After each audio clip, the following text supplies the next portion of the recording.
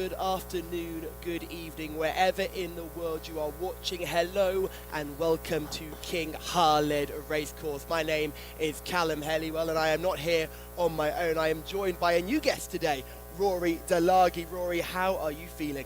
I'm very much looking forward to this, Callum. My first day in the hot seat here.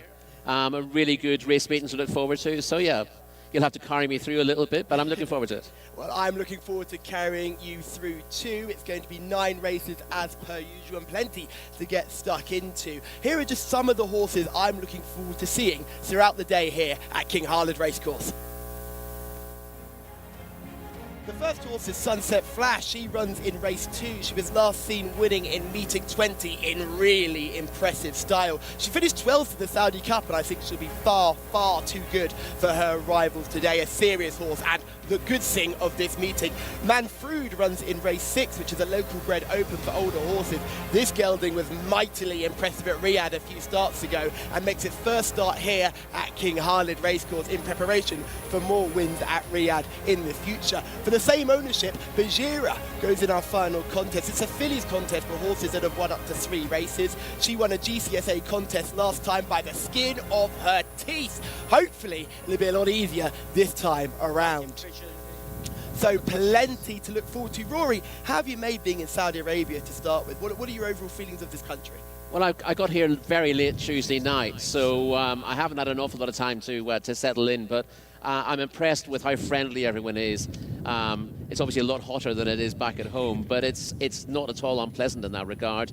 Everyone's been enormously helpful. Obviously, I don't have any Arabic, but I've been trying to get by, and the patience people have and the willingness they have to sort of reach out and help you is enormously impressive.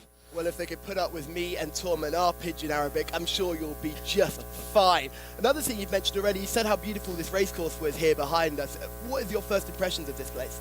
It's a massively impressive racecourse. Obviously, there's on the way down here, there's not an awful lot of scenery in this particular part of Taif. Beautiful city in other parts, but the racecourse itself is tremendously scenic. I'm very impressed with the infield. It's the last place that gets looked at most racecourses, and you look at some places and there's not an awful lot going on there. It's just a sort of bare land, but it's a really nice infield here. It's been well designed, well laid out, and it's a genuinely beautiful course.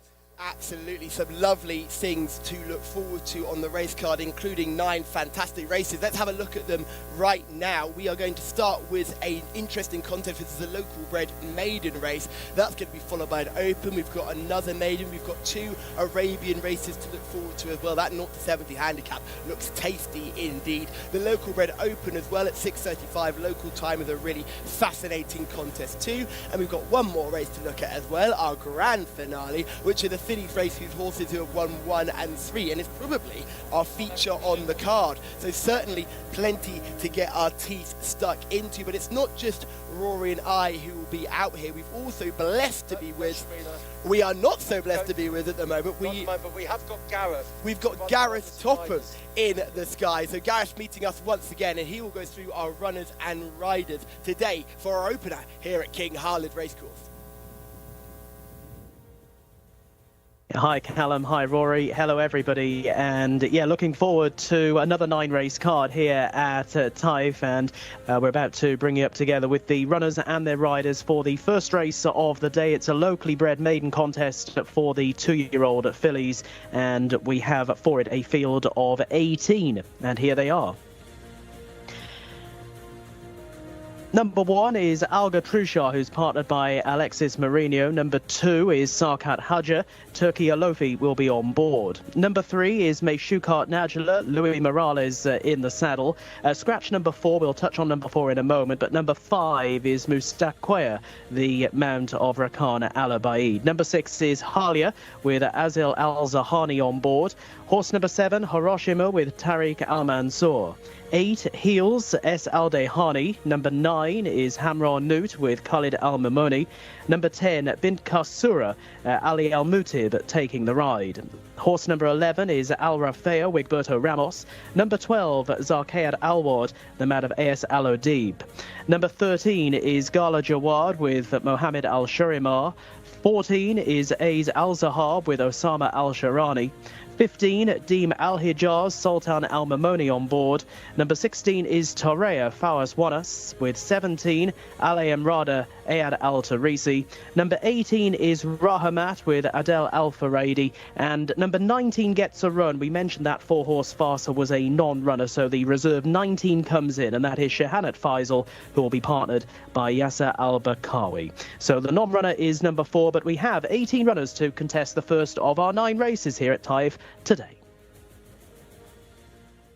Very much, Gareth, professional as per usual. Cannot wait to hear more from you. We are also live on YouTube, so remember to get involved on the YouTube page. Make sure you comment, like, subscribe, and finally turn on those bell notifications. I'll keep saying it until I am blue in the face, but there's plenty to look forward to. But we've not even met our whole team, because the final member of our awesome foursome is Shamila, who's down in the parade ring. Thanks very much, Callum. It is another hot and sunny day. We get stunning sunsets here at Taif Racecourse, but sunset I'm looking forward to specifically is Sunset Flash in race number 2, a Saudi Cup runner partnered with her her regular jockey Alexis Marino. She takes a step back in trip this time. She won first time out last month, so this shouldn't be an issue for her. Thank you very much, Amelia. You're totally right there. I think Sunset Flash is the good thing of this meeting. I think she'll be very, very hard to beat, but the horses are in the parade ring for our opener. So let's have a look at some of those. Firstly, Rory, have any of these horses caught your eye just on the bare form alone?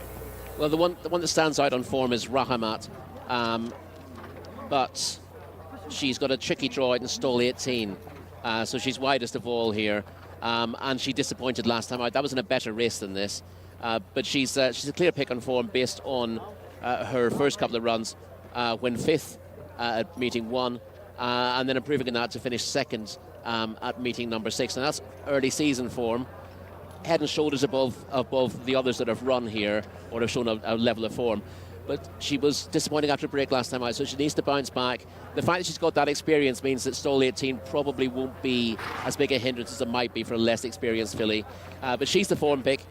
In saying that, there are a lot of unraced horses here who could be, unraced fillies, who could be quite decent. So we'll get an idea of those shortly.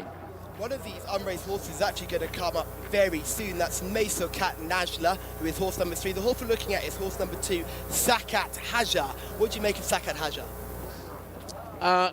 Sakat Haja is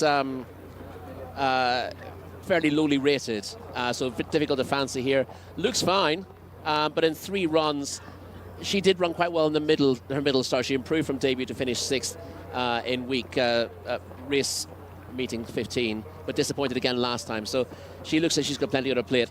She does have a good draw though, so that's one positive. Musata Kwea is another horse that I quite like, although he came 17th on debut. You're hoping that horse can step up from there. One of the next horses we have to look at is Hayla, who is horse number 6. We'll just see Hayla come into picture soon, and that's another horse that's just had the 1 run, Rory. Nice, interesting one on paper, but looks even better in the parade ring. Yeah, Hayla does look well there. And I'd expect her to step up markedly from her debut effort. She could be all right. She's only 7th that day, but you know, these are always big field maidens, and finishing 7th on debut at this track is not to be sniffed at. So if she steps up on that, she's got strong place claims. Hiroshima has race experience as well, and will probably come on from that last run. Yeah, I mean, stepped up slightly from debut when from finishing mid-division last time out. Tarek Al Mansour rides. She needs to step up again if she's going to be competitive, but again, she's got a handy enough draw, and she's got that experience to fall back on now. Horse number 8 is Heels, a bit lighter in the parade ring, not really catching my eye. No, difficult to know what to make of Heels. Not particularly eye-catching, and didn't really catch the eye on debut when near last and first, so needs to do an awful lot better here. One that did catch the eye. We just saw there was Hamra Newt making debut. That could be a nice horse. Looks good in the parade ring. Another debutant is Bint Kasora, who also makes debut. Isn't quite as good looking as Hamra Newt just from my eye just then. Obviously, we'll get to see them a lot closer if they come past us. But this is a horse that looks a little bit lighter framed, will probably come on from this run. Yeah, I'd have thought so. It's difficult with these debutant fillies. You do need to see whether they catch the eye in the parade ring. But Hamra Newt's got quite a nice pedigree as well. And if she's ready for this, she could be a player. Thank you very much, Rory. Shamila is in the parade ring with some connections. I'm not with any connections this time. However, I will be giving you my paddock picks after I look at all the horses in the parade ring. A horse that's really stood out to me is number 1, Algatrusha. Abdulaziz is the trainer. He has 2 runners in this race. Number 3 is a debutant, but I really like this one. And he tends to have really good form in these maiden races. The filly came 5th last time out, and as we've seen over the past few weeks, horses on their 3rd run of the season usually do really well. Thank you very much, Shamila. I think you're totally right there with a horse like Algatrusha, who is just one of those horses that I think will improve with each run and has shown fairly good form in this similar company so far, finishing 4th on debut, 5th next time out. Horse number 15 is Deem Al Hijaz. We do actually have some video footage of Deem Al Hijaz, which we'll see later on before they go to post. But this is a horse that looks quite good, finishing 3rd last time out, Rory. Yeah, this was a decent performance from Deem Al Hijaz. Doesn't have a rating as yet, but you'd imagine she'd be rated pretty close to the top rated filly Rahamat, and she's come on from her debut run to be 3rd last time out. I thought it was a solid effort.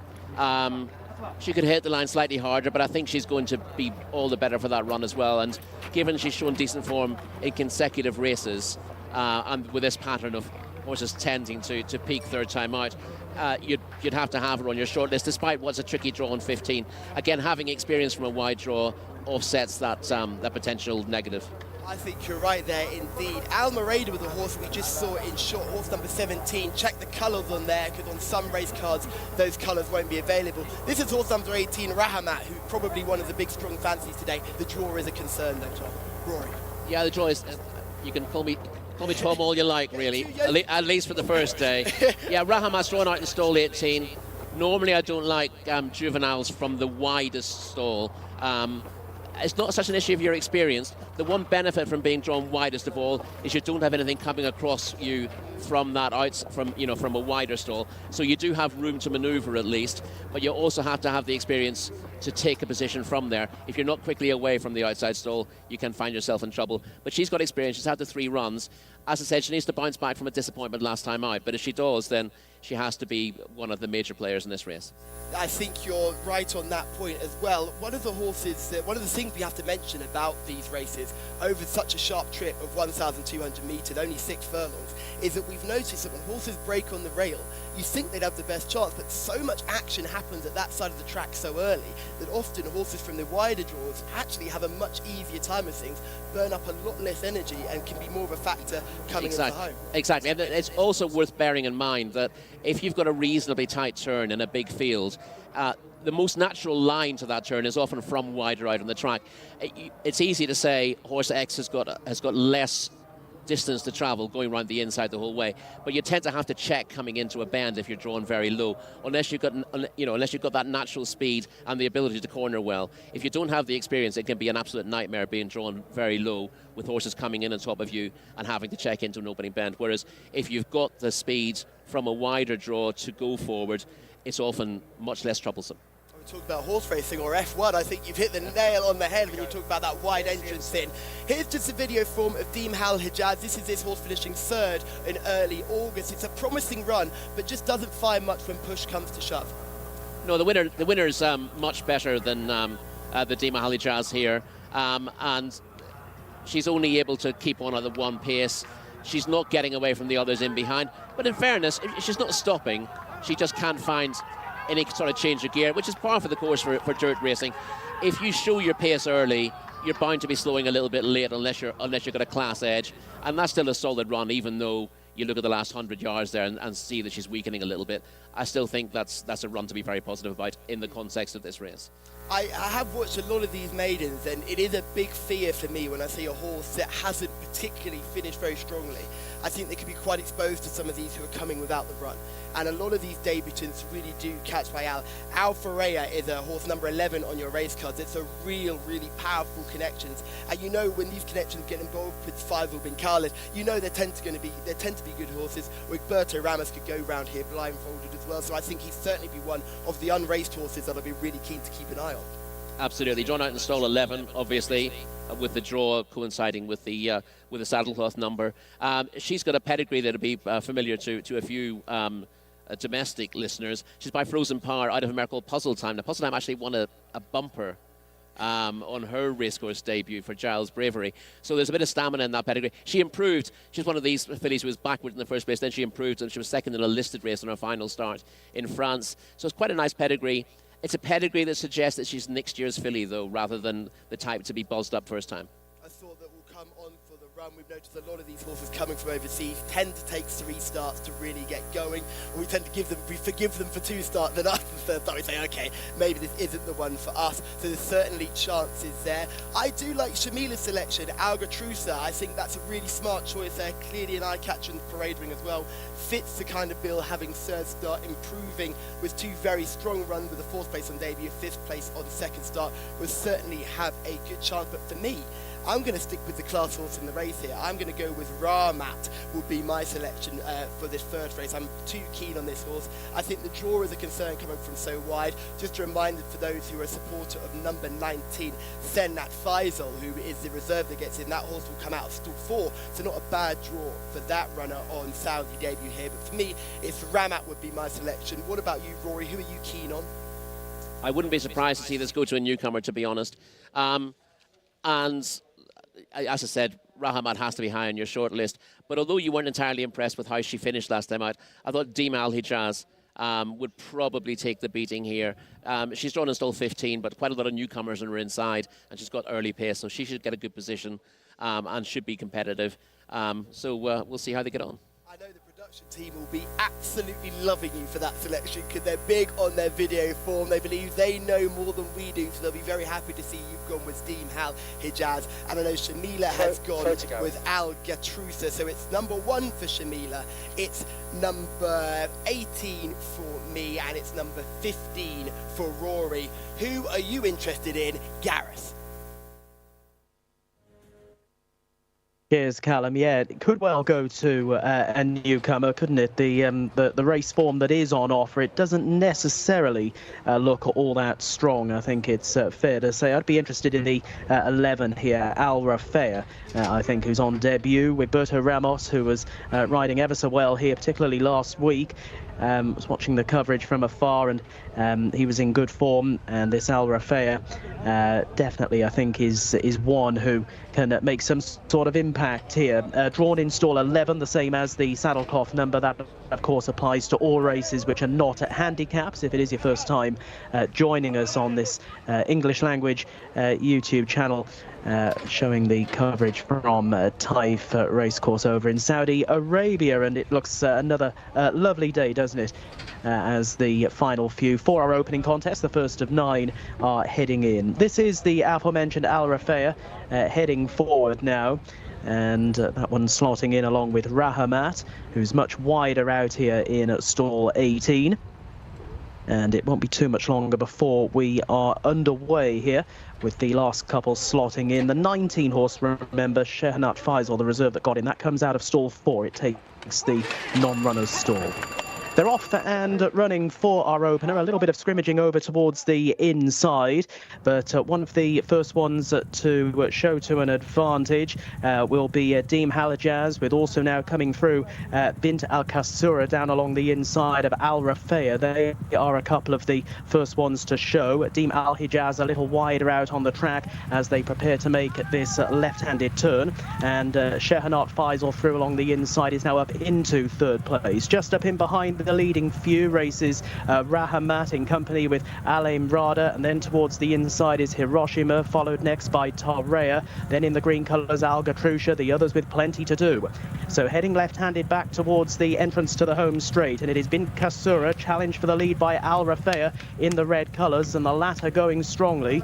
They are a couple of lengths away as they straighten up for home. Of in third position Shahanat Faisal, who in turn has moved away from Hiroshima, and racing next is Rahamat. So racing down towards the final 200 metres, it's developed into a straight match up front, and as they head now into the closing stages with the advantage, it is Bint Kasura finding plenty. Is 2 lengths away now from Al Rafea, who's making no further impression, and Bint Kasura will make a winning debut, pushed out towards the line, beats Al Rafea by a couple of lengths, and they came steadily away from the third, which we'll pick up in a few moments' time. Well, we said before the race it might well go to a first time out runner here, and indeed it was 2 of them who have fought out the finish. The winner, number 10, Bint Kasura, coming home ahead of Al Rafea in second spot, and the 2 of them had it between them in all truth from a fair way out. They were nicely on, and the winning time 1:25.6 in our opening contest there. Bint Kasura home ahead, and as I say, was just pushed out by Ali Al-Mutib to land the spoils, beating Al Rafea in second place under Wigberto Ramos. We gave that one a positive mention beforehand, and up for third was Halia, who had a little bit of experience, and that one staying on quite nicely in the closing stages under Azil Al-Zahani, without being any match for the leading pair. The first 2, there was 2 1/4 lengths between them. The result for our first race of the day: 10 Bint Kasura beats 11 Al Rafea, and 6 Halia. 10-11-6 in race 1.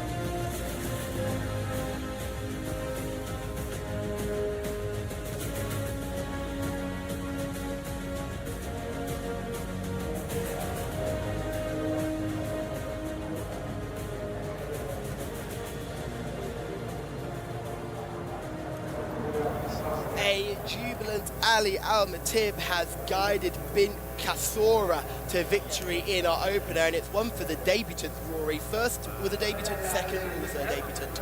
Yeah, and they really dominated pretty much from the get-go.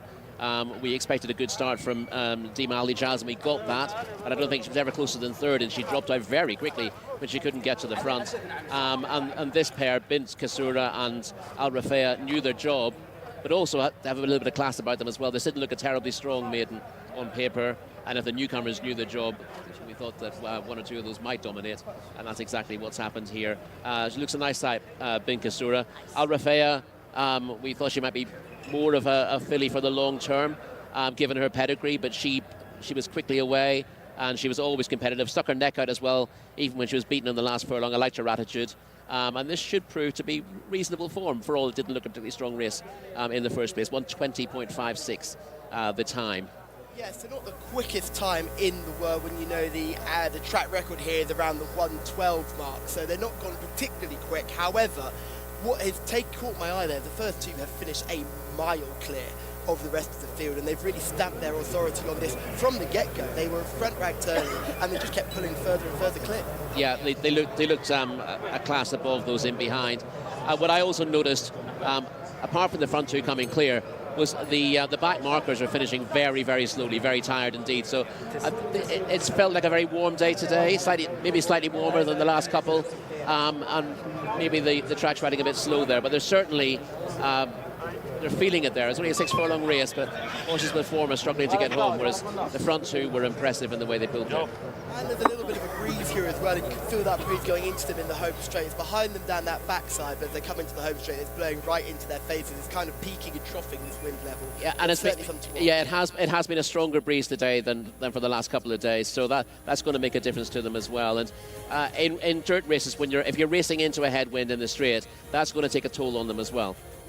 You mentioned the pedigree off camera of this winner. Talk to me about what's so exciting about this pedigree Yeah, as but a winner. the filly that Shamila likes is also by the same sire, a sire who you wouldn't be familiar with, I'd imagine, called Finest Artisan. Now, he didn't do much on the race course, which is why most of us wouldn't be familiar with him. He was trained by Aidan O'Brien, and he had a very good pedigree, but didn't really live up to that. Had 3 runs, finished third a couple of times, and then was sold. And obviously he's standing at stud now. He was sold abroad for 36,000 guineas. But he'd be a half-brother to Rumpelstiltskin, if you remember her, from a very good family. This is the family that goes back to the likes of King Mambo and Miesk. So although this colt, Finest Artisan, didn't show an awful lot on the track, the bloodline is a very strong one, and it's nice to see that being carried on here. Totally right when you think about the fact that the horse has done very little on the track in UK and Ireland, but it's come over here as a breeding prospect and has done really, really well. So certainly something to keep an eye on, and having the Finest Artisans hitting the track and running well is always a great thing to see. So hopefully we'll get some more pedigree clues from you, Rory, as we get further throughout the day. Well, it's always interesting when one catches your eye like that and you think, I wouldn't have expected that at stud, but again, in fairness, you go back, there are a lot of sort of siblings to very, very good horses who've done well as stallions, who themselves have been marketed as cheaper stallions who've done very well in terms of getting winners. And again, it's all about getting that bloodline. Let's look at a replay of this contest, because I think a lot of the race was made at the start here, and as they break away, you can just see the horses towards the middle of your picture are the ones you want to look at, and both these debutants you see in the yellow and blue colours and the red colours have hit the lids and have gone straight to the head of affairs. One thing we have to notice is if you were a supporter of a horse that I liked, Ramat, you would have been quite excited that you got a good break and were able to get across early, but you burnt up a lot of early energy. Similar thing went with Deem Hal Hijaz, Rory. I think you knew your chances at this point had already gone. Yeah, it's amazing. She got there to the front or just on the heels of the leaders very easily. Thought, well, that's offset the bad draw. But you hadn't gone 2 or 3 furlongs before you knew your chance had gone with her, and she backpedaled very quickly as if something was amiss. Our Affair is actually travelling the better of the two as they're coming into this straight, probably about 3 horses wide. There is a gap between the two. But Bint Kassora is just cruising here. You still know there's plenty left under the tank. You can see that low-hanging tongue as well. Could be one for the tongue strap crew later on in the future. But certainly nothing wrong with the tongue isn't holding this horse back as this filly continues to pick up and go further and further away as the race goes on. And she's won this price nightly. She hasn't got the ideal head carriage, still a little bit green, but she's going forward for pressure, which is always a positive. Yeah, you wouldn't want to crab her too much. She hung a little bit on the bend as well, just carried her head slightly to the side, but her attitude was absolutely fine when she came under pressure. So you'd be pretty positive about her going forward. Shamila is in the winner's enclosure with our winning trainer. Ahmed Ashaya is our winning trainer. Congratulations, Ahmed. You must be very impressed with her. Thank you, alhamdulillah. This filly first time run, and he gave me good work, and I think I talk with Jackie. Inshallah, you win this race. Then inshallah after this race I will send him inshallah another race, and I will see my filly if he come good. Inshallah, he coming up. Inshallah. Thank you. That's the plan, to keep her in the same distance? Yeah, the next time maybe I send him same distance or I change distance. You know, this program not same I like, but I will see if the same distance I will send him or I change distance. Inshallah. You think the program could be improved? Inshallah, maybe I send him race in Taif here or in Riyadh. I will talk with owner and I will see. Thank you so much, Ahmed. Thank you. Great to hear from the trainer and great to see these shots as well as they break out in a fairly even race. There was one slow starter in behind, but your winners have hit the lids hard for debutants. You can just see there, horse number 2, Sakat Hajiv, kind of missed the kick there as well. Your horse on the rail, which is Alga Trusa, made no issues from the start, but just didn't have that quick early pace. Beautiful angles here, Rory. Yeah, really good angle at the start there, and you can see what's happening. You also saw in the head-on there's a bit of scrimmaging from sort of stall 5 inwards, so the 1, 2, 3, and 5. Perhaps Mustaquea came across a little bit, but they seem to be a little bit short of room towards the inside, and that helped both Bin Kasura and Al Rafea to get good positions. But the pair of them hit the lids, and that's very important in a race of this nature. Really did when we said there can be so much scrimmaging down toward the rail. Those that are drawn a little bit wider can sort of have a clearer passageway to get to it, and as you mentioned, that apex into that first bend, they've just got more of a chance to go from those sort of middle to wider draws. Yeah, and it's slightly more forgiving as well. Ideally, you want to get a good break here. You want to be in a prominent position from the outset, and ideally, you don't want to be covering too much ground round the bend, but that can't always be avoided. And being able to race on an even keel and not being compromised by other horses is very important, particularly on a dirt surface where you can't stop and start. You've got to keep your momentum. So a clear run is enormously important here. I think momentum is a key word that we'll talk about plenty more today, and you can see the tongue flapping in the wind there for Bin Kasura, but not stopping this filly, making it 1 win from 1 start here in Saudi Arabia. The jockey looks in perfect command, in perfect control, and by this point he knows the job is done. Connections know the job is done as well, and if you're a supporter of Bin Kasura, congratulations, you're 1 race down and 1 win in the bag. If you're a supporter of any of our selections, it was Gareth Topham who said Al Rafea, so he's done the best out of all of us, so Gareth will be going for Rory's job in no time. We'll see you on the plane, Gareth, but good selection there with the debutant with Berto Ramos. Very, very good rider, gave this horse every chance, but certainly a horse we'll really look forward to in the future, a horse that we can see going forward. We know that pedigree suggested that she's going to be better as she gets older, so certainly a horse that we'll want to follow going forward. But as we talk about going forward, we roll straight on to race 2, which is over the same trip, or another contest over 1,200 metres, and this is a 3-year-old open race, and in my opinion this is the good race on the card because it contains some very exciting horses. Yes, this looks a very good contest. Not the easiest to unpick, it has to be said, but lots of these horses would be potentially familiar to British race fans. For example, I counted 9 or maybe 10 who had raced either in the UK or perhaps in the US for other trainers. So lots of familiar names. The question is with a lot of those how well they adapt to racing in Saudi Arabia, and some have shown that they've done that pretty well. Some haven't done so well, but there's always time to adapt, particularly when you're looking at horses switching from turf racing in the UK to racing on dirt here. It's a bit of a culture shock, and it does often take them 2 or 3 runs just to find their feet.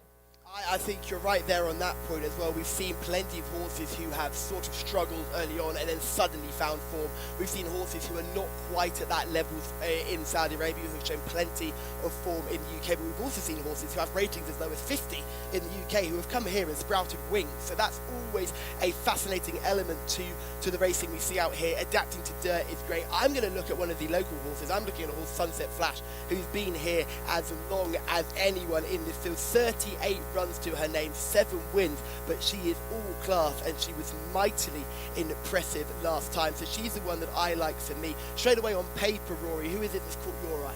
Well, listen, she does stand out. I mean, as I said, I went through this and thought, oh, there's some familiar names, some horses who might make their mark here, starting from Taj Neom at the top. But you look through the ratings particularly, and Sunset Flash does stand out.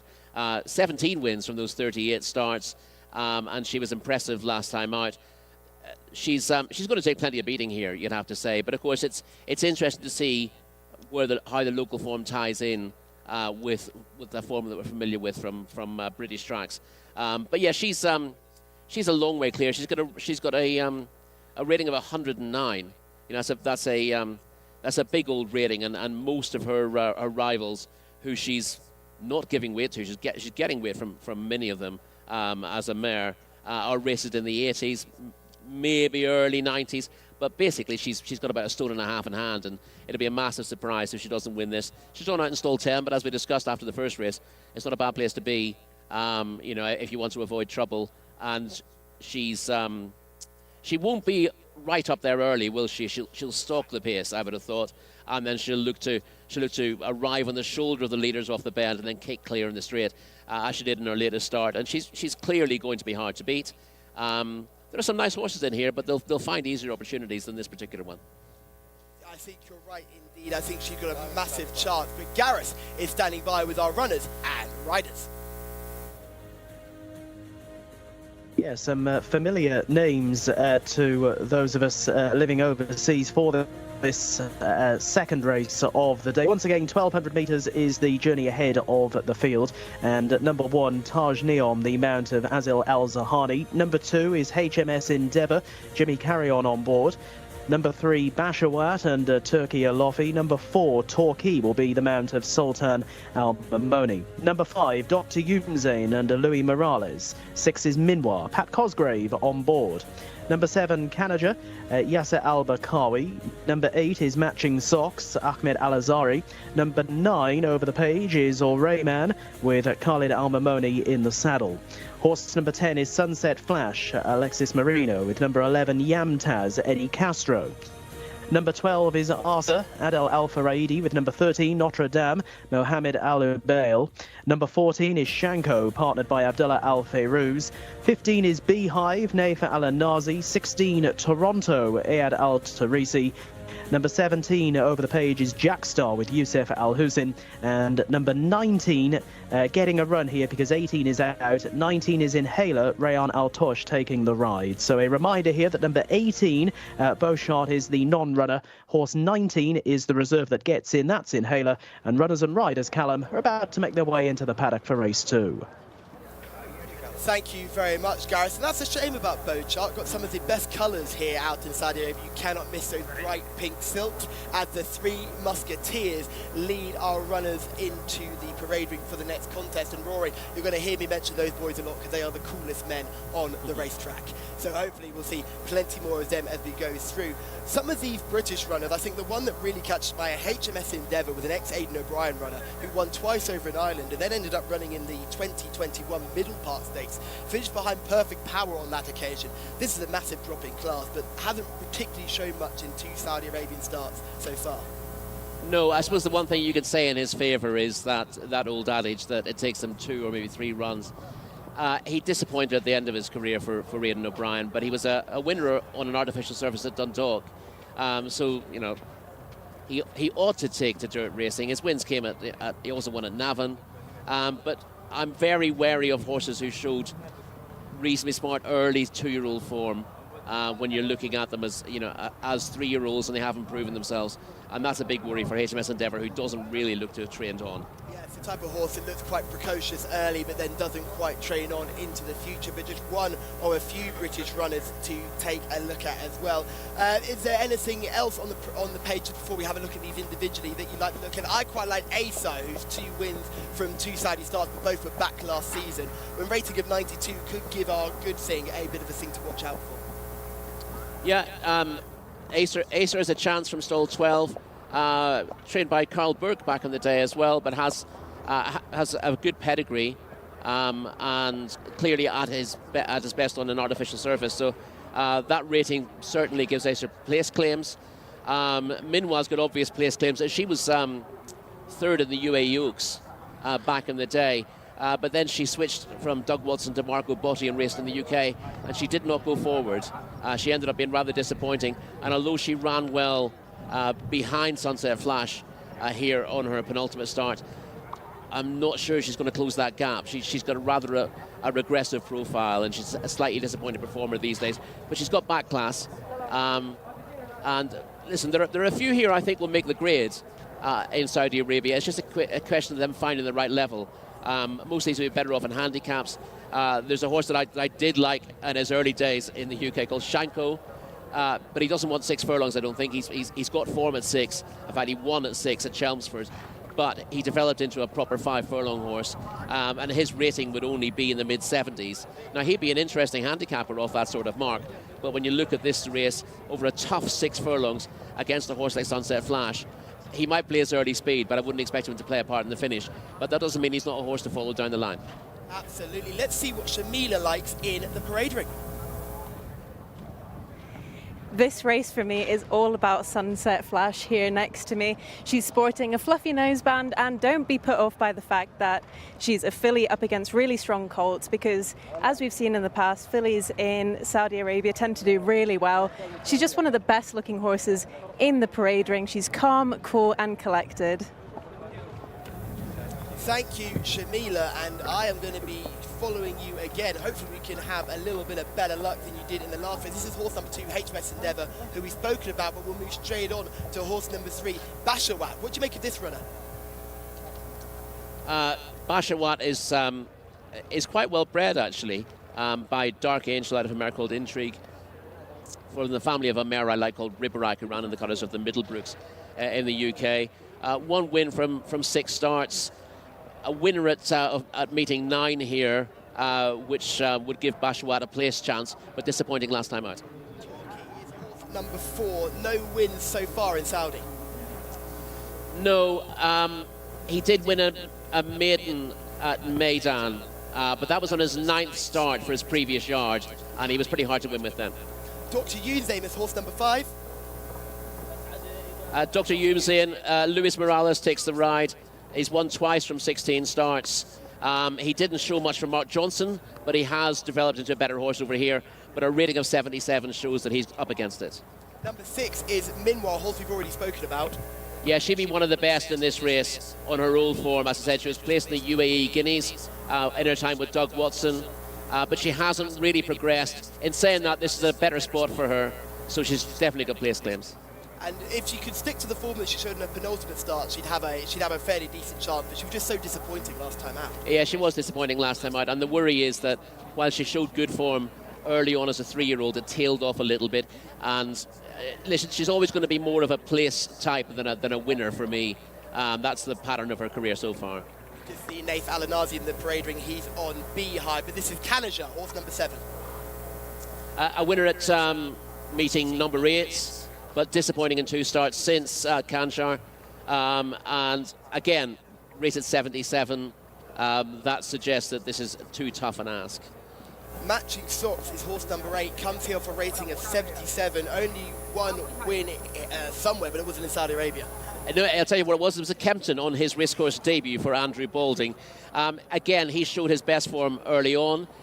He maintained his form pretty well until his final start for Andrew Balding, but he didn't really progress. And again, he's pretty much nailed down by that rating of 77. He could be competitive in handicaps off that, but looks to be struggling against Sunset Flash, who's 30 pounds superior to him. Ore Man is absolutely massive in the parade ring. He's had 3 wins from those 9 starts. 3 from 9 and a slightly higher rating of 86 here. Means that he's one to keep an eye on. He's not without a chance, certainly, of hitting the frame. This is the good seeing Sunset Flash, but she's followed by Yamataz, which we haven't had a chance to talk about yet, has had plenty of runs. Yeah, 23 runs for Yamataz. Eddie Castro rides. A rating of 88 means, again, he's one of those to consider to chase the favourite home, or if Sunset Flash fluffs her lines, dare I say it. Yamtaz is one of those who might be capable of taking advantage. Good second last time out at meeting number 30, so race fitness is no issue for him. Jcsa is horse number 12 on your race card. I love the owners, I love the silks, but I think this horse might have it all to do despite the 2 wins from 2 Saudi starts. Yeah, listen, it's not a bad record. This is a 6-furlong specialist on either a synthetic track or on dirt. Yes, he is up against it in terms of the favourite, but he's one of the better types in behind, possibly best of the rest. Yes, Notre Dame had plenty of wins overseas, but hasn't really hit the ground running over here. 18th last time out. Yeah, did very well for Doug O'Neill in California, and then was a winner at Maidan last year, but not so good since. This is the horse you liked as a youngster, Shanko. Are you going to keep the faith? Well, certainly not in this race. I mean, as I said, the thing about Shanko is he's a proper 5-furlong horse. He did win over 6 at Chelmsford, I think, on his second start. But since then, when he's raced over 6, he hasn't got home. Blinding early speeds, and he might show up for a way here, but he's not going to be winning today, I don't think. Got a pace factor for sure. We saw Nath Al-Anazi, the jockey of Beehive. We'll have a look at horse number 50 next. This is Beehive in shot now. Would have a chance. Yeah, Beehive, again, with a rating of 87, is one of maybe 6 or 7 that you would be tossing up between to chase the favourite home. Beehive is a 7-time winner. Wears a tongue tie here. No secrets though. I mean, we know all about Beehive, and he's not going to suddenly sprout wings here, I don't think. Toronto is another who I think could also struggle to sprout wings, rated 86. Wouldn't be without a shot. No, he's a year younger than Beehive, and less runs under his belt, the 19 runs and 3 wins. So there might be some upside still to Toronto. Jcsa, horse 17, up an ultimate runner we're going to look at. Not the easiest to fancy, Jcsa. Rating of 78, just 1 career win, and moderate runs here in meeting 21 and meeting 27, finishing midfield. Inhaler is the last horse we're going to look at, and the connection of Inhaler must be gutted. They've got into the race, but they're still coming out of stall 18, so not the easiest draw for them. Yes, it's sometimes a bonus when you come in as a reserve, because you can get a good draw. But stall 18 with Bocard coming out. 4 wins from 28 starts, but has plenty to find with the majority of these, not just Sunset Flash. I think you've hit the nail on the head there. Sunset Flash is the one for me. I haven't been put off by anything I've seen in the parade ring. I think she's calm and she'll like. Let's have a look at her running in action. This is her last start where she won, and she was just so impressive, coming wide and putting distance between her rivals. Yeah, she travelled ominously well in this race. We pick it up just as she takes the lead off the home turn, but you can see the way she moved through it, that it was a case of pressing the button, and when she got to the front, the race was over. She quickly went 5 or 6 lengths clear of the pace setter, and nothing came from out of the pack that day. Very, very impressive performance, but as you would expect from a mare with this kind of rating, she is a high-class performer. She is a high-class performer indeed. She was beating Minwar on that occasion. We just saw Minwar dropping out the back of shot there. That's got Pat Cosgrave on board. Pat will be hoping upon hope to get his first winner in Saudi Arabia. Still without a winner here. Well, she's a classy enough filly, Minwar, as we've discussed, but unlike Sunset Flash, she doesn't seem to enjoy putting her head in front quite so much. She's more than capable of playing her part here, but there's no reason at all to suggest she can turn the tables on these terms. I think you're right there with the fact that she's shown that level of form and that height of form, but she just seems to be the horse that can't quite get over the top, and she might be too good for handicaps, but then find herself all at sea in these open races when good horses just get drafted in. Yeah, exactly, and you'd have liked to have seen her run better last time out as well. So she's always the type to show up well enough in her races, but there are others with a bit more heart in the finish. This is Taj Neom, a horse we kind of missed in the parade. This is Taj Neom cantering down to post. Nice looking grey colt here, only 3, could improve with little experience. Yeah, this is probably a nice enough horse going forward, Taj Neom.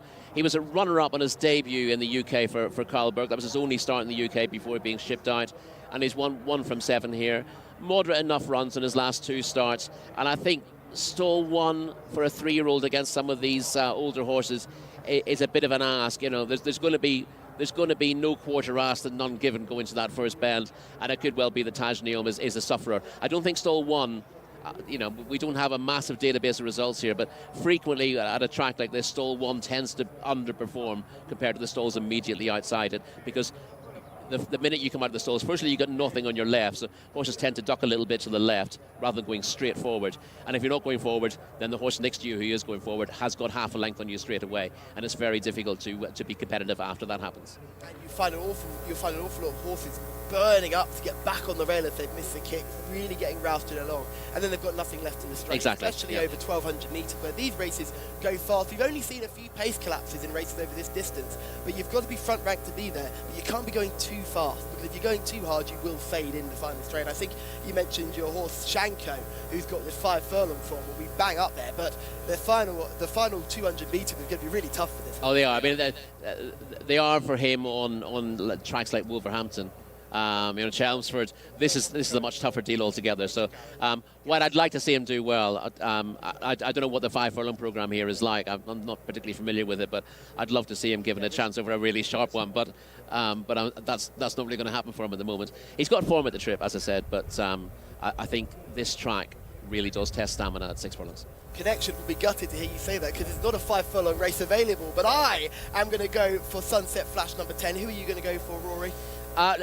I'd love to be against you here. I think the best thing to do would be try to find the runner-up, and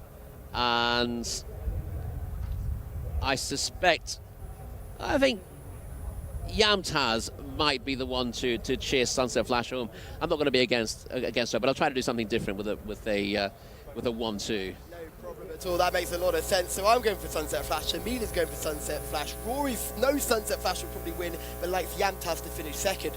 Over to you, Gareth. Thank you, Callum. Yes, runners gathering down at the start for indeed what is one of the, I think, more interesting races on the card, isn't it? And the field are gathering down at the post. There is Pat Cosgrave, who partners Minwar, who will be one of the sort of familiar names, particularly to British and Irish viewers. This horse was quite a regular on the circuits over here. So as we can see, they are circling at the moment. Number 15, Beehive, has been taken into the centre. Naif Al-Anazi taking the ride on that one. A few late tack adjustments on arrival down at the start, but nothing more than that, thankfully. As you can see, this race once again, 1,200 metres the journey ahead of the field, and they shortly will be loading up for what is the second of the 9 races on the card. We're around about 4 minutes or so from the scheduled off time.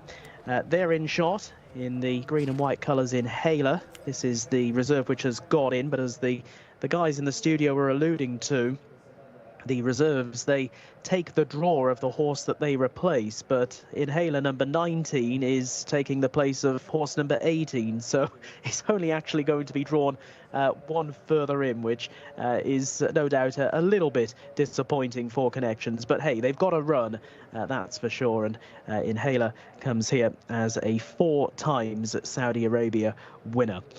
They continue then down at the start. They're in shot in the red and black colours, Toronto. Plenty of red about Toronto. It's hood and noseband, bandages on the legs as well. But one of the slightly lower rated runners here.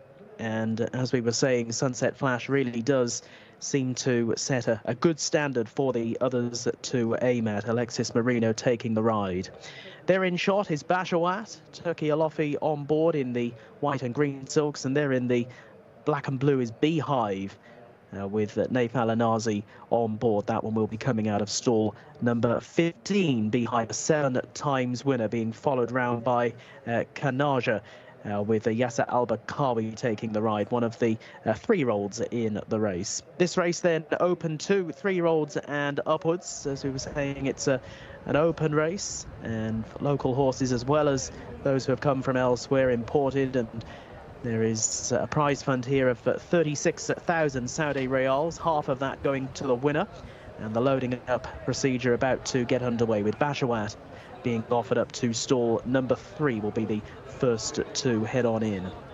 So at the start of this race, over at the entrance to the back straight, we get these wonderful shots, don't we, from the drone, and we can see them from bird's eye view. We can see them from the view of the cars next to them as they head around the track, and we can see them from the stands as well.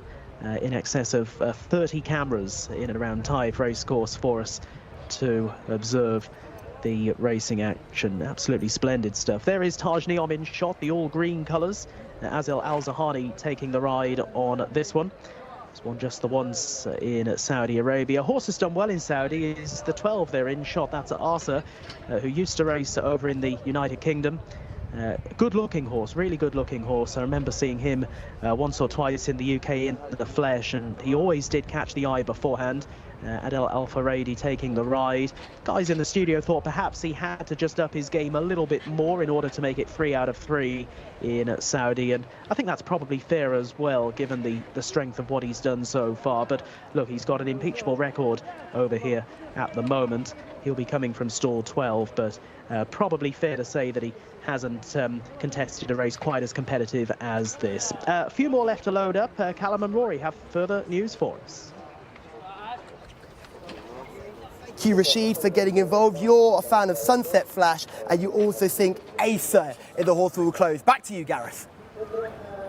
Yeah, don't forget, folks, do be sure to get in touch with us on the comments below the YouTube video. Your interaction, the guys very, very much appreciative of it, and all of the comments will get read out at some point during the day. Sunset Flash this is. I think this individual, if there was betting on this, would be a likely warm favourite, this filly, as we are just about set to go over 1,200 metres.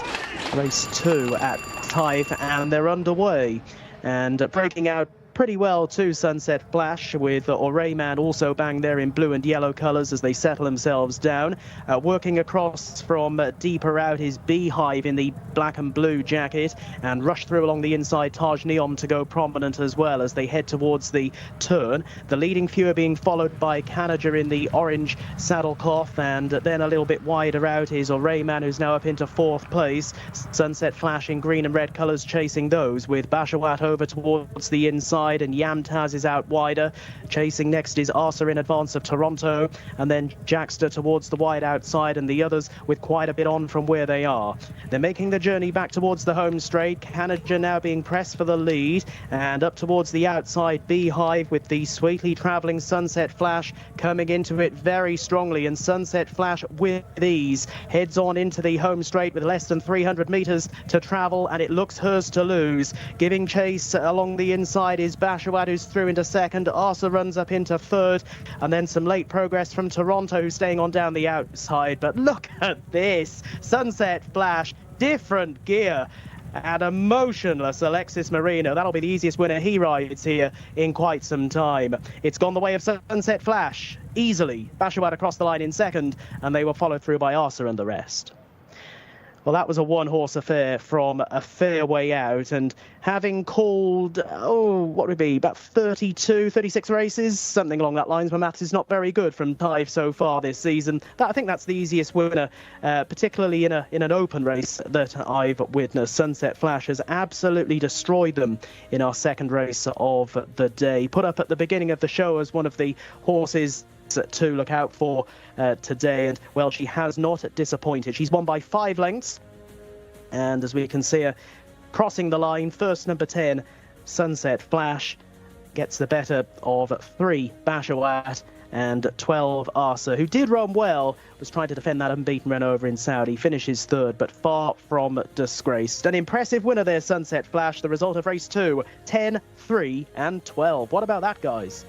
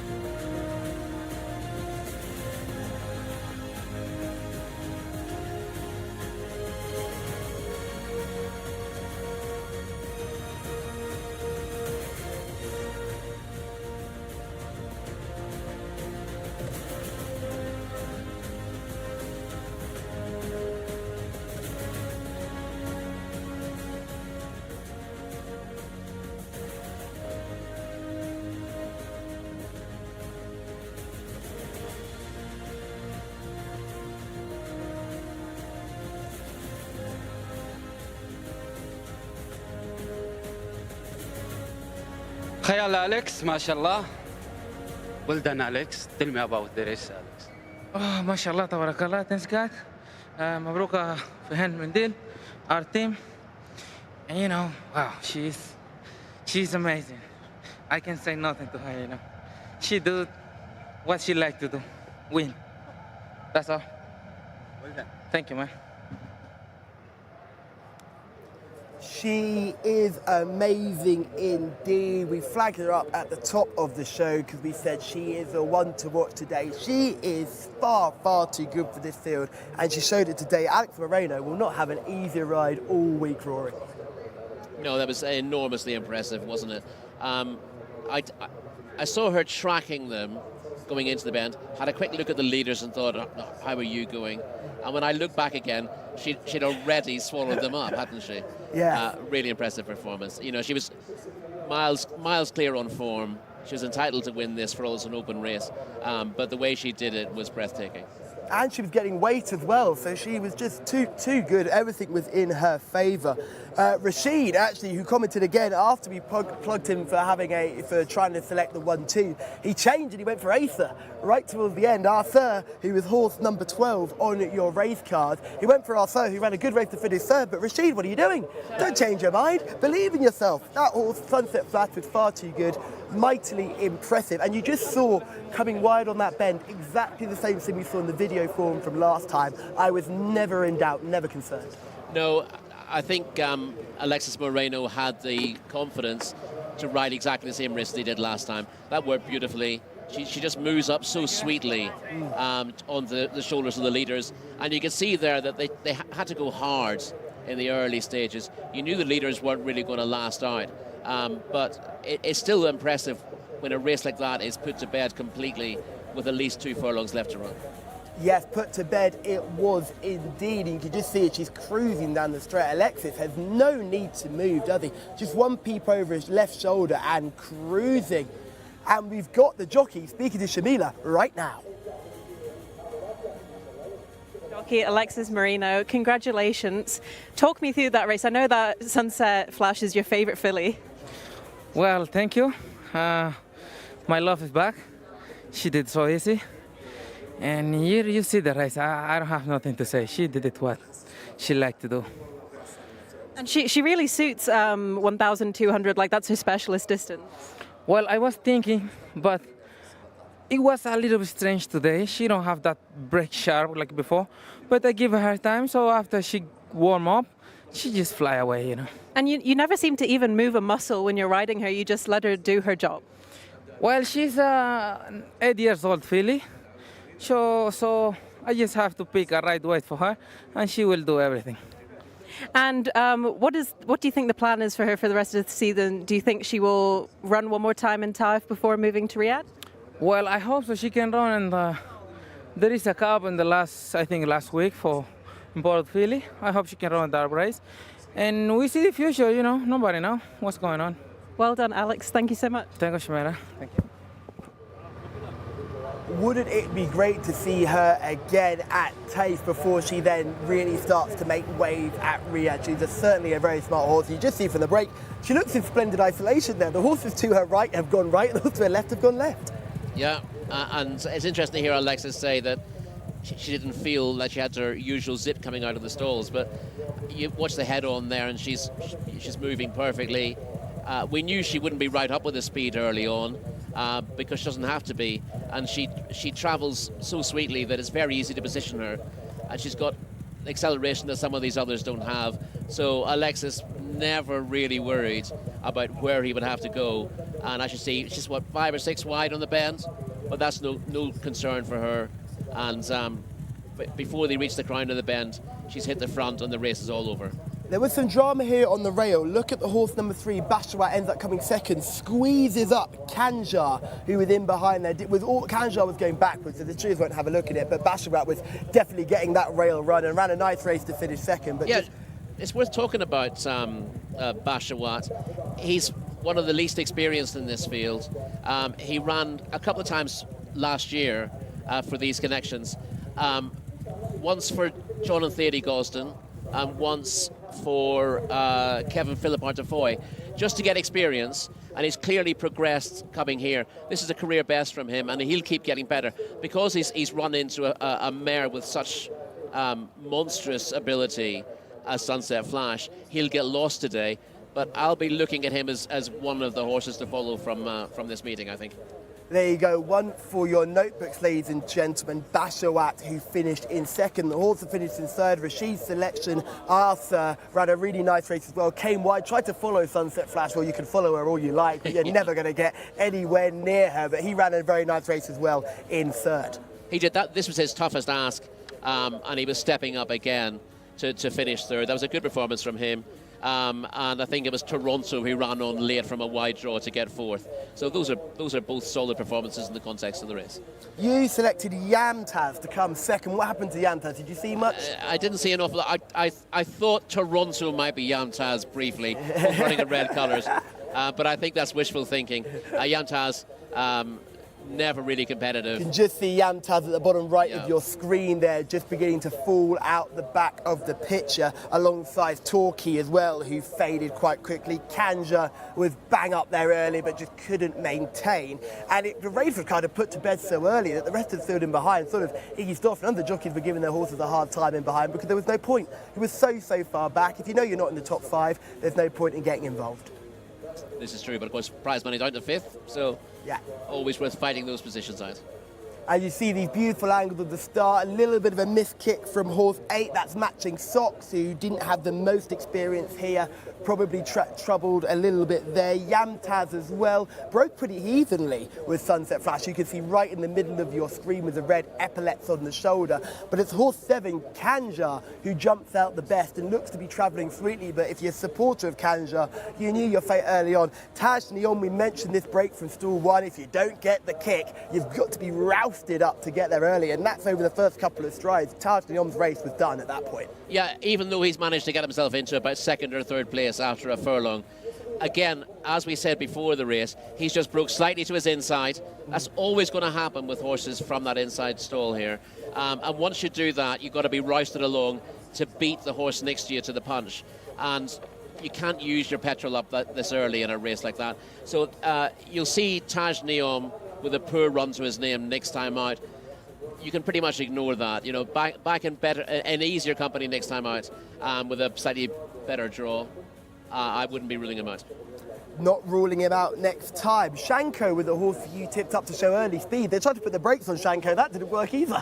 No, but I suppose, given you don't have the option of dropping back to 5 furlongs, you've got to find a way of conserving that stamina, but not really working for him. But again, he was out of his depth in a race of this nature.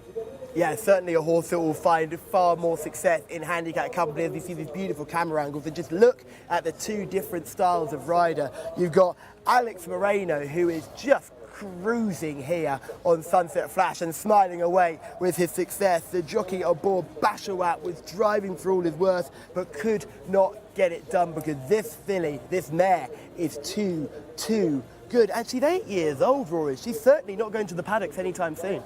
No, she loves her racing, doesn't she? And good race mares don't always make good brood mares. And if they enjoy the racing as much as this, then, you know, it's almost a crime not to race them.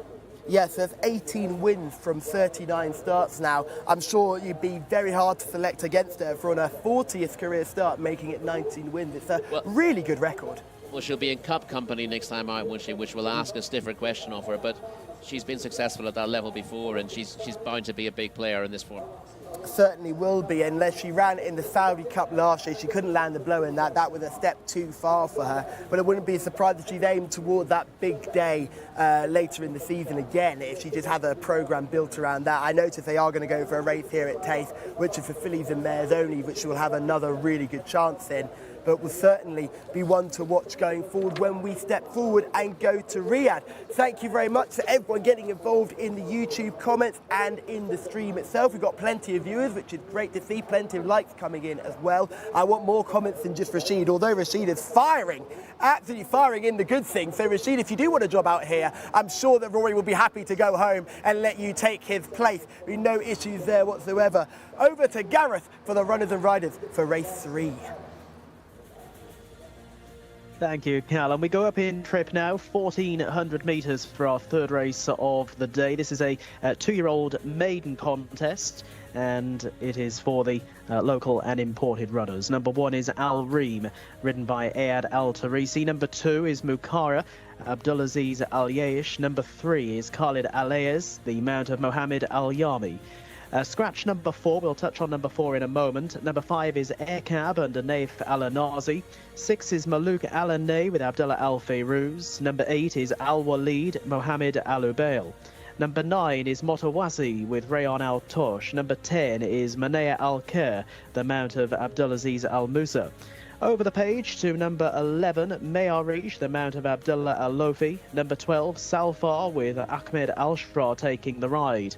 13 is Asif with Wigberto Ramos. 14, Jubail, the mount of Abdullah Al-Credis. 15 is Bakatar with Louis Morales in the plate. Number 16, Safar, Adel Al-Faradi. 17, Tanaf, Mohammed Al-Daham. And 18 is Francisa Barbaro, partnered by Mohamed Al Habib. So number 4, Rahati, and 7, Damis are the non-runners here. And that leaves us with the 16 to contest our third race of the day, due off shortly. Thank you very much indeed for that. It's a shame, really, that Damis doesn't go in this contest, because I was very impressed with Damis' performance last time on debut. Plenty of speed in his pedigree, being a son of Twilight Sun, but he just didn't get home on that occasion. I thought would be an interesting runner next time out, but doesn't go, so there's no point in talking about him anymore. One thing we can talk about is the 3 coolest men on the racecourse, the 3 musketeers leading us in the parade ring for our next. And Rory, who catches your eye on page here? This is a tough race to be confident about, but there's strong form from Safa and Salfa. Don't get those two confused. It's also quite interesting on paper, having finished 3rd at meeting 31. There's only one of these with an official rating above 50, and that is Safa, who's the class act in the race, being rated 89. Now, he's run very well, or she rather has run very well in all her starts to date. She's run 4 times. She's finished no worse than 4th. And bearing in mind, those are all 16 to 18 runner races. Those are very solid runs. She would need an excuse not to win here, really, because she does look head and shoulders above those that are left, with Damis being out of it.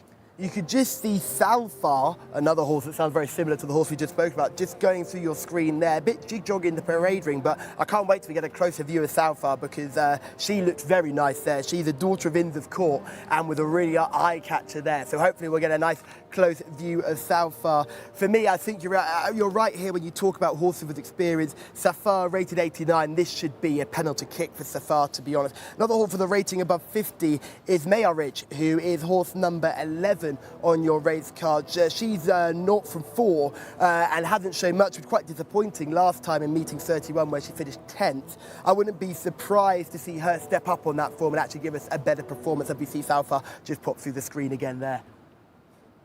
One of the ones I want to mention who have had no runs, we talked about maidens who were unraced earlier on, is the top 5 on this card. All haven't run. That's Al Reem, Mukhara, Khaled Aliv and Ekab as well. They've all not had a run here, and neither has Malouk Alanay, who is another horse who comes here without a run. What are you looking for in the parade ring? What's your first thing that catches your eye with an unraced runner as we look at Al Reem right now?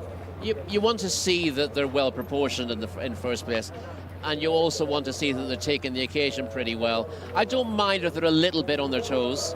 It just shows that they're up for it. But you don't want to see them getting too warm or getting above themselves in the paddock.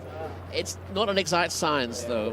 The Mukhara we've just seen there, I'd say she's a bit on the small side. This is Khaled Aliv. This is a much bigger horse. I'm a fan of this, but this is the most interesting debutant I've seen so far. So number 3 would definitely get an asterisk by his name, because I'm keen on how that colt, who's by brother Derek, gets on, as we see horse number 5, Ekab, who's another unraced runner. This is another colt, 2-year-old, has plenty to like about him, just the way he's built. Again, when you look at races here at King Khalid Racecourse, big, strapping, unraced types tend to be the ones that show most. Hopefully this horse can show some early speed, but this is over 1,400 metres, so it's not the end of the day. And this is another one of our unraced runners. Malouk Alanay is the horse that you like the look of as well. You won't miss it with those bright yellow bandages on. But we're now going to see a horse with a little bit of form, horse number 8, Al Walid. What do you make of this horse, Rory? Al Walid has at least had a run, finished only 10th on debut at meeting number 29, but that's not a terrible run. Got a fairly good pedigree, already gelded, a black gelding by Mastery out of Tappings of Silver. Needs to progress from that debut, but did give the impression that the run would do him a lot of good. Mutawazi go for the very powerful King Abdullah bin Abdulaziz and Sons connections. These are always ones to watch on debut. Yeah, you've always got to look at the big connections in races like this. It's not always that easy for us to read into the pedigrees. Mutawazi, tongue-tied for debut, that would normally be a negative back home, but it seems much more the norm for horses to be tongue-tied here. One that catches the eye immediately here, really big strapping type that's going along, is Manea Al-Khair, but we're going to look at Maya Ridge here, one of the horses with experience, number 11. Yeah, Maya Ridge, a rating of 56. shouldn't be good enough to win a race like this. 4 starts means he's got more experience than most in the field, but doesn't look good enough to me. We can see Salfa, who's another really good-looking type. That horse has really caught my eye, but Shamila is in the parade ring. Who's caught your eye out there? A horse that has caught my eye is horse number 5, Ikab, ridden by Naif Alanazi. Obviously, he's a debutant. I know what happened the last time I chose a debutant. He finished out the back of the television, but I am very certain that this horse will do really well. 2-year-old colt by one of my favourite sires of all time, Frosted. Going for another debutant. I've been really caught by Salfa, who's but certainly one that I'm going to keep an eye on. But I do like where you're coming from, Shamila, there. Good connections as well. This is Asif, who was horse number 13, but we move straight on to Jabail, horse number 14, another making debut, Rory. Yes, Jabail is by El Kabir out of a mare called El Rayam Rose. Again, another one that's been gelded pre-race, and wears cheek pieces here, but that's maybe a bit of a negative. We see a lot of those horses that have clearly been bought in the UK and are coming over here to make their first starts. A lot of them do come here gelded. Al Motorhead, one of the most exciting horses we've seen, that with the gelding by Bobby's Kitten. So that isn't an immediate concern. I know when we see it in the UK, we immediately think gelding it too, but there's not so much of a concern over here. It's often just these horses just to adapt to the surroundings. It's just much easier. And remember, these horses can't run in local bred contests, so it kind of takes that away from them as well because they're imported runner. Bakhtar is horse number 15, another debutant.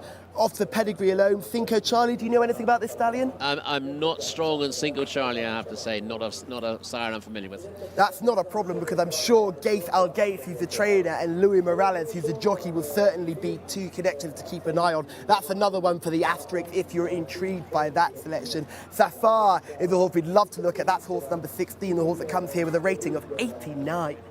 Yeah, I mean, a rating of 89 means that Safar, in receipt of weight here, really should be very hard to beat. She's only been hitting the frame every time. We're slightly worried about a filly with that kind of profile. Will they go and win a race when they get an opportunity? But she's got a golden opportunity here, apparently. This is a massive chance for her, isn't it? I mean, there are certainly some other horses to keep an eye on, but like in the last race when we had a good thing, I think in this contest, Safar must be up there with being another good thing as well. You'd hope so. Listen, I wouldn't say it in the same breath. But if we go back to the first race, there were a couple of horses who should have run well, who were very disappointing. Let's have a look at Safar here. This is Safar finishing second in early August. This performance wasn't too bad, but you mentioned something before the bend, Rory, when we were speaking off camera. Yeah, Safar just shook her head on the turn coming into the bend in the first place, and just looked like she was showing signs of temperament, thinking about it a little bit. She got back on the bridle and looked to be travelling best with 2 furlongs to run, and she's got out-battled in the end. Now, on the positive side, she's come a long way clear of the third, and you'd have to rate the form fairly highly. But I was a little bit concerned about her attitude during that race. It happened before the VT started there, but it'll be interesting to see if there's any temperament in the race here. Now, you were concerned with her attitude here as we just see horse number 2 getting a little bit worked up at the start. That's Makara, who's horse number 2, jockey sitting there very well, cool as you're like, I'm not in trouble, I'm not in any danger, I'm absolutely fine. And the horse just gets a little bit green going down to post. That is one of your debutants. I'm sure our expert stalls handlers will be perfectly able to attend that horse when we need to. And another debutant, Mutawasi, getting a little bit warm and a little bit excited before going to post as well. No surprise being debutants. Are you a little bit put off by the horse rated 86 Safar because of that performance last time, just with that little head check? Yeah, it would stop me. It would stop me being full-blooded about it. If you said she's as good a thing as the favourite in the last race, I'd say, no, two different things altogether here. When you've got a horse who's never won a race, even when it's well clear in the ratings, you have to ask questions, and you're looking for signs of temperament, you're looking for signs of unwillingness, and there was just that hint last time out that she might just be a character. Okay, so if she's a bit of a character, you're going to look somewhere else? You're going to look for another selection? Well, Salfa should run well. There's a couple of these who are very interesting on paper. Salfa was a solid third, building on debut effort at meeting 31, and I thought Salfa looks sure to take a fairly high position here. And if the favourite is just a little bit suspect, then that might let Salfa in. Yes, so Salfar, is that going to be your... I'm going to pin you down. You don't have to pin you down for selection. Is it going to be Salfar or Safar? I'll go for Salfa. You're going to go for Salfar. I'll have to take you on because it's only fun if I take you on. I will take you on with the experienced horse Safar here. I'm hoping that Safar can use that experience and put that bad attitude she's shown earlier on to good use and hopefully come out on top here. Shamila is gone for a horse Ekab, one of the unraced runners, one of plenty of unraced runners in this contest, and on a good thing for Shamila's selection is that horse was going really nicely last time as well on the way down to post. So there was no concerns about that horse going to post. As you can see from this beautiful drone shot that we have here, the horses will circle before they get loaded. Any horse that gets put into the middle of the circle is just having attack adjustment. So please don't be concerned when you see a horse in the middle of the circle. It's nothing to do with veterinary or anything like that. It's just attack adjustment, and they want to keep the rest of the horses moving smoothly and sweetly. Great to see Rashid back in the comment for another selection as well, so hopefully you come out on top there. So keeping all fingers crossed for you, Rashid, because we know how much you enjoy this coverage here in Saudi Arabia. No comments from Ken yet, which I'm slightly disappointed by, purely mainly because I'm a son to Ken and I'm slightly disappointed that he hasn't got involved in the comments yet, but hopefully he'll get involved a little bit later on. Where is Ken? If you are watching, firstly, I'm just upset you've not got involved, and secondly, if you aren't watching, where are you, Ken? Because we do love it when you get involved with your little nuggets of information. For me, the newcomer that I quite like is Motawazi. I think Powerful Connections, always ones to watch, Rory. Are there any other newcomers that caught your eye in the parade ring? I can't say anything stood out for me in the parade ring, but as we saw from the first race, if you've got question marks about the form horses in these maiden races, you do have to take the newcomers very seriously. So Motawasi, as you said, you pick him out because of the connections. The fact that he's wearing a tongue tie on debut, not a concern. He's a colt in here. As we said, a few of these have been gelded. Difficult to know where we stand with a few of these first-timers. And normally you'd be against them. But as we saw with the first race, you know, the newcomers absolutely dominated it. So we'll learn a little bit from them here. Certainly will learn quite a bit today. As you can just see, number 2 has gone with that rider. That's Bakara, who was playing up going down to the start. And now the jockey's gone off to just readjust attack, but has worked his way straight back on. A couple of others getting some little adjustments as well. As I've always said, nothing to be concerned about. That other horse getting an adjustment with another horse there that was fantastic to look at. But as you can just see, horse number 2 work its way back out to the circle. So for you, it's going to be Salfar for Rory. It's going to be Safar for me. It's going to be Ekab for Shamila. And that only means we have one more person to ask. What is your selection, Mr. Gareth Topham?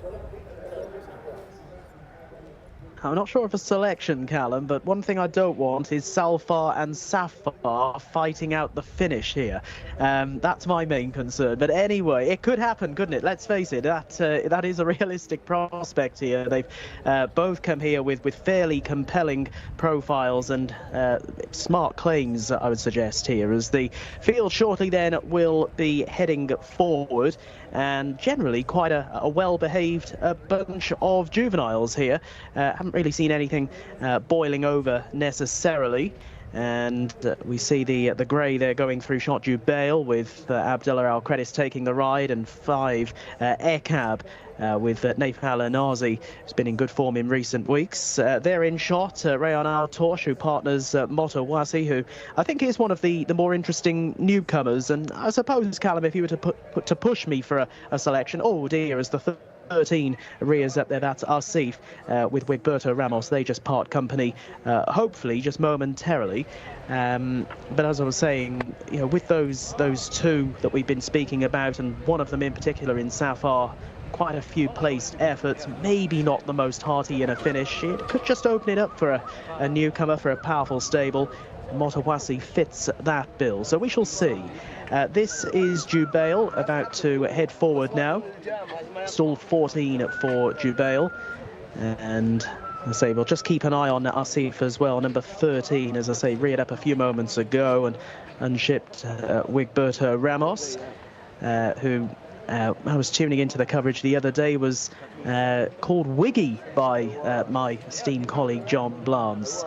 And Wiggy, hopefully he's back on board shortly. This is our lead, heading forward now into stall 8. Mohamed Al-Ubail taking the ride on this one. And there aren't too many more still to head behind the stalls. Number 12 is Salfar. This is one of the real big contenders, we'd suggest here. And Malouk Alanay heading in as well. And next to go forward will be Ekab. And the final few are heading into line with one of the last in, Salfar, for this up-and-coming third race of the day at Taif. So we're almost set to go. Another out of line still is Safar, who we touched on as well. This was the filly who's got plenty of placed efforts next to her name. Can she get off the mark here at Taif today? We're just about ready. They are lined up. Asif is in as well, spot stall 13, so that's good news. And they're off and racing. Jumping away, quite slow in getting going was Jubail, and also sluggishly into stride was Mukara down along the inside. Motawasi in a green cap is pushing forward, is one of the first ones to show. Asif is bang there as well, and so too is Salfar in the early part of the race, with Safar out a little bit wider in red and white colours, and Tanaf deeper still. Down along the inside is Ekab, being closely pursued by Al Reem, and with those towards the wide outside is Francisa Barbaro. They race on in advance of Khalid Alaiz, who's over towards the inside of Malouk Alanay, who's well back in the field with Manea Al-Khair, and also Jubail, who of course was slow to break, and Mukara as well. Galloping left-handed back towards the entrance to the home straight at just over 55 kilometres per hour. And it is Mortawazi, Ryan Al-Torsh, who shows in front by a neck to Safar, a close second, and travels every bit as well as the leader. Al Reem is in third, and then ridden along to the inside, Ekab is in fourth as they're coming around the home turn with just over 300 metres to go. And it is Safar. Well, we'll see what she's got. Well, this will really test her mettle now in a finish. Towards the inside, the newcomer Motawazi is giving generously, but Safar does appear to be getting on top as they race into the closing stages. The first two have come well clear. Al Reem is through into third, but today will be the day for Safar in the hands of Adel Al-Faradi. And driven to the line, scores by the best part of 3 to 4 lengths over Motawazi in second, an encouraging debut. Malouk Alanay putting in some fine late work down the outside, might well have got through to finish in third. It's a win for Safar. Callum gave this one a positive mention beforehand. Safar, after a few near misses of late, has put it all together today and gets the better of Motawazi, who gave her plenty to think about to the 200-metre marker, where Safar just started to draw clear. And they were nicely clear of the third as well. We're just waiting for the distances to come through between first and second, and we're hearing it was 3.5 lengths. The winner, number 16, Safar, beating Motawazi into second place, and third home, some late work from Malouk Alanay down the outside, just got up into third place ahead of Al Reem, who shaped well on debut also. The result then to our third race, it's a win for number 16, Safar, 16.96 in race 3.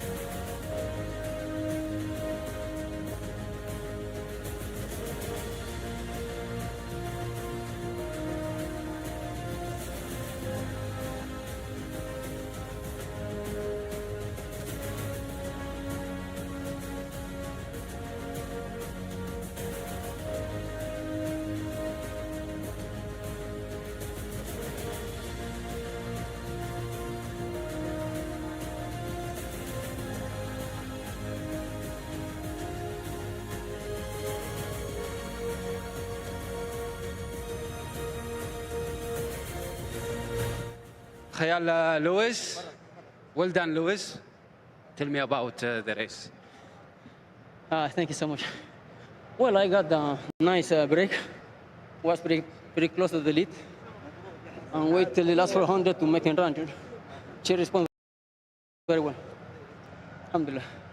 Thank you so much. Well, you may have doubted. You may have denied. You may have said, oh, she can't win. She's not a winner. Well, she proves you all wrong today. Safar wins our race here at King Khalid Racecourse under Luis Morales, a late jockey change. If you had Adel Al-Faradi on board on your race card, it was Luis Morales who was in the saddle, and Rashid was on, and that's all that mattered, because Rashid is 2 from 2. I am 2 from 2, and I'm beating the analyst, which is always great fun. Rory, what did you make of that performance? She did nothing wrong, did she? As I said, looking at the VT of her last win, there was just a slight question mark about whether there might be a bit of temperament creeping in, and she'd been in the frame 4 times. But she was a class act here. 1 or 2 of her rivals who had form didn't really step up to the mark. She travelled easily through it, and when she was asked for an effort, she put it to bed fairly easily. She might, she might find it trickier in handicap company after this, which is quite highly rated. I'm not sure she'd be one to follow in handicaps with this kind of mark, but this was a good opportunity for her, and she took it. Yeah, she took it with both hands indeed. It's one of those where she really had to be at her best, because as she turned for home, I, like you, was looking, going, I'm watching ahead, and as she straightened, I'm thinking, she's not going to battle. We had Gareth saying, this will test her now, and fortunately, she passed that test with flying colours, and a very happy Luis Morales as well, as you could just see this horse pulling away. And what's good to see is this is a more mature performance from the last start. She's clearly learnt from that and stepped forward again. I think you're totally correct when you look at this horse saying in handicap she could be in some serious trouble, because a rating of 89, that's going to go up again, and I don't think she's a horse rated in the 90s in real. Well, I don't think she's going to go up for winning this. I think this was not so tough as last time. Luis Morales is in the winner's enclosure with our very own Shamila. Luis Morales wins race number 3, and it was a last-minute spare ride for you, so congratulations. That was lucky. Yeah, I like it. I like that kind of lucky, because my name wasn't the other filly, and suddenly, like a half hour before the race, they switched. So I'm happy for that. Yeah, that was good. And this filly has been super consistent this season. Obviously, it's the first time you're riding her. Just talk me through the race. Well, I saw the races. She used to lose. And I see that she moved a little earlier. And then in the last 300, 200 meters, she started losing ground, So today I broke in the lead, and I hold her back, second, third, close. And then I try to make one run from the 400. So if she slows down in the last 100, at least she could have the opportunity to win, So thanks God. And what do you do specifically if you're riding a horse that has a high stall draw, like from stall 16? Well, depends them. Some horses, they are very smart, so you can control them, and they do whatever you want to do. With some of them, they are so excited, and they pull a lot, and sometimes it's more difficult for the jockey to control. But alhamdulillah, thanks God, she is very nice filly, easy. Thank you very much, Louis. You're welcome all the time. A brilliant spare ride there for Luis Morales as we see them break away. And like we say, Louis was drawn very wide but hasn't experienced any of the bumping and shuffling that goes on early. Makara was a nightmare going down to post and fell out the stall, so you knew Makara's chances were done and dusted early, the gelding. There were a couple of other horses that broke out slowly as well, but Makara was the one that caught my eye the most, so certainly that horse will have better chances next time. Jbail as well, I think, was another horse who struggled early to make the early pace and couldn't get involved either. No, that was difficult for Jbail from stall 14. But if you watch the head-on again, you'll see the Safa comes out of the stalls, and Luis Morales is just, he allows her just to sort of move across gradually, and she's able to sort of ease her way in there. She's got the class that nothing's getting in her way in the early stages, so she's able to take that position without being asked to go forward. You'll notice that Luis doesn't say go now and get that position. He just allows her to break well from the stalls and then ease up to the leaders, so he doesn't have to ask for an effort, as he says, until the 400 marker. And his race plan, he said, give her a chance at the 400. That way she has her winning chance. If she slows down in the last 100 yards, she's had her chance to win. Whereas if you kind of hold on to her, a filly like this, then she gets tired at the 200 mark, you might not be able to get to the front. He knew he could get to the front 400 out.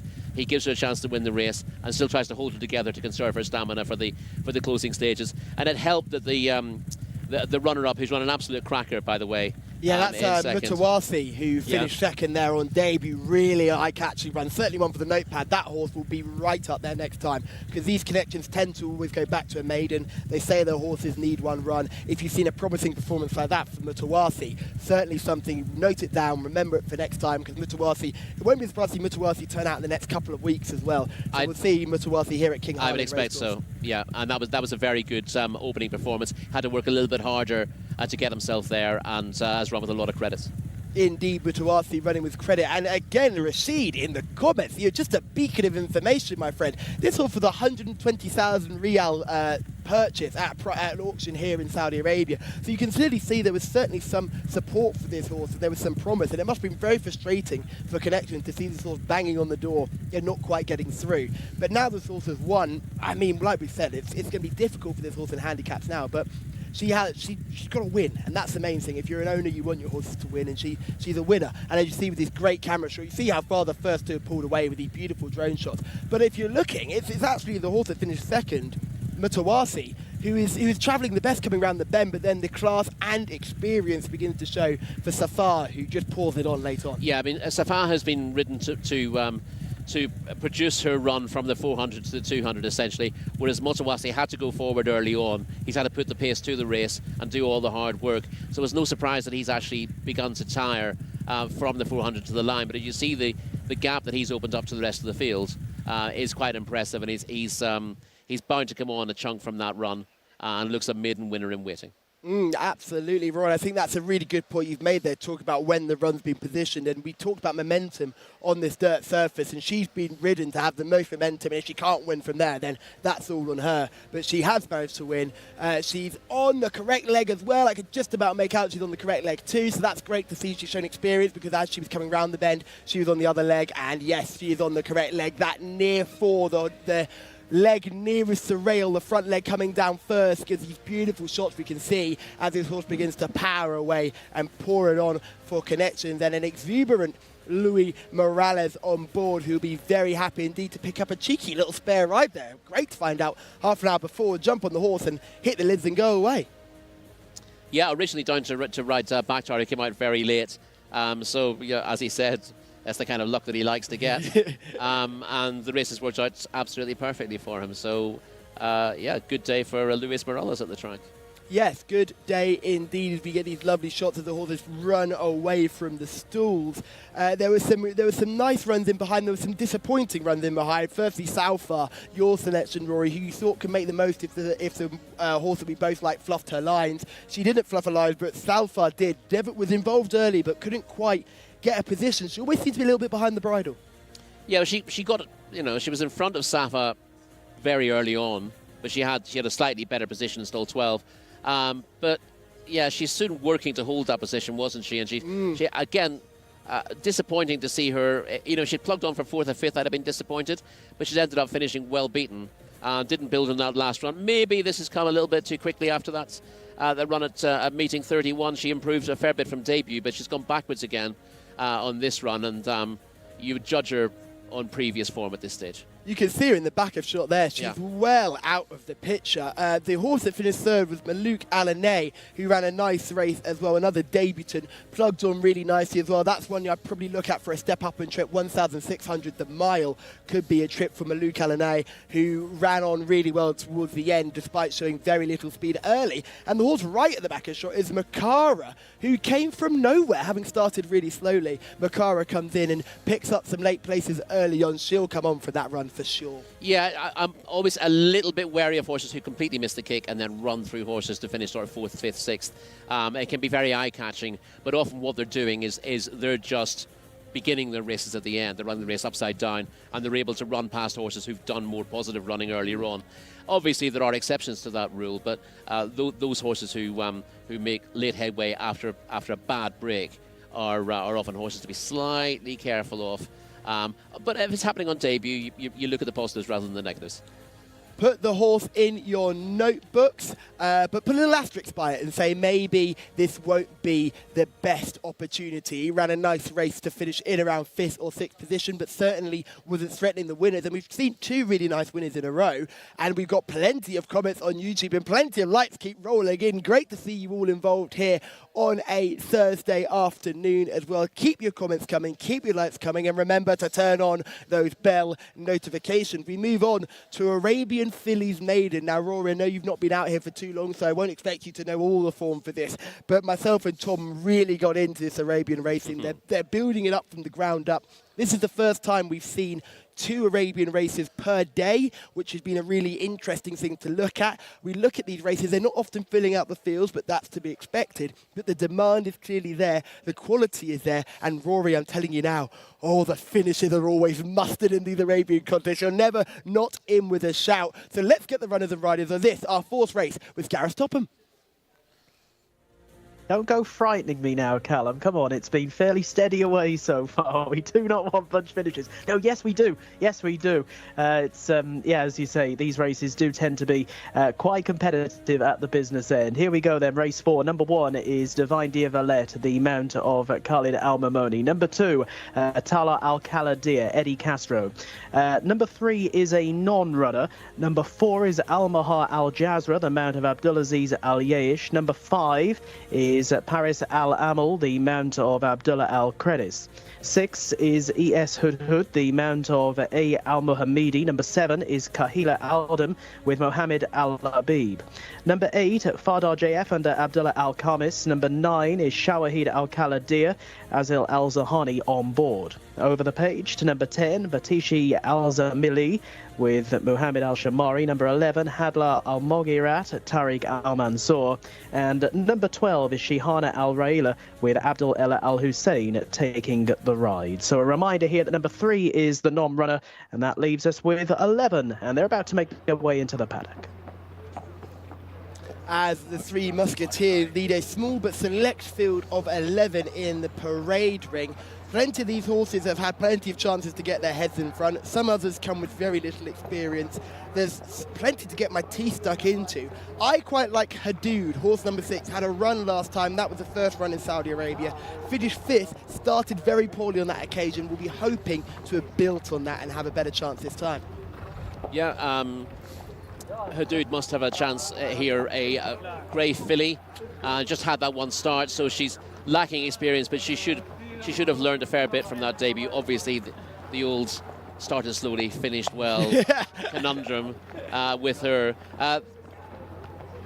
2 of these obviously stand out on a form, and they met last time out. And from my untrained eye, that's exactly where I went in the first place with Tala Al Khaladir and Shihana Al Raila meeting in a similar race last time out and finishing 4th and 3rd respectively. That was probably a better race than this as well, and I thought those 2 were quite likely to fight it out. But again, I'm pretty much a newcomer to these Arab Fillies maidens, so there's plenty that I may have missed along the way. Yes, and we'll get a look at that footage later on. This is Divine Dia Valette, who's had 2 runs and has shown precious little in both those starts. Yeah, 15th first time out and 18th second time last, so there's not an awful lot to be positive about. Whereas blinkers and a tongue tie today. She is a very light-looking Arabian horse, and she's quite long as well. She looks quite thoroughbredy if you just look at her first time. And this is a much more typical Arabian type. This is Tala Al Khaladir, a horse we've just talked about, Rory. Indeed, this is... she's not quite... I'd say Shihana Al Raila maybe just has it on form because she was just in front of Tala Al Khaladir last time out. But she looks your typical Arab filly, grey, good looking, looks typical of the breed, and she's a big player here on what will be her 4th start. Alma Al Jazra, horse number 4, completely different type, bigger, stronger type on first impression. Yes, needs to improve an awful lot on that debut run, which came in meeting 26, went 17th of 18. Paris Al Alm is 0 from 4 and has finished 10th in her last 2 starts. It's a concern. Yeah, started off well enough, 4th on debut at meeting 11, but gone backwards from there. Hadood is horse number 6, a horse I quite like. Yeah, we mentioned Hadood had just had the 1 run, showed inexperience there, but finished off well and ought to improve. Nice looker. Yeah, she'll certainly suit the dirt. Just look at the staccato action of her hind legs there. She is not a most fluid of movers. One who is a more fluid mover is number 7, Kalea Aldam, who is not from 7 and has struggled as well recently. Yeah, again, a filly who started well with a runner-up spot in week 4, on meeting 4 rather, but hasn't gone on from that, and it's hard to fancy in this field. Farda is horse number 8, one of those making debut. It will be great to have a look at Farda, and we can just take a look at Farda now, hopefully. Yes, this is Farda, and the colours aren't in your race card. You'll see they're white with the black star, so look out for those. This is Farda on debut. Not a bad looking type. Keen, as you quite like in the parade ring. Yeah, she's very much on her toes. Hope that's a positive for her first time out, but no easy task against the experienced fillies. Yes, the two with experience, who we've got video footage for, will certainly look to be the headliners in this contact. Shawade Al Khaladir, just a quick mention of the Al Khaladir string here. I know if you're a regular viewer of our channel, you'll know what this means, but Al Khaladir means they were all born on the Al Khaladir property. Doesn't quite mean that the Al Khaladir horses are all trained and owned by the same people. They move on from there. Shamila is in the parade ring. She's standing by. What's caught your eye, Shamila? My eye is glued on number 12, Shahana Al Raela, and you're going to think I'm absolutely insane going against the Al Khaladir horse. However, she is by an Al Khaladir stallion. She is probably better suited to a mile. She's been really consistent this season over that trip. She's been dropped back and tripped to 1,400 meters, but I still think she could go really well. So number 12 for Shamila, which is Shiana Al Ria, certainly a nice horse. I think you're a fan of that as well, Rory? Yeah, this is the important point that Shamila's mentioned here. She's dropping back to 1,400 metres. She doesn't do an awful lot early in her races, but she tends to finish very strongly. She did so. I mean, when we catch the VT, we'll see that she was well out of it coming into the turn, but finished very strongly to get in front of Salah Al Khaladir late on. Whether she's able to do that, dropping back to 7 furlongs, is a bit of a question mark, but she's very likeable, and I like her more as a type. It's just a question of whether she'll handle the trip as well. That was my question indeed. She didn't shape like a horse that wanted to go back in trip when we look at that last form. She shaped like a horse who wanted a little bit further, so it'll be intriguing to see how she gets on dropping back 7 furlongs. Yeah, well, I guess you've got to take it as the programme goes, really, with these fillies. But what she is doing is improving with her racing. So I'm hoping that with more experience, she gets a little bit more early speed. Perhaps wishful thinking, but she is a nice filly. Yes, she's one of those that is a bit of an eye catcher in the parade ring as well. Big, strong type. For me, the fascinating thing about these Arabian races is an awful lot doesn't come down to form. It's about mentality. Shamila understands this better than most. She's big into Arabian racing, and she always tells us whenever we go down at the end of the day and we all meet up and have a discussion, we say, how on earth did that Arabian race work out? And she'll look at us and say, oh, it's all in the mentality. It's all in the mind of these horses. Sometimes they're on a going day, sometimes they're not. We saw a very highly touted Al Khaladir run a couple of weeks ago. On debut, showed nothing. Yep. Ran again only a few weeks later and absolutely bolted up. And we were like, what? How on earth do you find the winners of these contests? But I think the best thing you can do is go on the form. And I think the form is something we've got to see. And these two horses, Shania Al Raela and Tala Al Khaladir, are both horses to watch out for purely because of what we see in the video footage. Indeed, yeah, they've definitely got an above-average level of ability. It's also, you've talked about the pedigrees there as well, and 4 of these fillies are out of Al Khaladir mares as well, and we also have the Al Khaladir stallion. So you see all those bloodlines coming together, and it's always interesting to see how that pans out and who progresses through the racing. The breeding dominance of the Al Khaladir string is just something that, for me, is quite mind-blowing, because you see these horses and they're not even in the Al Khaladir racing colours. That's actually black with the white inverted V that you'll see later on in the card, which is the actual Al Khaladir string. The horse we've got here is the white with the black inverted V. But let's have a look at 2 of these. This is Shahana Al Raela, who finished 3rd, and Tala Al Khaladir, who finished 4th. Tala Al Khaladir is going backwards, and Shahana Al Raela is flying forward. Rory. Yeah, they both close up again a little bit late, but as we join them, Tala Al Khaladir is in front of the pair, but going nowhere, whereas Shihana Al Raela is driving forward on the rail and gets closer to the winner in the last furlong. As you see, they're quite well stretched out coming out of the home turn, but at the line they're beginning to close up again, and the 3rd and 4th are going on at the finish, so the pair of them would probably like a stiffer test, but you would say that Tala Al Khaladir may be the one with the best early here, although Shihana Al Raela is looking a little bit of a handful out in the track.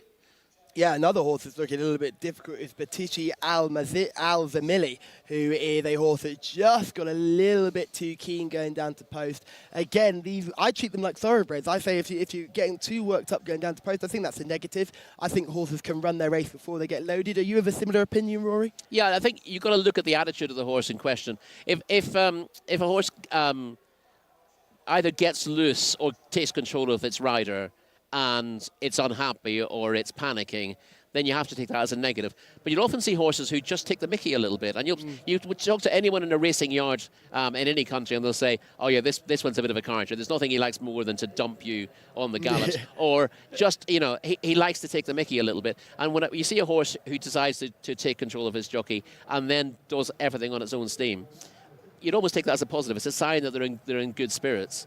So you have to make a judgment on whether this is negative behaviour or whether it's positive behaviour. I believe if I were the racehorse, I would be described as a horse that likes to take the mickey a little bit. Certainly, I think so. Yeah, I can't believe you said that. You already know me. We've only been out here for a couple of days together and you're already getting that opinion. How dare you? But one of the things I do want to talk about is a horse called Hadood. This horse, I was here when this horse finished 5th. Got it all wrong at the start, was making ground late. Hopefully, Hadood will learn from this performance. I am going alongside with Shamila with her selection of Shahina Al Rayla. I think this horse, for me, has shown the most and I think can come on the furthest. And again, we look at ratings. This horse is rated 83. And although Tala Al-Qanadir is rated 82 and should throw up a challenge, I think she might be just a bit too good. Rory, who are you keen on? Well, I was keen on Shahana Al Rayla in the first place. I am concerned about that drop in trip. But for me, she's very much going forward. And although I think your heart will be in your mouth watching her here because she won't do anything. She won't do much early on here. It'll only be in the last 400 that she really kicks into gear. But hopefully that'll be soon enough for her to get on top. So I can't believe I'm saying this. We're all going for the same horse, which surely must be the kiss of death. Surely, I can't believe selecting it. I can't believe you're not going for Hadood. No, I like Hadood. I do like Hadood. I'm a big fan, but I just think if I'm looking for winners, I don't think Hadood will be a winner. I think Hadood will improve from the last start, but I'm not sure whether Hadood is good enough to win a contest like this. I would love to be proven wrong and see Hadood bolt up, but for me, I'm going to stick with horse number 12. One we haven't talked about who has a lot of experience is Kalia Al-Dam, who is horse number 7 in your race card. 0 from 7, hasn't shown much. Penultimate start was very disappointing, finishing 16th, but last time out finished 7th. That's an improvement. I'd like to see that horse stepping forward again, and hopefully we know this horse is going to be race fit. Yeah, she looks a bit inconsistent, to be honest. It was a better run last time out, but it still wasn't up with her very best. She was runner-up going back early season to meeting number 4, and then run pretty well on her next start as well at meeting number 12. But since then, 2 7ths and a 16th. Yeah. Suggests that she's just beginning to regress. She might bounce back, as you said. These fillies can have their off days, but when they've had 2 or 3 off days in a row, you get a little bit wary. A little bit concerned. Almar Al-Jazra is horse number 4 on your race card. 17th on debut. Would have to step up from that performance. Surely is better than what we saw then. Yeah, you'd certainly hope so. She didn't show anything at all really that day. But again, I never like to judge a horse purely on one run. A lot of fillies or colts get to the racecourse for the first time and the experience is too much. So they might show plenty at home, but they arrive at the racecourse and it's a culture shock for them, and some of them just freeze and don't show anything. But give them the benefit of that run, and a lot of horses come forward, particularly horses who are showing a little bit at home, then run unaccountably badly. They're often worth following after that. If they keep doing it, if they keep coming to the races and freezing, that's a bad thing. But usually it's just a learning experience and they'll come on for it. But all we know really about Almaha Al-Jazra is that she finished 17th on debut, so there's plenty to prove. Yeah, so it's Shahina Al Rayla for myself, for you, Rory, the same horse. Yes, I'm afraid so. And also for Shamila. You're just protecting your lead now. Absolutely. Gareth, over to you. Who do you like? I quite like Hadood as well, Callum. I know you gave this one a positive mention, so we shall see. The final few are about to head forward. This is Batishi Azamali heading forward now, and that will leave just a couple of others out of line. Shawahid Al-Qanadir and also Shihana Al Rayla, who does indeed on form look to have a pretty good chance here. And this is Divine de Villette heading forward as well into stall 1. So almost set to go. We're just waiting on Shawahid Al-Khalid to complete the lineup for this 4th race, a race for the purebred Arabian horses. They are in the stalls at the 1400-meter start. 7 furlongs the journey ahead of them. And we are just about set to go. Talar Al-Khaladir and Al-Mahar Al-Jazra with the stalls team just attending to them at the moment. Talar Al-Khaladir getting a little bit restless. Flags are up and they're off and running. And jumping out well, Kahila Alden will be one of the first ones to show, but from an inside berth and coming through an outside berth, Carter now coming through. Farder from in 2nd position on the outside, Batishi Azam Ali as they settle themselves down. Shawahid Al-Khaladir not too far away either, and they're being followed in the early stages of the race by Farder, who's down along the inside as they race now towards the end of the back straight. A little wider out on the track is Hadler Al-Moghirat, and that one keeping company with Divine de Villette as they're now making this left-handed run back towards the home straight. Farder in front here by a neck or so has picked up the running.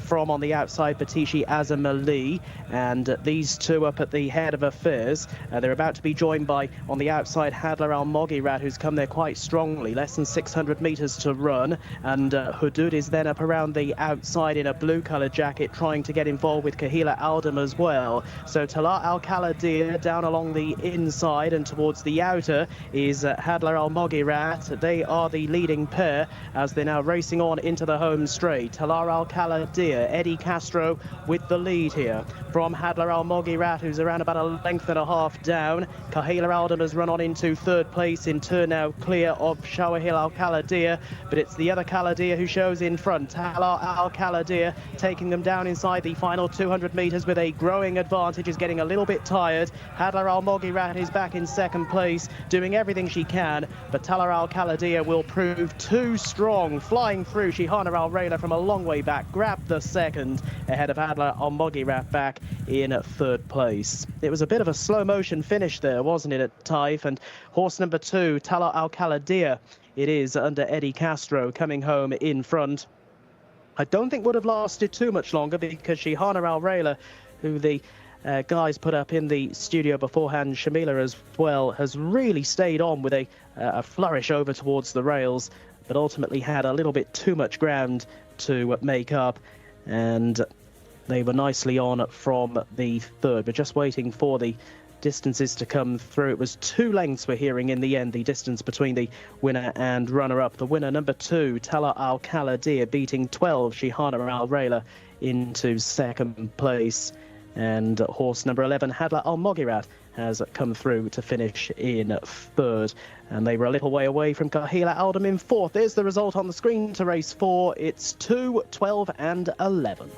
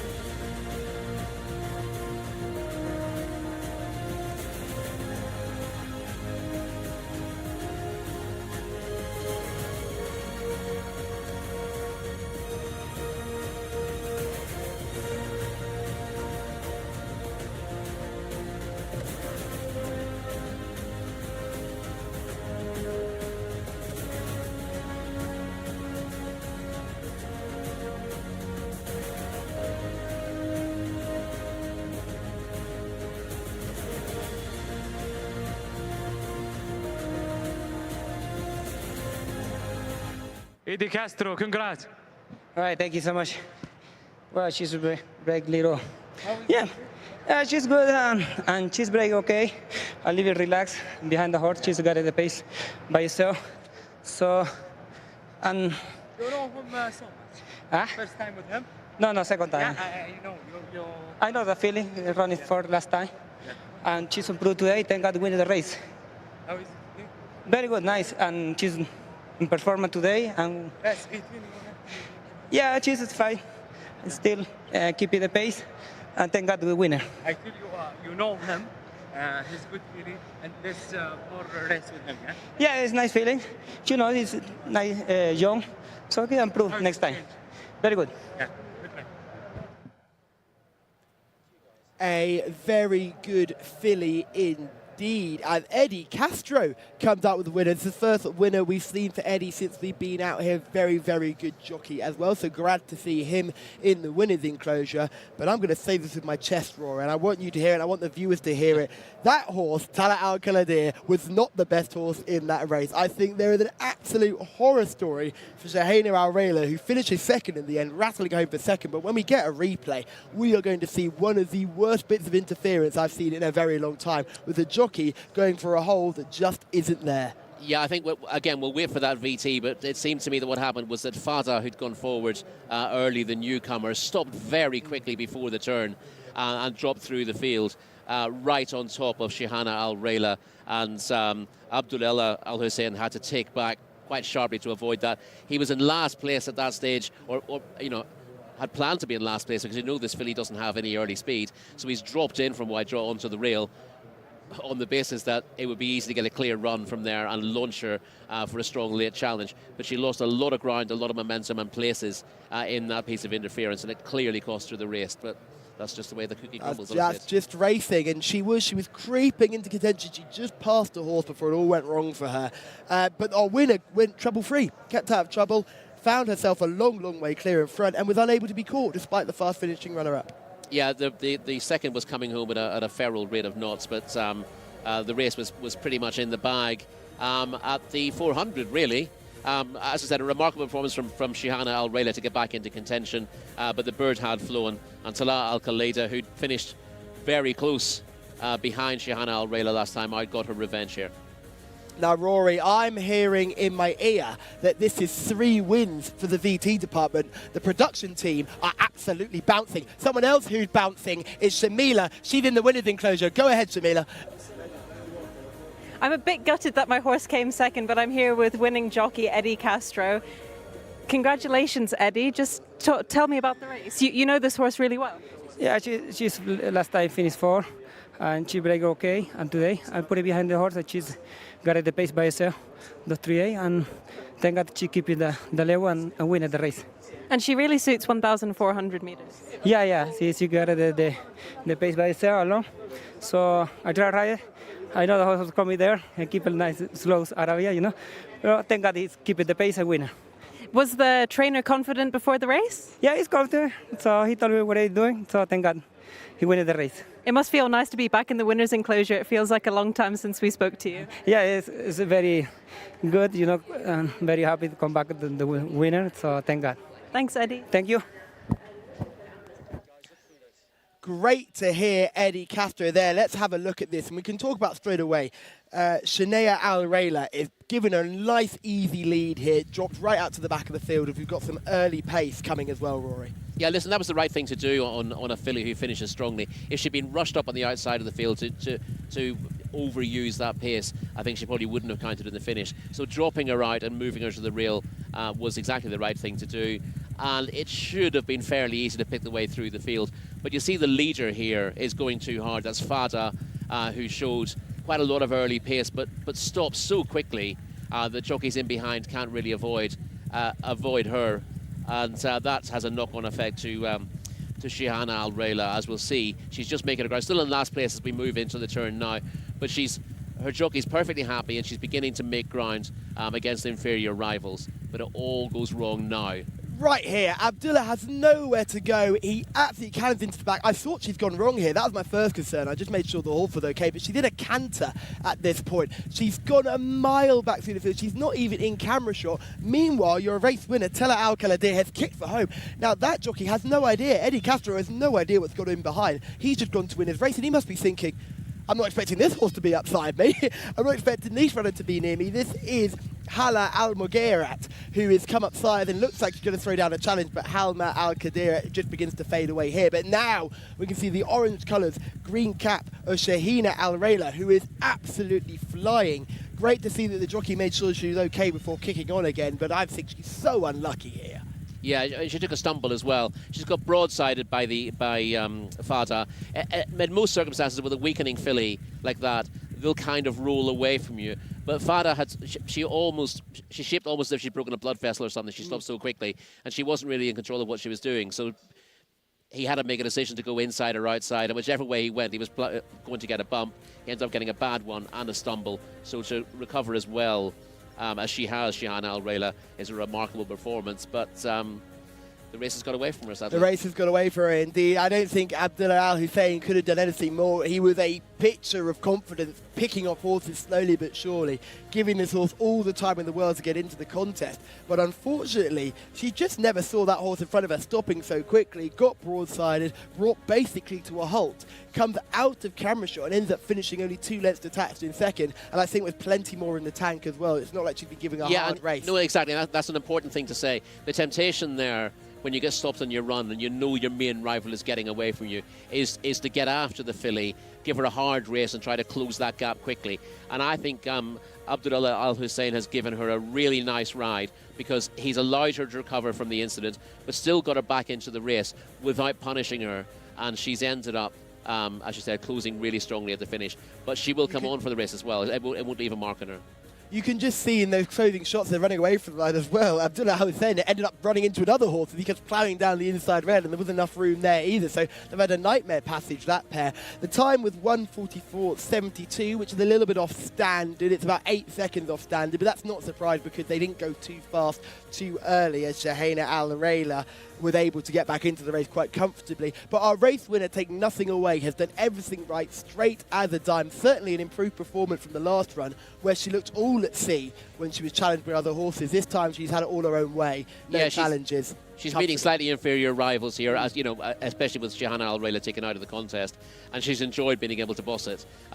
She's also probably benefited from dropping back to the 1400 metres, and she showed a bit more speed in the early stages than Shahana Al-Rayla last time out, and this 1400 metre trip would appear to be her optimum, whereas the more you see of Shahana Al-Rayla, the more you think she'd actually want to step up beyond a mile. Yes, indeed. I think it wouldn't be surprised to see the runner-up going back over 1,400 metres for sure. I thought we were concerned about the drop and trip, but I think it's worked absolutely to her favour. She's hit the line hard. She's done exactly what she needs to do, and I wouldn't be surprised to see her continue over 7 furlongs next time. We've got some beautiful replays here. You can see the horses coming around, but I think with the drone shot, you can see above as well, as they've crossed the line, ploughing down the inside as well. This poor filly has been through the wars in this contest. Well, the interesting thing there is she really has hit the line hard, as we say. It's a bit of a cliche, but the bottom line is, when the race is over, she's still going forward. She's got more to offer, and I think the winner has been ridden to maximum effect.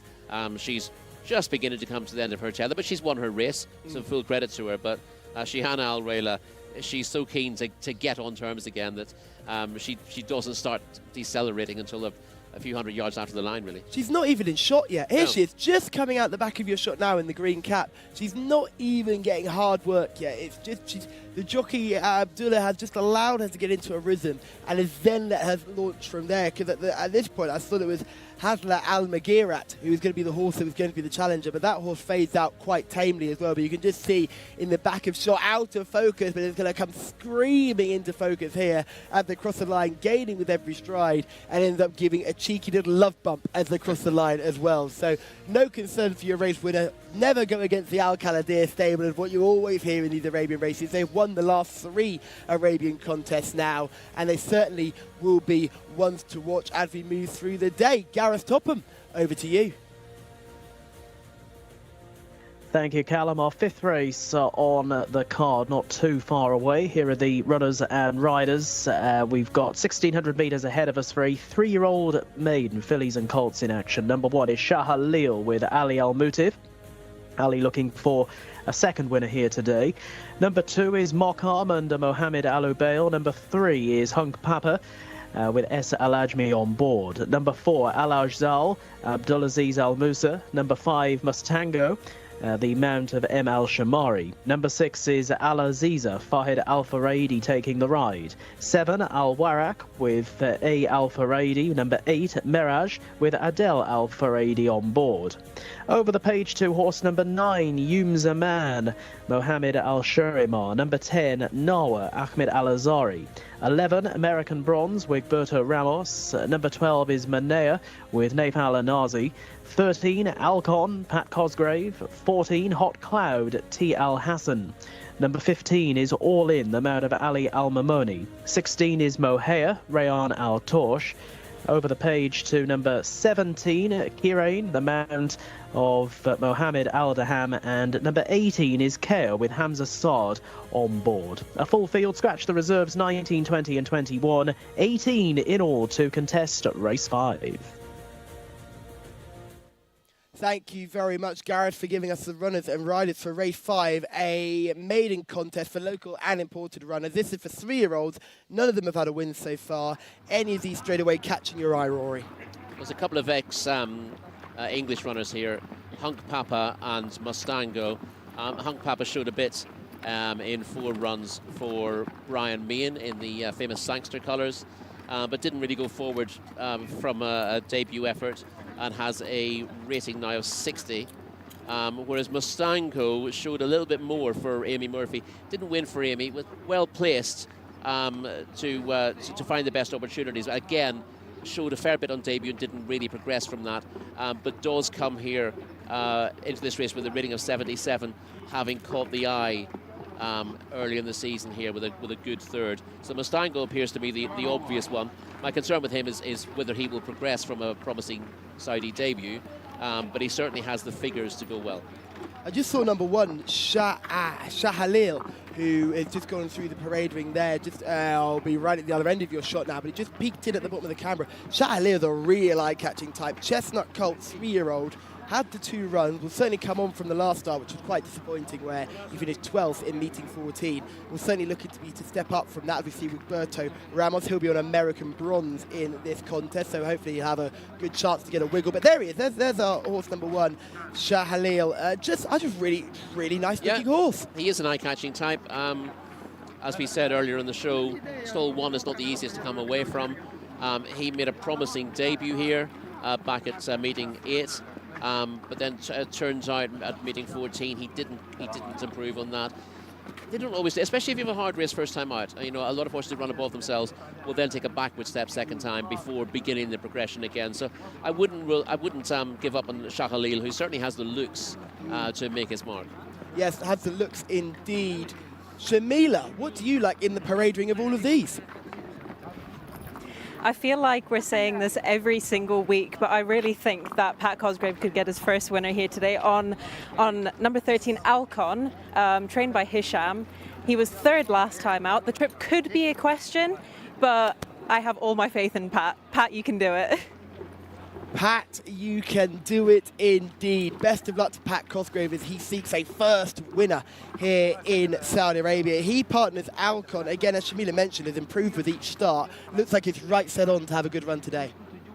Yeah, he's not. There's a lot of these with similar sort of ratings. I mentioned Hunk Papa's rated 60, Alcon's rated 58. There's a few others rated around the 60 mark as well. So that shouldn't be a good enough mark to win a race like this, but it certainly makes them competitive for the places. And Alcon, as you said, he's run 2 good races here, 4th on debut at meeting 10, and then stepped up on that one 3rd at meeting 25 after a little break last time out. So represents powerful connections.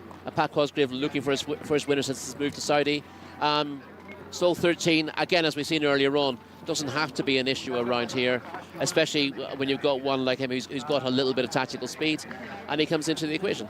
Another one with powerful connections is Moheya, who's horse number 16, obviously comes out 16 in this contest. Not from 2, but all that formed over in Riyadh.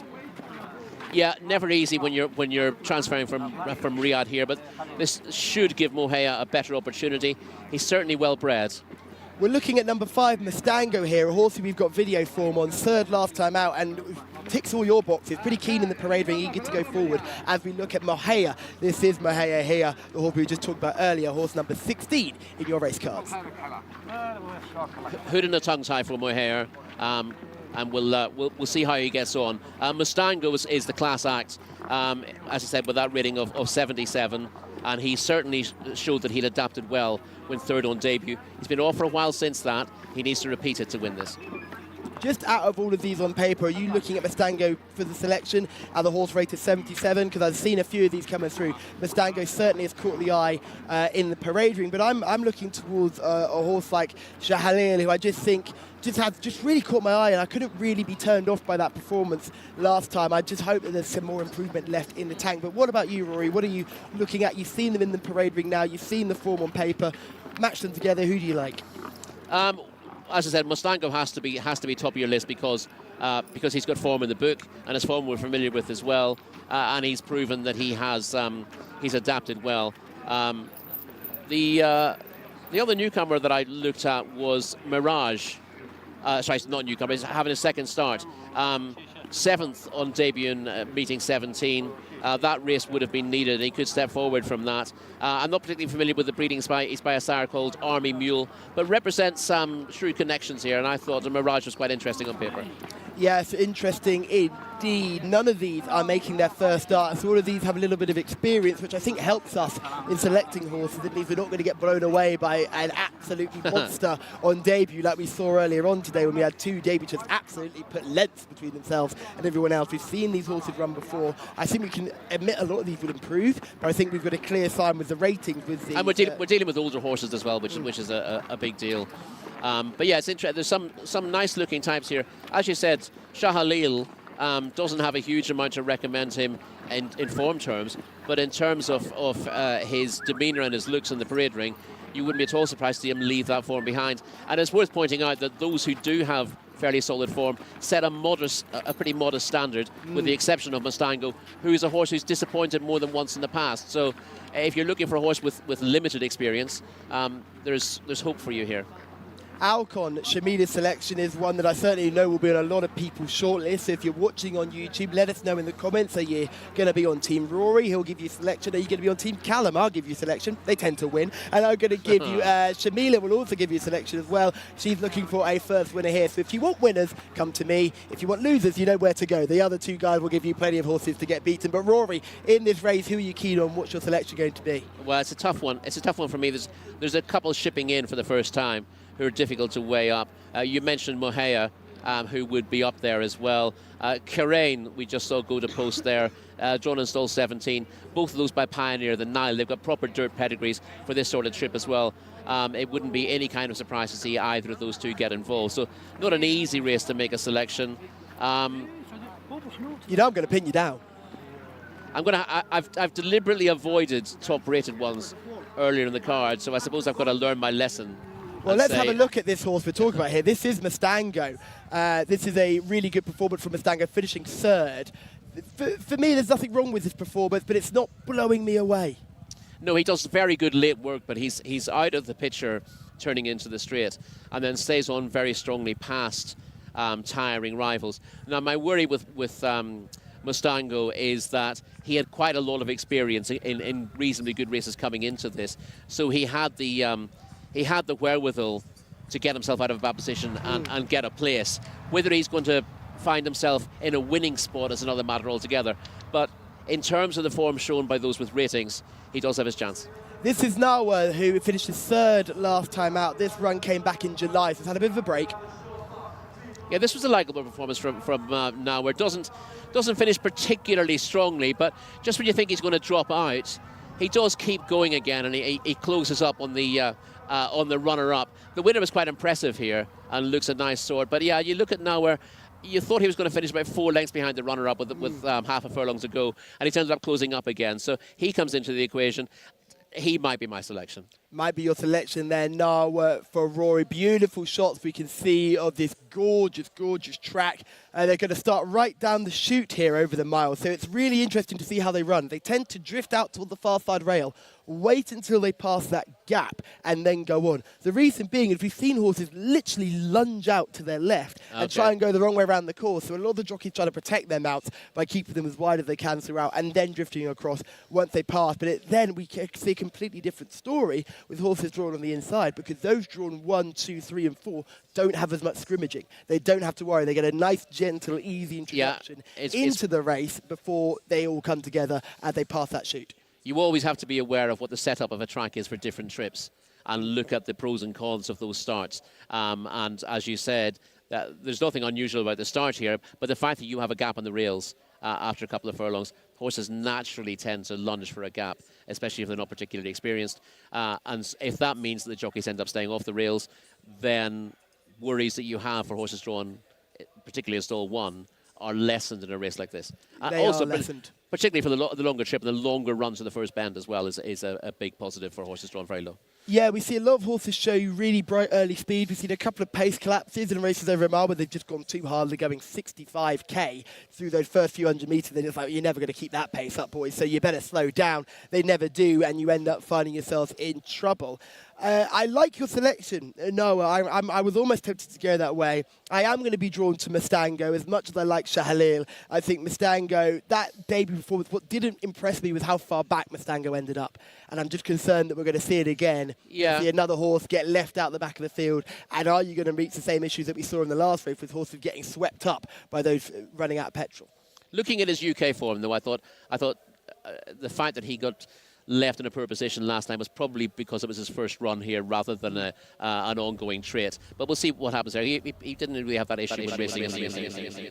Yes, so Shamila is going for horse number 13, Alcon, hoping to give Pat Cosgrave his first winner. Rory is going for horse number 10, Nawa, who ran a very promising race last time on Saudi debut. I am going to go for horse number 5, Mustango, who came third last time out. First run in Saudi, first run in Taif. Hopefully the horse will pick up and go from there. So that's 3 different selections for the team. Let us know who you like in the comments on YouTube. Let us know if you don't like a horse, if you think there's a horse that's we've talked about far too much, or there's a horse we've not talked about at all who could have a good chance. I say Shahalil was one that really caught my eye in the parade ring. Horses that have tended to run a little bit better. Mirage finished 7th. You talked about that when you mentioned that one, Rory. That horse finished 7th. I'm sure we'll get a better run from that type. But with all those selections down, hopefully you've written them all down. Hopefully you're keen on 1 or 2 of them. It's time to throw over to the man in the sky, Gareth Topham. Thank you, Callum. Runners are at the post and about to head behind for the 5th of the day here at Taif. And we see a shot there from in front of the stalls, looking at 1 or 2 of those currently behind them. Kea in shot there with Hamza Saad on board. This one having his 7th racecourse outing today, and is being followed around by American Bronze as the loading up process gets underway. Hunk Papa is about to head forward into the stalls as well. But yeah, fairly open contest, and as they head behind, in goes the orange and blue there of Hunk Papa, Salim Al-Ajmi taking the ride, and next to that one heading forward, Mustango. Those colours have been successful over in the United Kingdom today at the York Ebor Festival. Al-Ajzal, Abdulaziz Al-Musa taking the ride as they continue to head on in. Mokham heading in as well, Mohammed Al-Ubail on board that one. And you'll notice that the loading up process is here at Taif. They're very well trained, these horses, for starting stalls. They seem to be so slick and proficient in heading into the stalls. This is Nawa. I think I'd be in the Nawa camp as well here. Ahmed Al-Azari taking the ride. Just the 1 run, but as we saw on the VT, that was a promising 3rd, wasn't it, on debut, keeping on nicely in the closing stages. Pat Cosgrave and Alcon go in as well. Pat's still looking for his first Saudi winner since making the journey across. We wish him well. Stall 13 for Alcon, and we are almost set to go here with a full field of 18 for the 5th race.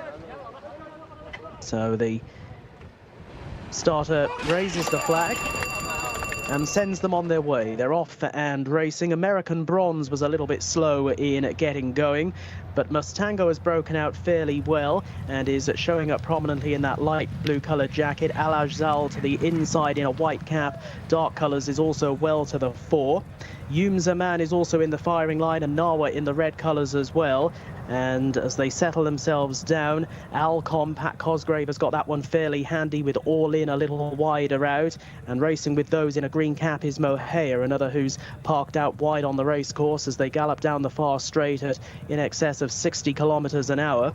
Not too far off the leading bunch is Manea, and they're being followed towards the outside by Care as they now begin to bear left-handed. And it is Nawa over towards the inside of All In. They are the leading pair. All In and Nawa chased in third by Alcom. 2.5 lengths back to Al Ajzal in fourth, with out wider on the track Moher looking to pick up late. And then comes Al Aziza in between horses, with American Bronze in a black coloured jacket picking up from a long way back. Was very slow of course to start, but is finishing off quite well. But heads are turned for home, and up front it is Nawa down along the inside of All In. They are the leading two. They have a 4-length break on Moher now into a dispute of third place with Alcon, and Moher staying on quite strongly here down the outside in that green cap. Still has a chance, just over 200 metres to travel, and up front Nawa towards the inside of All In, but Moher continuing this sustained strong run down the outside and is now coming through to take over. Mirage is also coming home strongly and now runs through into second place. Moher gets first run though and will beat Mirage by 2. Moher beating Mirage into second, All In for third, tight for fourth. A race which changed in complexion late. Mirage in particular staying on very strongly on just his second start, but ultimately couldn't get to Moher, who makes it third time lucky. Rayon Al-Torsh on board, and these powerful connections. We see these colours in an awful lot of the races here at Taif, and they've had a winner here. Moher it is, who stays on best to the line to strike. Getting the better of Mirage, who, as we say, put in plenty of fine late headway, and they came away from the other rivals in behind. 2 lengths the official distance between first and second, and it is Moher who comes home in front by, as we say, a couple of lengths there over Mirage in second place, and 15 All In has come through to be third, having got involved in a good old stretch duel, as they'd say over in America, with Nawa. That one fading back in behind them. Still ran quite creditably, though, but the result, it's a win for number 16 Moher, 16, 8 and 15 in race 5.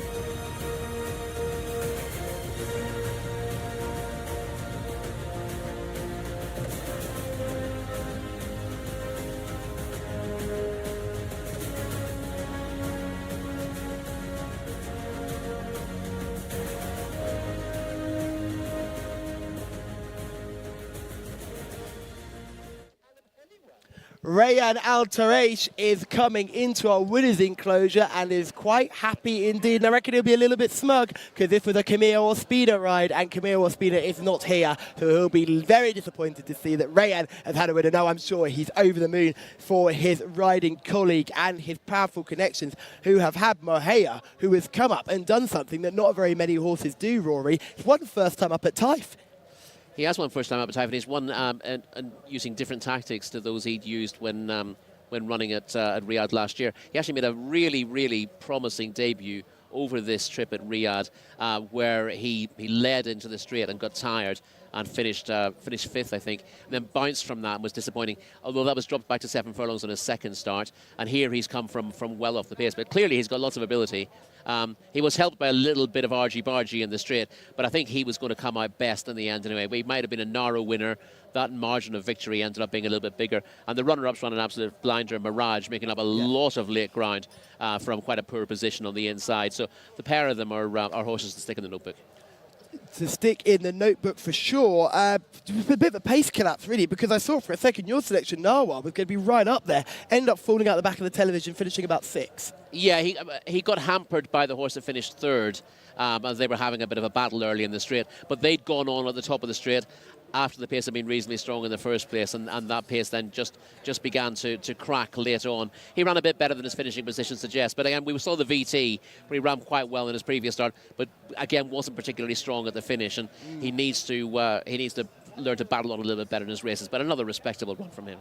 If you were on Mustango, my selection, you would have been very disappointed with the way that horse ran. Broke very well, was given plenty of time to get going, sat off the pace quite early on, and then when asked to go again, found nothing and ended up finishing right towards the back of the field. You can see that horse right at the back of shot, nowhere near involved. But your selection, Narwa, who ran a really nice race to finish in about 6th place. And the 3rd place horse, All In, was bang up there with Narwa and managed to keep going. So that was quite a promising run from All In as well in 3rd. Yeah, you could probably mark up All In for the distance that he's ended up getting beaten, because he was on the front end from a fair way out and involved in that battle with Nowhere. But again, you know, the winner's done it nicely. And you see him passing the line with his ears pricked. I think he's actually won this with a fair bit to spare. I think it could be a promising sort. And you'd imagine he's been prepped for another Riyadh campaign as well. So this might just have been a tune-up effort. But for a tune-up effort, it was pretty impressive. Got the visor on as well, not the blinkers, but you always think is a bit of a positive as well. Well, he's got a hood on, and I think he wore blinkers on debut, so the hoods has certainly helped him, because he didn't last home, having raced quite freely on his debut over a mile. But with the hood on, he's settled better here, and he's managed to come through strongly on the outside of runners. Just got a bit messed around there. About 4 wide coming into that bend. But he had very little choice at that stage. The interesting thing was, we talked about the inside runners not getting messed around at the start, but the way they tend to fan out across the field here means that the horses on the inside, unless they've got extreme early pace, they tend to get lost on the inside. And we saw pretty much the 4 drawn towards the rail. Mustango again was in stall 5, just struggling to keep in touch with them from a fairly early stage. There was horses drawn middle to high who ended up doing well.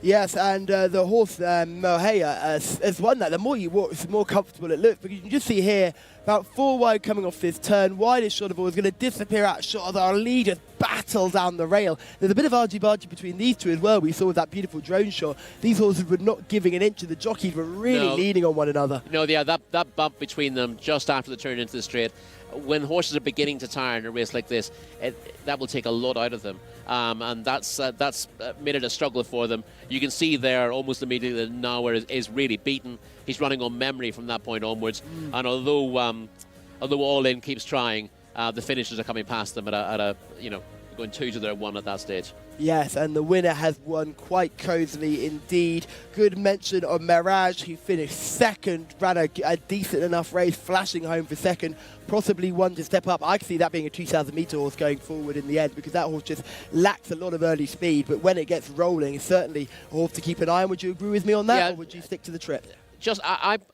I'm happy to stick with the trip of the horse like that. It's just a 2nd career start, and as you can see from the footage of the start again, Mirage gets behind in the first furlong. That's not really a pace thing. That's a conditioning thing. And even if this is your right trip, you're always going to be coming late and looking like you want further. If you see horses like that running all the time in the UK, if they are stepped up to longer trips, they often end up flattening out later on. So I'd persevere with the trip with Mirage. Who looks a promising sort, was absolutely flying at the finish compared to the winner, but the winner was eased down in the last 20 or 30 metres, so that gives a slightly false impression. But compared to the others, Mirage was coming home very well, and that was clearly a good effort given the position that that Colt was in off the home turn. Yeah, this looks a race that's going to throw up a few winners, I think. A few winners for sure. Alcon here, Shamila's selection, is right in third, getting scrubbed along by Pat Cosgrave, who's just getting no luck. He's about to get swamped by our eventual winner, Mahea, who just uses Alcon to sort of breeze on by on the outside. American Bronze was a horse that started poorly and was never really able to get into the race, but he's latched onto the right one here, Wigberto, but just can't go with our eventual winner and ends up fading back quite tamely. But at this point, the winner doesn't look like he's getting there. Like quite slow, Yeah, quite one pace, head to the side, not throwing all the signs that the horse is going to pick up and go away. No, but then again, when he does straighten up, he's actually picking up the leaders quite quickly. So on the bend itself, he looks slightly awkward. He's maybe not enjoying the bend, but it doesn't take him long after straightening up to immediately come past those leaders. And as I said, the further he goes, the more impressive he looks. I don't think the runner-up was ever running him down, for all the overhead shot shows that one coming past quite quickly after the line. The winning jockey was taking things pretty easily in the last half furlong there. Yes, Rayan Al Touresh is very, very pleased with that. I think he's given that a magnificent ride, patient, come wide. We've seen a few horses not quite ride the rail like we normally see, and we can see the start here. The eventual second is dropping off into about third from last there, as well as the poor starting American Bronze. One of the poorer starts there came from Altazia, who struggled a little bit to get out there early as well and found himself out the back. But we're going to see this whole race from above. Rory, talk us through where the winner comes from on this occasion. You can just see with the green cat towards the outside of shot. Yeah, he's not got the best of breaks, but he's happy enough with where he is. And I think that the jockeys would prefer to be middle of the track here rather than trying to push up the rail over this trip, particularly with the alignment of the bends into the straight. So he's got 5 horses in front of him still, but he now begins to work a little bit on the winner just to make sure that he holds his place through that bend. Because if you're going into a bend wide and without momentum, you can lose your place a little bit. So he has to keep working at him through the bend just to ensure that the horses immediately in front of him are always in his eye line. And then you can see as he passes those two on the inside, now he's got his eyes fixed. You see the runner-up Mirage making good headway towards the inside, but the winner was always holding him and essentially was in hand through the last furlong of the race.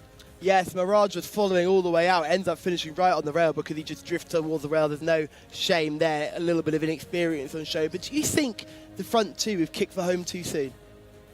Certainly looking at the results afterwards, they certainly got involved in a battle too early. Being produced at the time they were, if they were on their own, that would have been okay. But the fact that they've eyeballed each other and have come into contact twice has definitely compromised their finishing efforts. We've seen in previous races where jockeys have kicked at the same point, but they're on a good horse with an inferior rival on their inside, and they want to make sure that they're making their effort at the right time. These two have probably gone for home half a furlong too soon, but I think time will tell that the winner is a little bit better than the third and sixth who were fighting it out off the bend. Shamila has been in the parade ring, and she is with our winning trainer. I'm sure he's got plenty to say. Shamila.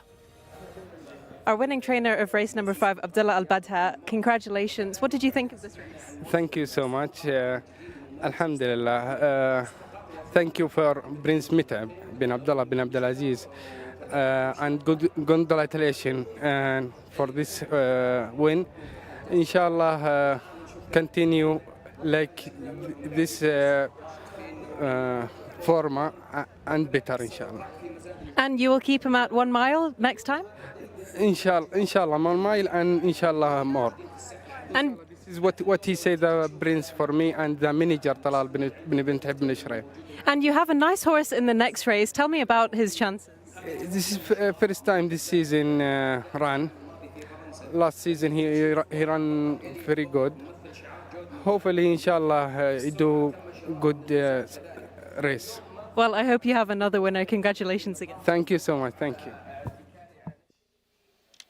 Yes, the trainer trains Mafrood in our next race. Is a horse I'm very keen on, one of the menu horses, and I'm sure the VT team will be buzzing for that horse to get its head in front because they had their first loser. So they'll be hoping to get back on the winning trail as well with the next selection with Mafrood in our next. And we can see these gorgeous shots from the start. You can just see how much argy-bargy's going on out the gates there. That's horse number 4, I think, which is Al-Lazage. I think is the horse that's just making that early contact there. That was Al-Ajzal, who was making that early bumping with his rivals. The horse breaking number 5, Mustanga, you can see has given them plenty of start, but never finds anything.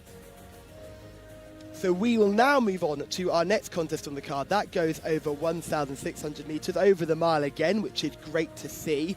Rory, this contest is a local bred horses open, but we'll look at the runners and riders who will be brought to us by, again, our man in the sky, Gareth Topham.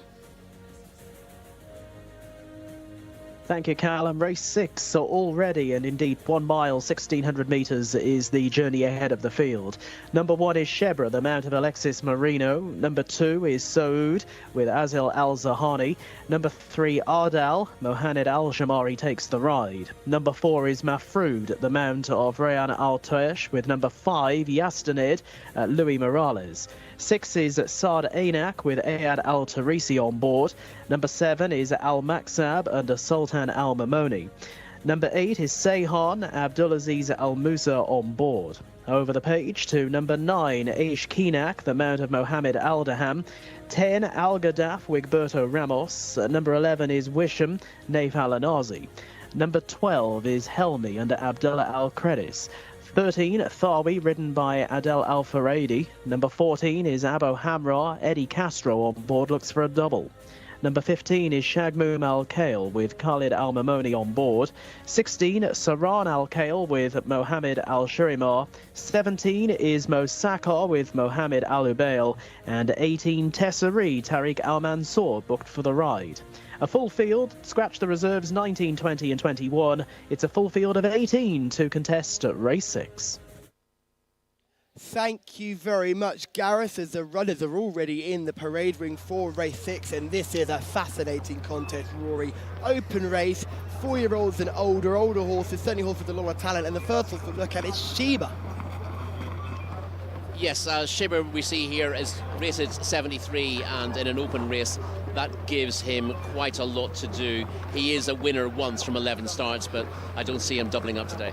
Big eye-catching type of the parade ring, really fills the eye, but certainly, like you said, Rory, plenty to do. Number 2 is Sood, rated 79, surely has more of a chance on ratings? Slightly more of a chance on ratings, but a win record of 1 from 15, and a disappointing effort when 11th last time out, rather count against him. Ardal is horse number 3, that's the last time out winner with a rating of 80, one for the shortlist for sure.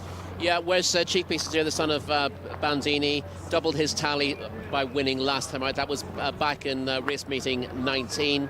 Has a bit of a break since then. Probably needs to improve again if he's going to win or even get placed here. There are some higher rated rivals who might just have the legs of him here. Mafrood could be one of those higher rated rivals. Horse number 4 was really impressive at Riyadh last term. Yeah, very impressive, as we'll see on the VT at Riyadh, and this looks a good spot for him. He'd be pretty much the highest rated of these when you look at the terms. He's got a rating of 92, but he's also receiving weight from some of these as well. So Mafrood's fitness is a slight question mark, you would say, but if he is ready to go for this race, then he must go very close.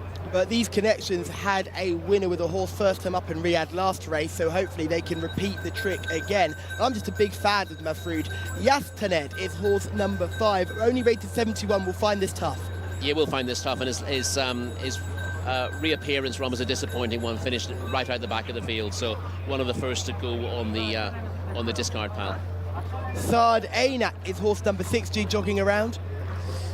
Again, not the easiest to fancy. Is rated 76, so sort of place claims on the pick of his form, but only 1 win from 18 starts and disappointing again last time out. Shamila is in the parade ring. Who's caught your eye, Shamila? You need a winner. I do need a winner indeed, and I really wanted to go with number 4, Abdullah Al-Badha. Was pretty confident before the race. However, I'm going with number 3, Adhal, trained by Sami Al-Harabi. He won last time out over the same distance, and he looks a really nice horse. He's really well put together. You wouldn't even think he was a local bred. These local bred thoroughbreds tend to be a lot smaller and skinnier, more slight, but he's really built into himself, much like number 16 as well, but I think I'll stick to number 3. Thank you, Shamila. Number 3 for you, and you also like number 16 as well. We'll make an asterisk down by that horse too to make sure that if it does come in, we'll say you've given it a good mention. Horse number 11 coming through shot now. This is Rasham. 2 wins from 28 starts, has been busy. Has been pretty busy. 4 starts this season, a bit of a mixed bag. More promise 2 starts ago, but disappointing last time. Helmy is the horse in shot now, dashing grey. Yeah, good looker, Helmy, and looks to have pretty good claims here. Does have 3 kilos more to carry than the one we mentioned earlier, Mafrood, which makes his task a little bit harder, but a 91 rated 5-year-old gelding. He is a 5-time winner, was a winner 3 starts ago as well, and is a pretty consistent performer on the whole. Tawi and Abu Hamra are the 2 horses we've just seen there. Tawi will find this tough despite being rated 83. I think he's struggling. Abu Hamra is another horse I quite like, but Shagmoom Al Khail is the horse we can see, Rory. 2 wins from 13 starts. 2 wins from 13. Disappointing on his most recent run, but that was a seasonal debut, and he's liable to step forward from that, the 4-year-old. He's not without a chance. Shamila likes this one, Saram Al Khail, a horse I can totally see why Shamila likes it. Red hot fit and ready to go. Certainly has a chance, having run in cup races and dropping back into this sort of class. Mosaka, horse number 17. Rory, what do you make of this one's chances? Not an awful lot, I have to say. Has had plenty of races, 39 of them, just the 1 win, and isn't coming here in particularly good form. And the final horse we want to look at is number 18, Tessaria, who is a nice horse. 3 wins from 6 starts, has had 2 runs here, both in much higher class than this, and will be looking to step up from the last time finish at 8th, where he was eased. Yeah, stall 18 is not the easiest, of course, but I would expect Tessaria to step forward from that latest run. Both runs this season have been gradual steps forward, so Tessaria could be there or thereabouts if able to offset that bad draw. Yes, it will have to offset the draw. The first horse we're going to look at is Mafrood, absolutely bolting up back in December in Riyadh. This is the form, this is the winner. I think this horse is going to absolutely bolt up and do exactly what it's done here back at King Khalid Racecourse. Yeah, listen, if he's in this sort of form, it's going to be hard to beat. This is a very impressive performance. Of course, it came later in the year, and he has had a break since his last run, so you are gambling a little bit on his fitness, but he's the class act in the race. The horse that is another Riyadh winner is Al Gadaf. What's better than 1 Riyadh winner? 2 Riyadh winners. This horse isn't a winner. This horse came 5th, so it's still Riyadh form, though, still strong. Yeah, it is strong form, and I thought Al Gadaf was going to drop away here on the rail, but does plug on gamely enough. More needed here, though, I think, to win this. I think the biggest threat to Mafrood is in the shape of Helmy, who we're going to see winning back in July. This is the next horse that we're going to have a look at. Helmy was really good on this occasion. Yeah, Helmy's definitely a big player here. You see him making ground about 3 off the rail. Under pressure at this stage, but stays on strongly. This is the grey with the black cap. Comes under a strong ride, and you think he's probably coming off second best as we see it at this stage. But is a thorough stayer at the trip, and the further he goes, the stronger he looks. The runner-up rather backed out of it late on, but you can't really knock Helmy. This is an impressive performance, and he is definitely in your shortlist. Yes, he'd be on the shortlist. He'd be my main threat to the horse that I like. It'll be interesting to see with Helmy dropping back into this class. Last 2 runs have been in really hot races. Drops back into open company here, like a few of these has done. Saran Al Khail is another horse that drops back from cup races, and that horse is a Jcsa winner as well, so that horse has won at a higher level than this. Drops back into this sort of open company, but again, first time up at Taif could be a concern, and Mafrood, again, first time up here at King Khalid Racecourse would also be a concern. Any horses, other ones that have caught your eyes that we've yet to mention properly? Well, I've not not really mentioned Saran Al-Khail. You've mentioned him a couple of times. He was an all-the-way winner over 7 furlongs at Riyadh last season in quite impressive style. And given his run out in stall 16, he's going to want to go forward, as is your selection. There is the possibility of the two of them go head-to-head, could be setting it up for more of a closer, which makes Helmy look interesting because Helmy doesn't do anything very quickly, but does finish fast. One thing Helmy is doing pretty comfortably is going down to post there. These beautiful shots of the jockey, long-legged all the way down. Don't put your feet in the stirrups. Ride it like a gymkhana. Stay nice and comfortable in the saddle. Keep that balance. He's a strong horse as well, isn't he? Yeah, really strong horse, really forward built in the shoulder. Again, this is a local and imported contest. So, sorry, this is a local bred contest only. Yeah. So the great thing to see about these horses is how well put together some of them are. Just another round of applause to the breeding that happens locally here, and we're certainly seeing the fruits of their labour, and that will only increase over time. Mafrood, for me, though, is a horse I just can't take my eye off. I was so taken aback by that performance at Riyadh and the way that horse won. I think back in this sort of company, your only concern being first time up, but the connections have done it in the race before. Let's hope Lightning can strike twice. Yeah, that would give you a lot of hope. I mean, obviously, you can look at these horses and think they're getting a prep run in for the Riyadh season. They might not be 100%, but when the first one comes in and wins as well as our previous winner did, then you're going to have a lot more confidence backing, looking at your main selection here. Now, Rory, what we're doing here is we're falling into the Tom trap, I like to call it, which is when you keep selecting King Abdullah bin Abdullah Aziz and Sons horses, and they keep letting you down. Now, fortunately, we've not been selecting them, and they've been winning. So hopefully we can continue the good form, and we won't be the kiss of death. Do you want to give me a selection for yourself, Rory? Who do you like?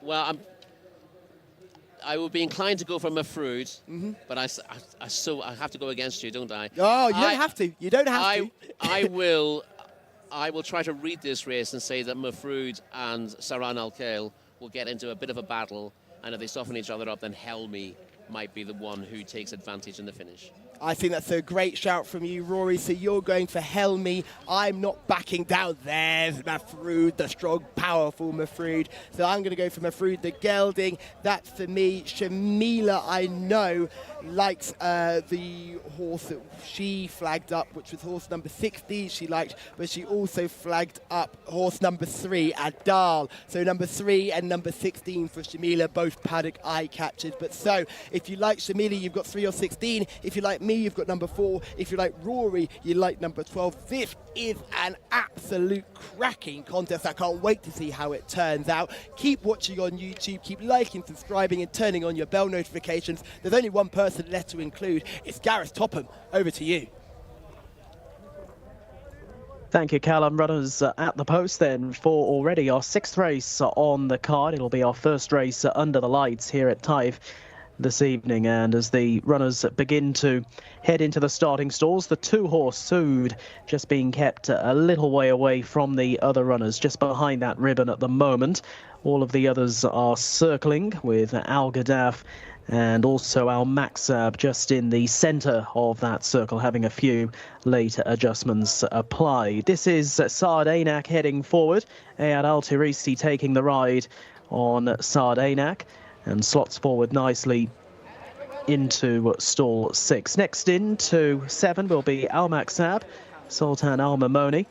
As the loading up process continues, Yastaned about to head in, and also Seyhan. And we are down to the final 7 or 8 runners, so halfway through loading, just about halfway through loading for this up-and-coming contest. 1,600 metres, so as you can see, they start right down the end of that chute, and they'll do half of their running down the back straight before the left-handed turn back on into the home straight, and then once they straighten, they'll have around about 300 metres, a furlong and a half or so of their journey remaining. This is Yastaned heading in. Louis Morales already on the score sheet today. Louis looks for a double, heads in on this 4-year-old. And also heading forward is Sood. Standing nice and calmly, Ace Keenak with Mohammed Aldaham on board. And there are 5 left to load the stalls. Shebra heading in, Alexis Marino taking the ride on that one. And then Abo Hamra, much wider out here in stall 14.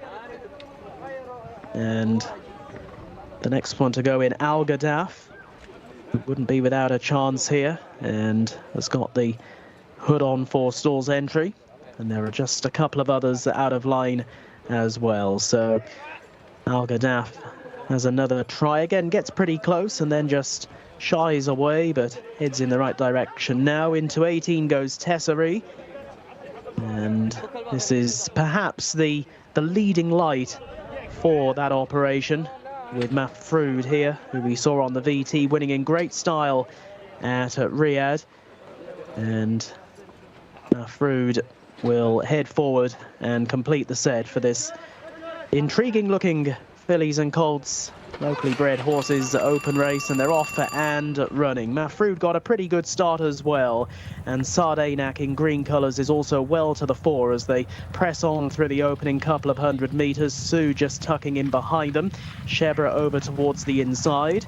From a little bit wider out on the track is Shagmoom Al Kale, who's now also one of the front runners, with Al Gaddaf in a red coloured jacket on the speed as well.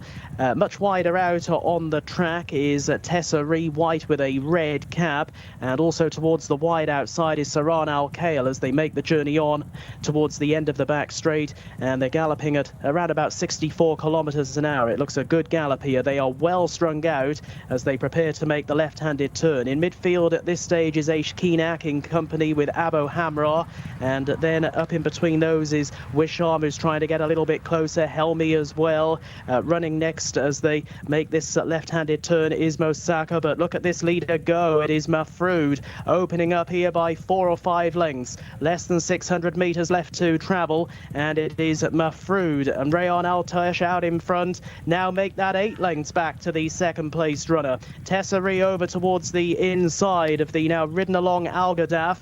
They're being followed next in running as they make the journey into the home straight by Thawi down the outside, but oh, surely this is all over. It is Mahfoud out in front, just over 200 metres left to travel.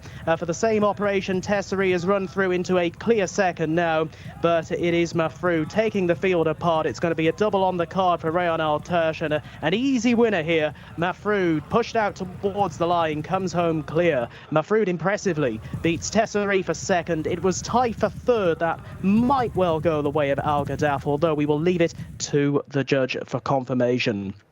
It's another wide margin winner, and it is Mahfoud. Callum was keen on this one beforehand and has run them ragged. This looks a pretty classy type, doesn't he? And off this mark of 92 has run right away from them in the home stretch. Had the race sewn up halfway around the home turn, just began to quicken away from their rivals, Mahfoud and Rayon Altash. Double on the day for the rider, and they didn't see which way he went. Tessari home in second position.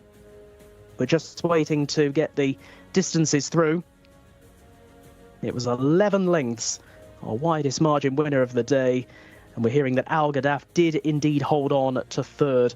Almost joined for the third by Helmi, who Rory gave a positive mention to beforehand, but not quite up for third. The result then, Mahfoud is the winner. It's 4-2-10. 4-12-10, I should say, or just to get that confirmed, actually. 4 home in front, that's Mahfoud. Second home was 18, beg your pardon, Tessari in second, and back in third, 10, Al Gaddaf. So just to confirm the result to our 6th race, it's 4, 18 and 10.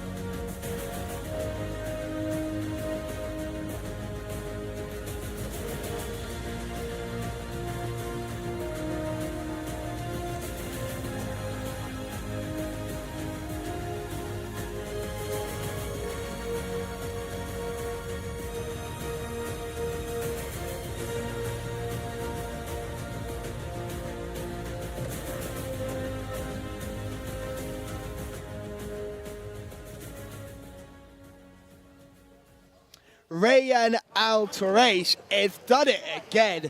2 rides, 2 wins in a row. The connections, the owners, Kim Abdul bin Abdul Aziz and Sons, have done it again. It's such a professional outfit, Rory, and they're doing it with horses first time up at Riyadh.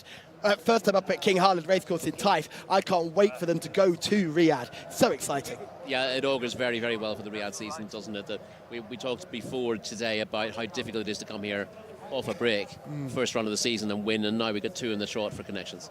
Yes, absolutely. They are flying along, and this horse was flying along. Broke well from gate 4, took a nice easy lead, wasn't taken on, briefly challenged, and then went for home. I'm stood here in our presentation position. We can see around that far bend and into the straight, and I'm saying he's gone too early. There's no way he maintains that gallop. And what does he do? He absolutely maintains the gallop. Just as you said that he's gone too fast here, he kicked again, didn't he? But for all your worry that he might stop in the last furlong, it was never happening. He was miles clear and looked to snip here. Yes, and second for the same ownership group as well, Tessa Ria, who finished in second as well. And then Helmi finished well for you in fourth, ran exactly the race you thought would happen. Horses in front slowing down and finishing late, but just could not lay a glove on the winner. Yeah, the one who didn't show up was, I thought we might get a battle for the lead rather than just a strongish pace.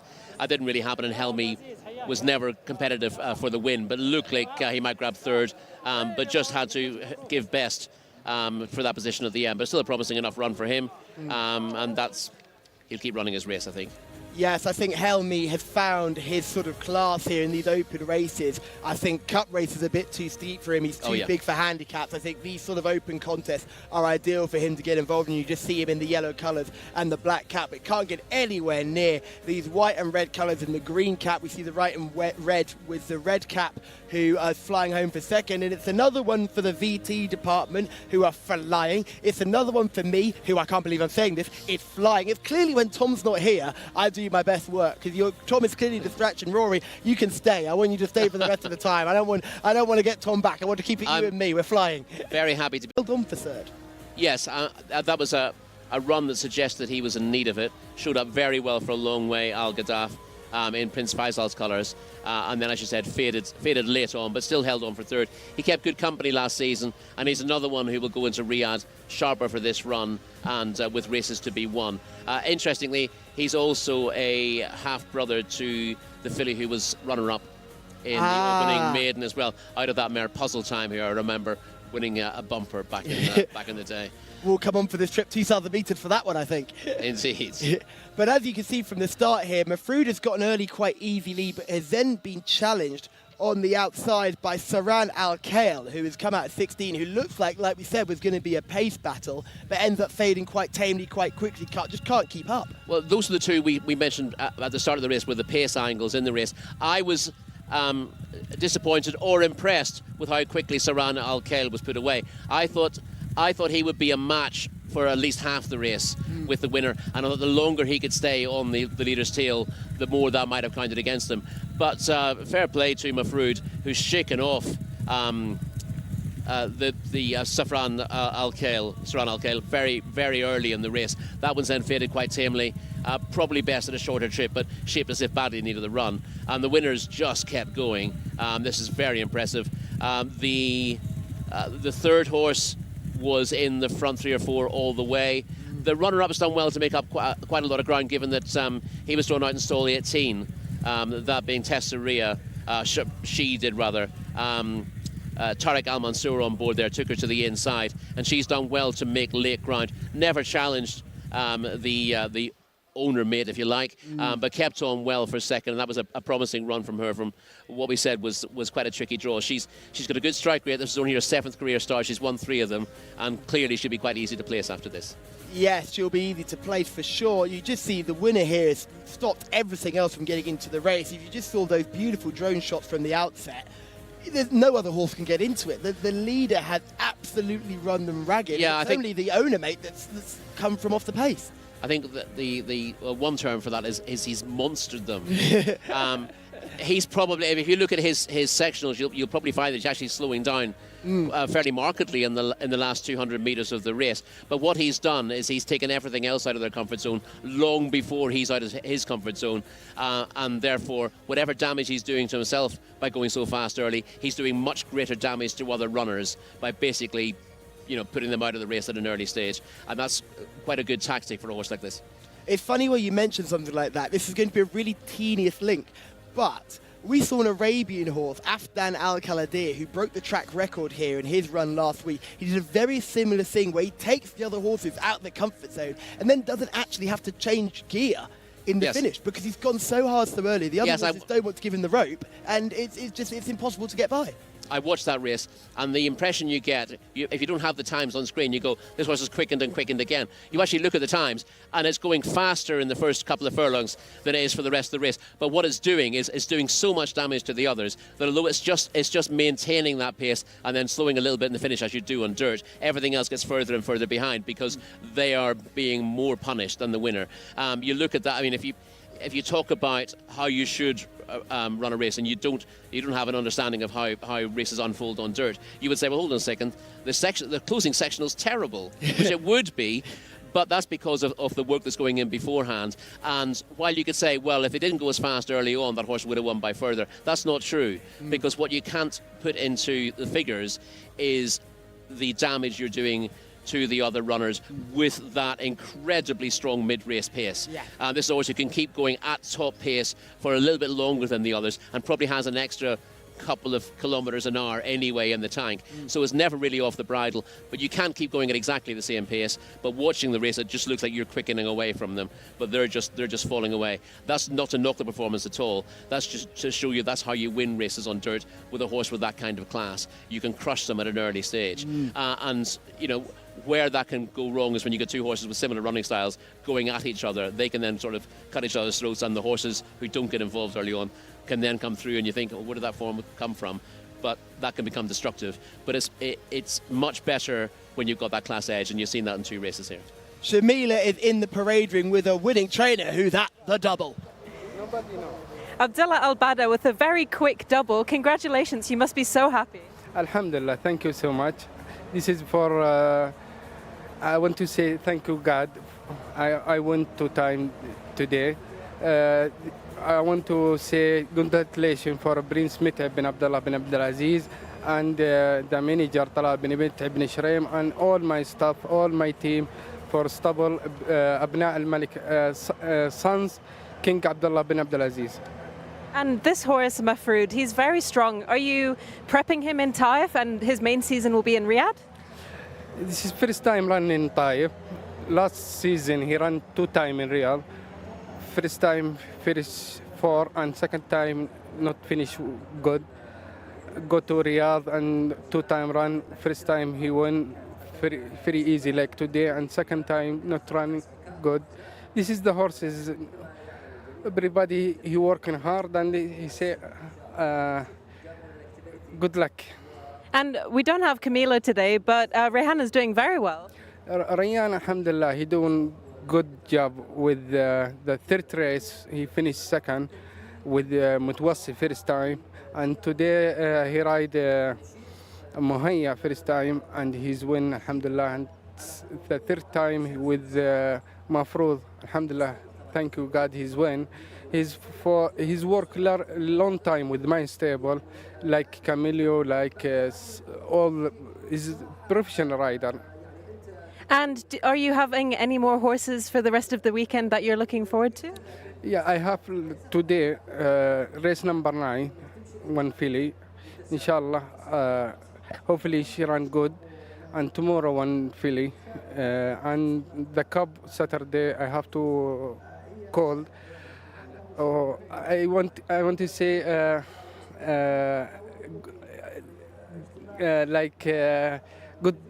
good race, inshallah. Thank you so much, Abdullah. Good luck. Thank you for you. Thank you.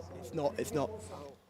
Good luck to him later on in the card as the sun goes down and the floodlights come up, and it's just a beautiful setting here for horse racing at King Khalid Racecourse. But Rory, I'm going to make you the trainer now. Mafrood, are you looking at another open race, or are you going to cup races?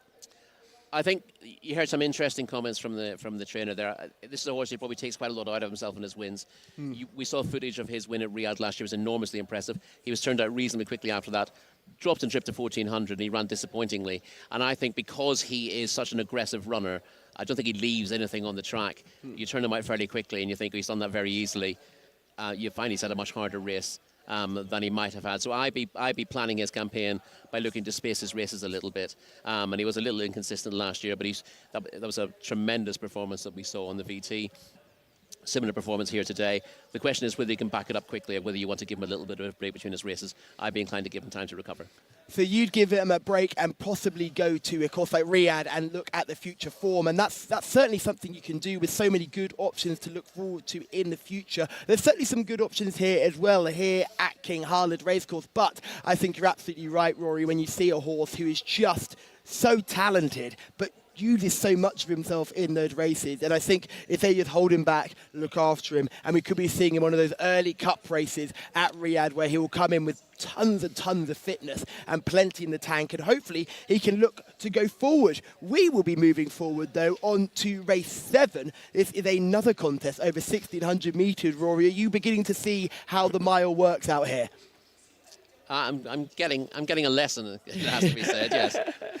No, it's one of those things where I was mentioning as they jumped out of the gates, I was saying, look how wide they are, look how wide they are, they're going to hit the rail now. And it literally, you can say it on the dot, and you can see the horses' heads cock out to our left, it's our right, it's their left. But you see the horses cock out to the left and power down towards that rail. But I just think it gives more horses a chance, and hopefully you at home will have had some good selections. You can try and get some winners as well. But as we move on to race 7, there's only one person we need to hear from, and that is Gareth Topham.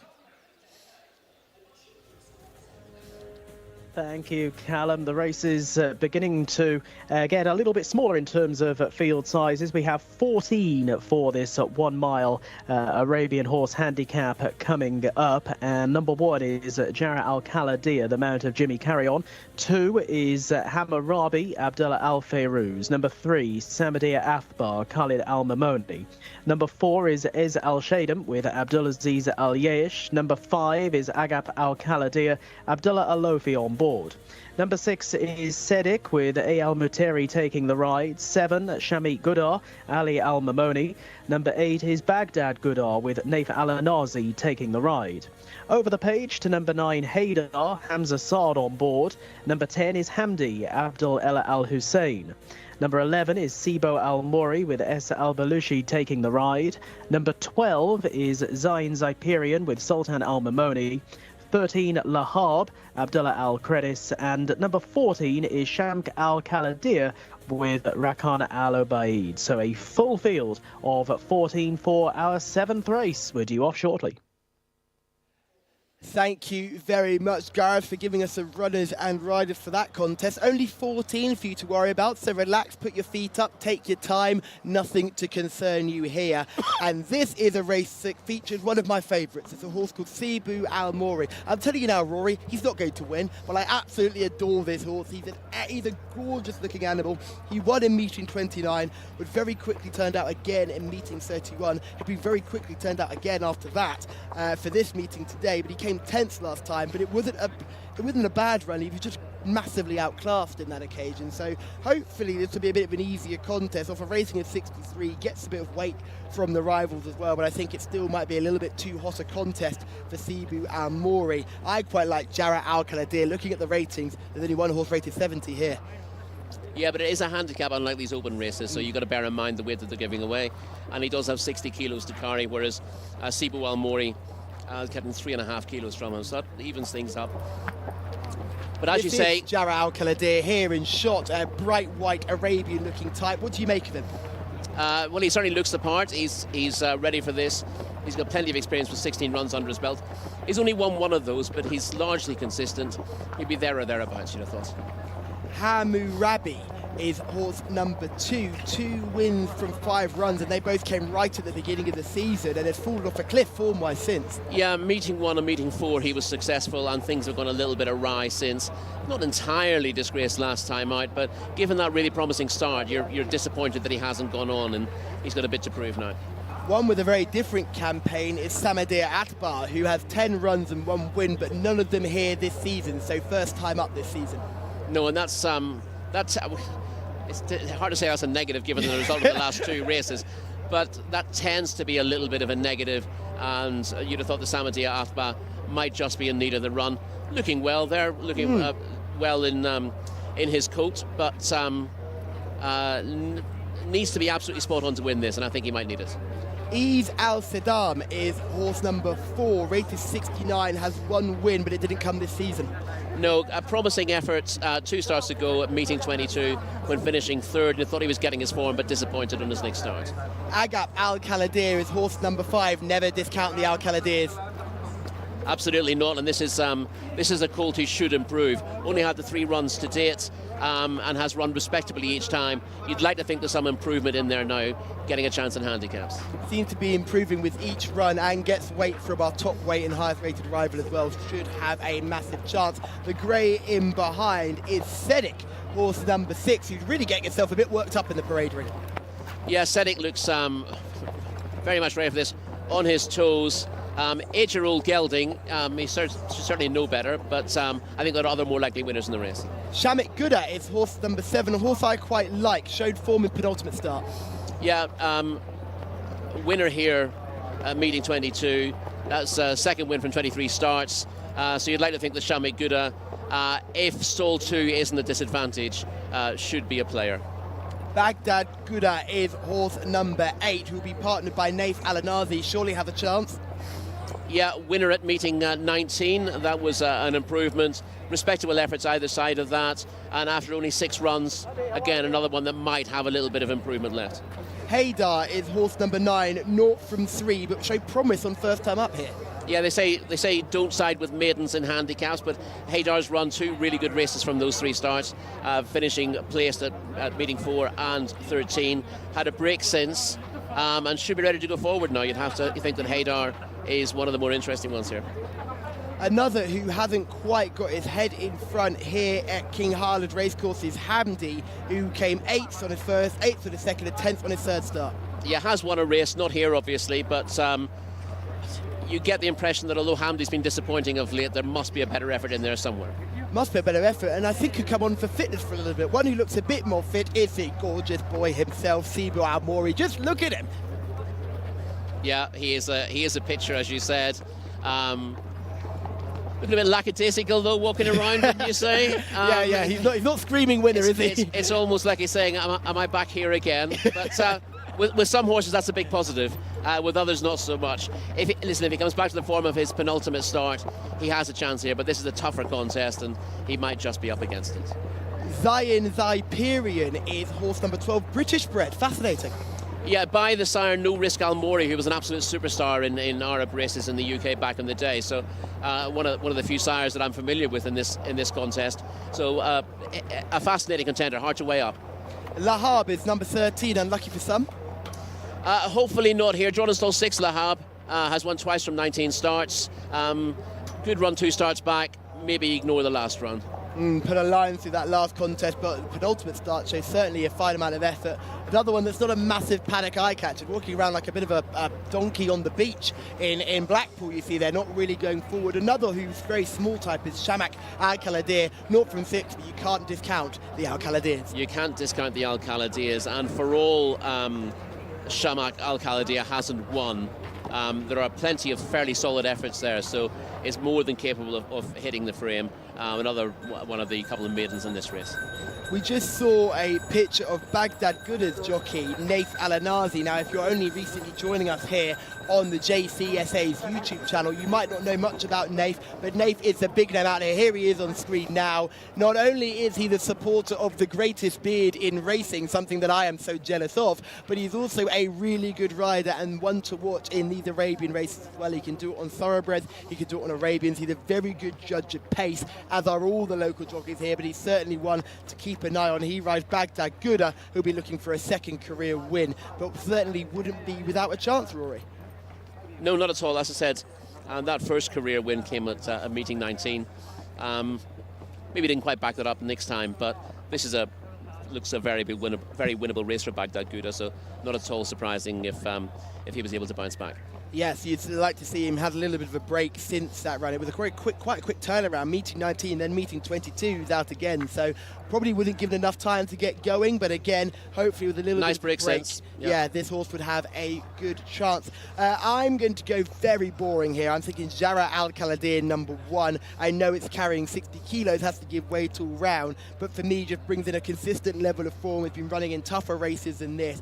Sneaks into a 0 to 70, and I mean sneaks in by the skin of his teeth, so hopefully would have every chance to get his head in front for the first time this season. Yeah. Who do you like in this one? This is a race where I'm struggling to get to grips with the form. Really, this is a new arena for me, to be honest. I would be inclined to listen to your advice about Naif Al-Anazi as a jockey to follow in these races and row in with Baghdad Gouda. Let's have a look at some video form. This is Agap Al Kaladir, the horse you just saw coming through the parade ring. This is this horse finishing 5th in July. Not probably the most eye-catching run, got a little bit unbalanced on the turn as well. You could just see him on the rail, seemed to get a little bit lost on the turn. Rory, what did you make of the run? Yeah, and I thought he was liable to drop out here. He sort of wanders off the rail in the style of a horse who's getting tired. And I thought he's going to fall through the field, and he's already down to 5th, and he's got a closer behind him. But he actually closes up again in the last 100 yards, and that's maybe he just needed to change legs. And I wouldn't say he's going on nicely at the finish, but he's not losing any more ground. So. This is not an especially strong race, so you've got to bring him into consideration. Now, Jara Al Kaladir is the next horse we're going to see. This is the dashing grey on the rail. Head carriage is not screaming successful horse, but this horse eventually fades out for 3rd in this contest. Yeah, but at least you got plenty of a run from him here. The head carriage, as you said, is not particularly attractive. He's hanging out towards the middle of the track. But again, he showed the speed to be competitive early and did at least hang on for a place when it looked like he wanted to drop out of it. So, as you said, he's got a bit of a class edge. He's much more likely to finish 2nd or 3rd given his overall record.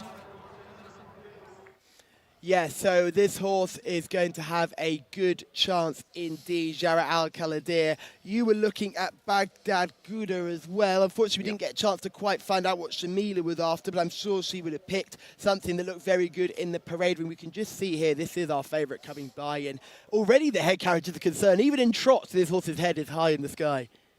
Yeah, in fairness, particularly with Arabs, it's the way they're put together. People talk a lot about head carriage, and sometimes when a horse puts the head in the air and doesn't want to go past, you can see that's a sign of reluctance. A lot of horses are built with their heads on at that sort of angle in the first place. They're only going to carry it one way. They can't put it down as such, and I wouldn't crowd them too much for it. Some of my favourite horses of all time have had high head carriages.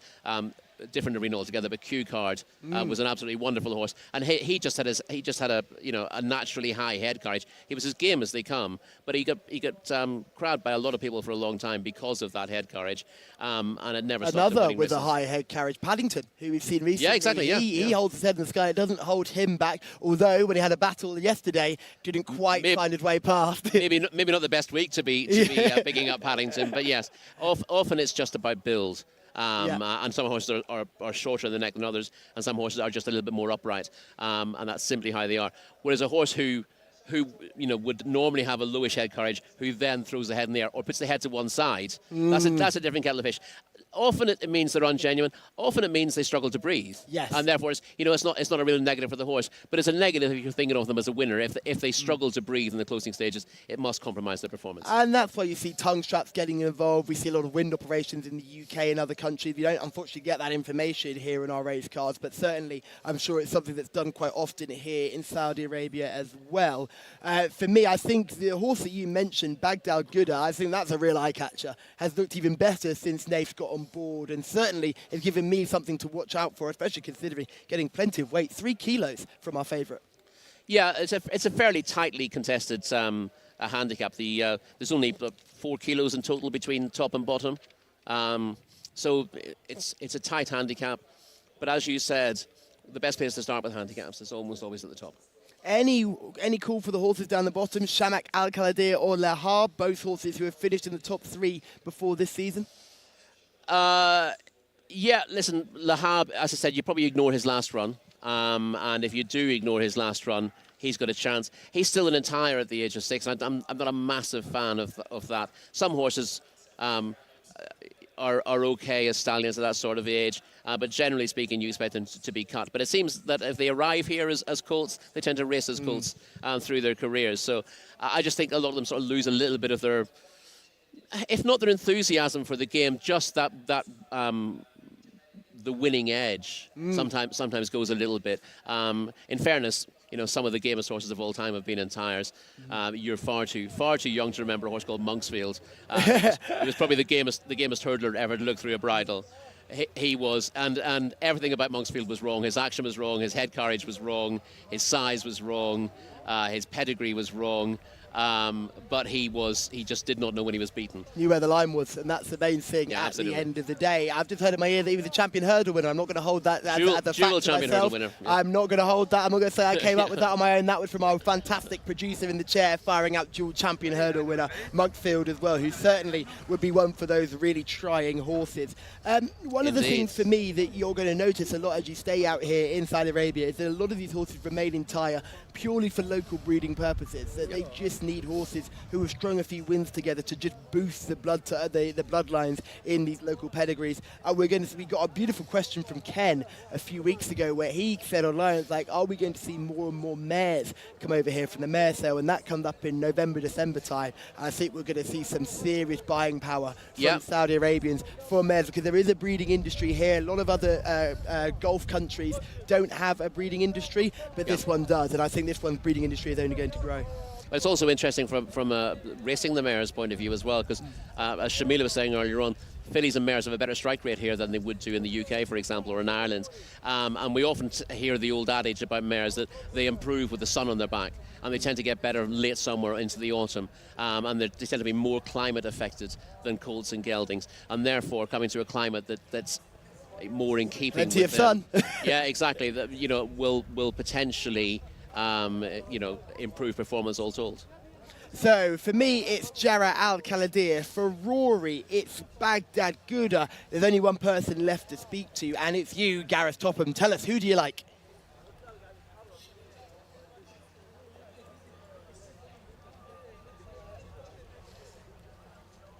Go quite well here, the 2-horse, but as they circle down at the start, they'll be loading shortly. There is Agap Al Khaldir in the familiar white and black colours that we associate the operation with. There is Hammurabi, the grey going through shot with Abdullah Al Fayrouz on board, and the 7-horse Shamik Gouda went through shot as well. As the loading up process begins, post time is now less than 2 minutes away, and a reminder, of course, that with this being a handicap event, they're drawn all over the place, so the saddlecloth number doesn't necessarily relate to where they are going to be drawn. So just something to bear in mind. Sibo Al Mori, number 11, about to head into stall 9, will be one of the first ones to load up. Also in red and white colours, Baghdad Gouda with Naif Al Anazi on board, that one heading into stall number 7.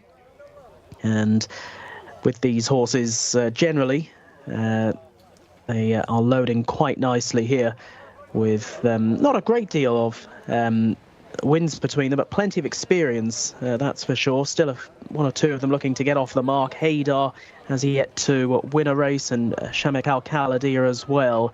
But that one has only had the 6 tries, as they now try and load up Shamik Gouda into stall number 2 over towards the inner. And as you can see, that loading up process has not taken long, has it, as we see them from aerial view. There is Lahab heading in, stall 6 for Lahab, and we're just about ready. Race 7 then at Taif, 32,000 Saudi Riyals in win and place prize money, 16,000 of those going to the winner. Who will it be? Let's find out. They're off and racing. And just a step slow away was Lahab, and even slower was Haydar, that one at the back end of the field early. Breaking out well, though, Jara Al-Khalidiyah, the red-coloured jacket, up towards the outside. Hammurabi, fellow grey horse, not too far off the speed. And Shamik Gooder over towards the inside from stall 2 in that yellow-coloured jacket. Also in yellow with a blue cap is Zane's Hyperion, that one wider out on the track and is just ahead of Baghdad Gooder. Then Lahab, who catches up a little bit, with racing towards the outside Sibo Al-Mori. Then Sadiq, who's further down the pack in company with Samadia Afbar as they run towards the end of the back straight. Ez Al-Shadam is also right towards the back end of the field. Shortly they'll be beginning the left-handed sweep out of the far side. Shamik Gooder at around about 52 kilometres an hour holds sway by half a length over Jara Al-Khalidiyah racing in second. Hammurabi is in third as they continue this left-handed run back towards the home straight. Hamdi is now up into fourth. Then the black sleeves and cap of Samadia Afbar over towards the inside of Lahab, who continues to improve through the field. So swinging left-handed back towards the entrance to the home straight. And up front, Shamik Gooder now overtaken by Jara Al-Khalidiyah, who's gone strongly throughout and moves away by a length or so. Second position, Hammurabi now being pushed along. Improving is Ez Al-Shadam towards the outside. It's a grey horse race at the moment as they swing on in. Gray's first, second and third, and it is 1 leading the 2. 4 is up into third place and trying to stay on, but Jara Al-Khalidiyah gets a break on the field. Jara Al-Khalidiyah, with less than 200 to run, is coming further and further away, with Ez Al-Shadam pressing Hammurabi for second place, although he's making heavy weather of going past. This will go to Jara Al-Khalidiyah. Jimmy Carrion on board, and Jara Al-Khalidiyah comes home the winner by 4 lengths. Hammurabi held on for second, and probably just hanging on to be third was Ez Al-Shadam, although it was quite close. Not close for the win, though. That is Jara Al-Khalidiyah, always in a good position. Callum in the studio is on fire. He gave this one a positive mention as well. Jimmy Carrion taking the ride on Jara Al-Khalidiyah, who, despite getting a little bit warm beforehand, as we can see here, has really powered away from his rivals in the concluding stages. And we just await the places to come through. We're waiting for the distances as well, but Jara Al-Khalidiyah, in the end, has won that nicely. Jara Al-Khalidiyah, a second win over in Saudi, and has done that really well. He's done it clearly. Jara Al-Khalidiyah home in front, beating into second position Hammurabi, and for Ez Al-Shadam back in third. The official distance between the first and the second was 5 lengths, and the result to our 7th race, a win for Jara Al-Khalidiyah. It's 1, 2 and 4.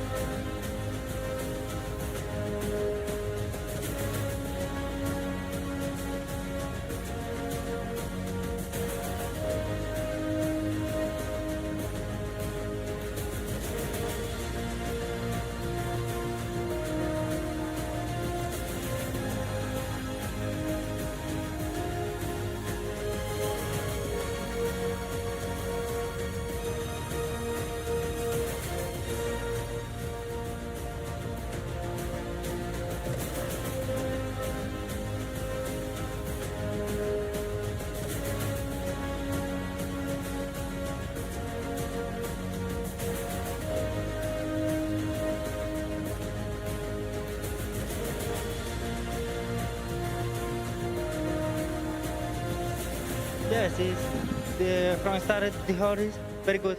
Good down is very good. Race with you. Huh? Race with you. Yes. I know this horse. I ride before. Yeah. Yes, before, it's very good. Two races, you ride him. How is it today? Yes, today from start I coming from. It's very good horse. Thank you. He is very good indeed. And Jimmy Carrion does the steering, and it was a steering job once he got into the straight. Rory always front ranked and shook them off quite easily. Yeah, looked a fairly open race just before the turn into the home straight, but he got himself to the head of affairs at that point, just pulled further and further clear. An impressive performance.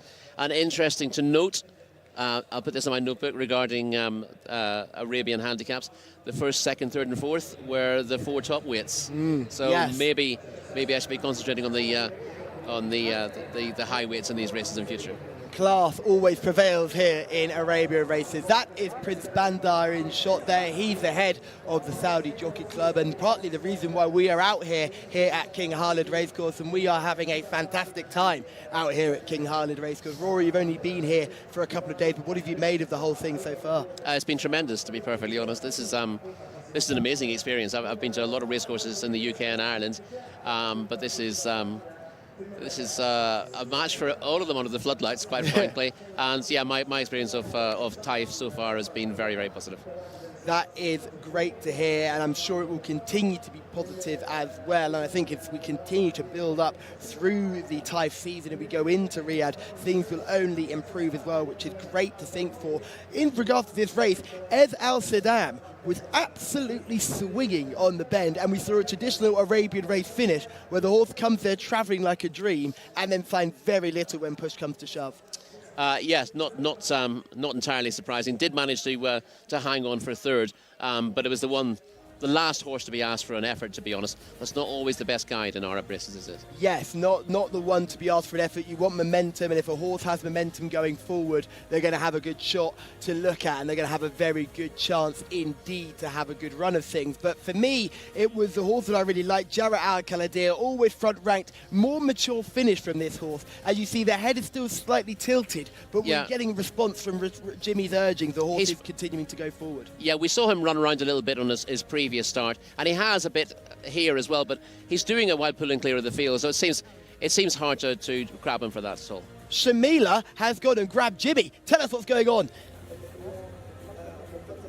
I'm with Jimmy Carrion after race number 7. Congratulations. Tell me about the race. Thank you very much. I know this horse. Before I ride this horse, I know this horse in front is very good. I try to control this horse, relax it. Yeah, it's very good horse. From 200, I relax this horse. Did the trainer say anything to you before the race of how to ride the horse, or he was confident? Yes, I ride this trainer before race. Yes. Congratulations, Jimmy. Thanks. Thank you. Thank you very much, Jimmy. And I don't think the trainer needed to give much instruction. It was go to the front and stay there. One who absolutely fell out was Haydar. I don't know what happened at the start there, but Haydar missed it by about 10 lengths. Yes. A very bad start by Haydar, as you said, but you can see that the winner's taken up a very good position early on. And interestingly, the horse has got a tendency to want to go to his right. And it's very interesting that Jimmy Carrion has let him do that in the early stages before letting him come across towards the rail. I think that's quite a clever ride in that regard, because the chances are the horse fights him a little bit if he tries to get him towards the inside early on. And he wants to get clear sailing and get to the front or close to the front. And he's happy to let the pace setter go on at this stage and just sit on his shoulder.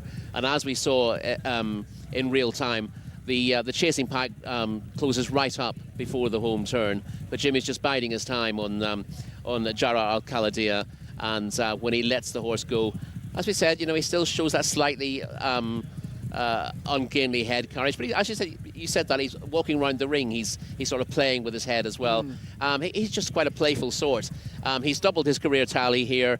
He's got horses either side of him at one stage. If he wants to drop out, he will, but he actually finds plenty for pressure. You can just see Ez Al Saddam swinging into shot. These drone shots are brilliant because you can see horses come from right off the pace, and Ez Al Saddam was nowhere near involved in the early skirmishes, comes there like a good thing and just does not pick up at all. Hammurabi is the horse that finishes in second. A good performance from Hammurabi, keeps battling away and plugging on gainly, but unfortunately can't do anything to get to our eventual winner, who has just sat there on the outside of Shamit Gouda. I was slightly concerned that Shamit Gouda had got the run of the race there. We saw in the last race the horse on the rail set in the fractions had the chance of the horse on the outside, but Shamit Gouda faded quite tamely and allowed the eventual winner to just go on and win the race as he liked.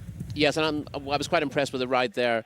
I think he'd have been happy to get to the lead earlier, Jimmy Carrion, but the rider on Shamit Gouda, Ali Al-Mamoni, he wanted to make sure he stayed. He kept that rail and kept the front position.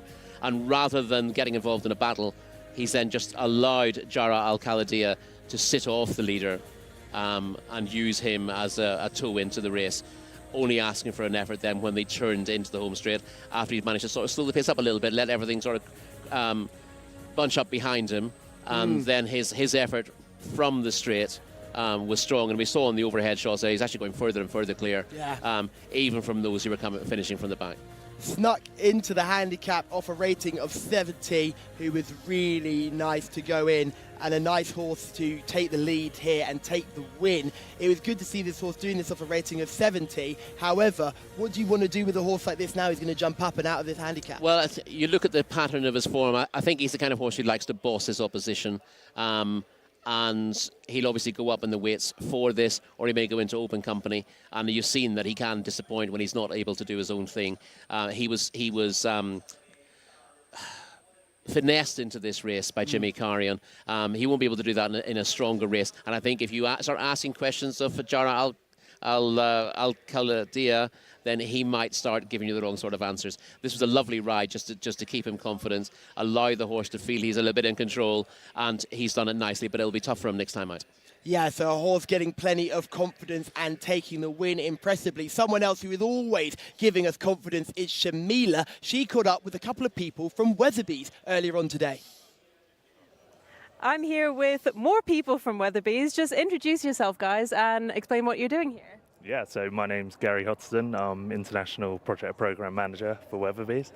You met George and Sharon recently. So it's the same thing. We're building the system. We're with the users now. We're starting to demo the new system, and we're looking forward to going live in October. Very good. And before we went on camera, you mentioned you were really impressed with the hospitality here in Saudi Arabia. Yeah, to be honest, it's been a fantastic trip. We've had some members of the club who've taken us out in the evenings, and we've had some sort of money can't buy experiences.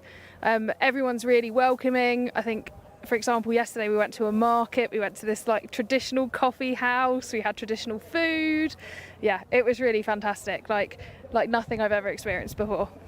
And it's great having you guys here kind of sorting everything out, because it'll take the racing to the next level, won't it? Absolutely, that's the hope, yes. So the club have been really great to deal with, great to work with.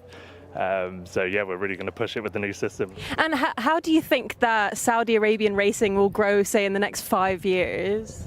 I can see hopefully there'll be development of more tracks. I think there's consideration towards betting as well, potentially in the future, so they'll be able to grow commercially as well. Do you think that international betting, when it comes into it, it'll draw people from all over the world to watch it more?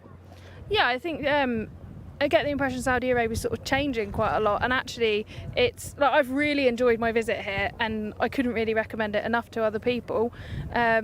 And I think as things sort of open up, there will be more and more people come here, and as more people come, like the racing will probably develop. But it's lovely. Like we're here at Taif, it's gorgeous weather. Like it's the evening. It's just really nice. The atmosphere is really lovely. Well, thanks very much, guys, and I hope you enjoy the rest of the weekend. Thank you very much. Great to hear those comments from the guys from Weatherby's, who includes Amy, who I'm a big fan of, one of the really good people there at Weatherby's. She does a fantastic job, and she's also a very nice person indeed. The great thing about Weatherby's getting involved, and it's just the further growth of racing here at King Khalid Racecourse in Taif. We're going to see this as we go into October, so I'm sure it will come live around Riyadh time, which would be great to see. But I think just for me, just to seeing the development and the fact that this nation wants to grow, they're not happy sat where they are, is a really positive thing for the industry as a whole. Absolutely, and the more Saudi Arabia pushes, the more sleeping giants will sit up and take notice of what's going on. You know, there's an exodus of horses, you know, at the moment to a small degree, with an extra track here, and lots of Saudi owners in the UK and in Ireland at the moment. Struggling maybe to get the right opportunities for their horses. There are going to be more horses available to come here. We see that all our races are oversubscribed anyway, so there clearly is an opportunity at the moment to build that infrastructure, to get another track in, and to lay down the foundations for what could be a a very productive sport here. Yes, very productive indeed. It'll be great to see with plenty of different owners getting involved. Another course on the horizon as well. But immediately on the horizon is our next race. That's race 8. Gareth, take us through the runners and riders for our penultimate contest. And the first of 2 races over the maximum distance of 2,000 metres here this evening. Number 1 is Sandura, Abdulaziz Al Musa taking the ride. Number 2 is Men Ayla with M. Saeed. Number 3, Vidhata with SL Dehani. Number 4, Maker of Light, Yasser Al-Bakawi. Horse number 5 is Lufthansa with Abdullah Alofi on board. Number 6 is Mr. Appellation, Abdulaziz Al Yesh. Number 7, Life's a Beach, Ali Al Mamoni. Number 8 is Drawing Clocks, Mual Shamari taking the ride. Over the page to number 9, this is Kurbash, Abdullah Al Credis in the saddle. Number 10, Peak Perfect, E Al Shamari on board. 11 is Full Marks, the mount of Mohammed Al Yami. Number 12 is Mahabas, Khalid Al-Mamoni on board. Number 13 is Practical Mischief, ridden by double-seeking Alexis Marino. 14, Dire Abalad with Sultan Al-Mamoni. 15 is Dream Biz, Ayad Al-Tarisi. And 16, 9 Dragons, Ahmed Al-Azari. It's a full field of 16 to contest our 8th and penultimate race. Thank you very much, Gareth, and plenty to get our teeth stuck into here, Rory. Plenty of ex-British, ex-French. The first horse I think we have to talk about is Lufthansa, who looks like it's got no wins from no runs. That's Saudi Arabia. We know this horse has run in the UK, but the training of this horse is fascinating, Rory. Take me through it. Yeah, he raced as a 2-year-old for Ed Dunlop and ran in the colours of Jcsa. And then had 1 run in these colours for William Haggis without cutting much ice. But his 2-year-old form was very promising. He was 3rd in a couple of Newmarket maidens behind group horses, Cash on the first of those occasions and then New London on the second. So 2 very good horses, and he ran very well. The first time he was a massive prize. He ran above himself, having needed his debut. And the second time he backed it up and probably ran to a slightly higher standard. But he did disappoint, as we said after that. I would have thought, given what he looked capable of, and given the connections he represents here, it'll be enormously disappointing if he's not good enough to win this. Yes, I think this horse has a massive chance. It was a bit disappointing at Doncaster in her first start for William Haggis. He went off very, very short that day, but unfortunately didn't do the business, but has quickly made that transition, has moved over here. That run was back in July, but this horse has certainly got a chance here now. And we can just see Bandar there, Prince Bandar looking very happy, pervading his beautiful race course and having a good chance to have a look and meet everyone and build up the connections, which is great to see. Mr. Appellation is another ex-British runner. Last time out, finished 14th in meeting 22. Surely better than that. I really like Maker of Light, though. A late withdrawal last time, so didn't run. But that second place in meeting 16 was hugely eye-catching. It was, and that was stepping up from a 4th in his previous start. He's a horse who ran for Roger Varian maybe half a dozen times in the UK. And he showed a fair level of ability, but didn't really progress. But he still looks interesting here on his form locally. Now, we know Shamila gets everywhere on this racecourse. Where have you found yourself now?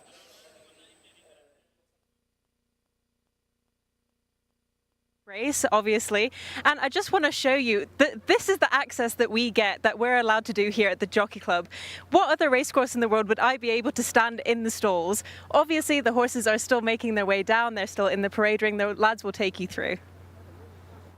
Thank you, Shamila. I guarantee you'll break faster than Hayla did in the last race if you're coming out of those stalls for sure. Hopefully we'll get some brilliant access down there, and I think she's right. It's just the fact that we get to get up so close to these runners and riders, and Shamila will stay down there and she'll talk about some of those eye catchers when they get down to the start, just giving us a completely different idea, because it's great that we can see in the parade ring. But once the jockeys get on board, we get a little bit blind, so it's great to have someone down there who can tell us how they've settled, if anyone's got too warm, if anyone's getting a bit worked up, and just get that extra insight before they jump off. Absolutely, and you know, you can hear us banging on as long as you like about the form, but you do want to know in the minute before the race whether something is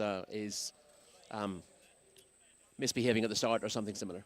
Yes, so number 1 is Sandora. This horse is 0 from 7, but finished 5th this time, last time out.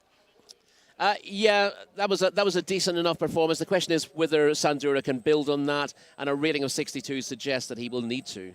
Manela is horse number 2, not from 5. Yeah, Manela is a 4-year-old colt by Frozen Power, not from 5, as you said, making his debut here. So we've seen a couple of winners making their debut this season, so he could well go forward. Look at Prince Bandar making sure everyone is staying safe. He doesn't only run the race courses, he's also making sure the jockey's body protectors are all done as well. A man of many, many talents. Number 3 is Vidata, 0 from 2, and those 2 runs have come here at King Harled Racecourse and hasn't shown much form. No, at least did better last time out than on debut. Was right out the back on debut, finished midfield last time out. Could step forward from that. Rating of 69 suggests got a sort of squeak to run into the frame. Yes, it looks quite fit though, so certainly should have a chance. The first horse we really like to look at is not Maker of Light, it's Latanza. So I'll be interested to see if Maker of Light might have been withdrawn. We'll get you news on that as soon as we can. This is Latanza, the horse we spoke about earlier. Should be bang up there. Yeah, it looks well. You know, a very, very well-bred gelding, and on a 2-year-old form must have a massive chance. Mr. Appellation is another horse that comes from the UK. Will have to step up from his last run. Yeah, I can't see it happening. He's got a rating of 47. Become disappointing.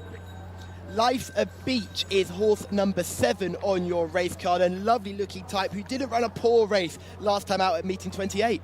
Yeah, not from 5, but 4 of those runs have been solid ones. And while Life's a Beach needs to improve a little bit to win this, I could see him being on the premises. Drawing Clocks is horse number 8, not from 6, Rory. Not from 6, and is rated 58.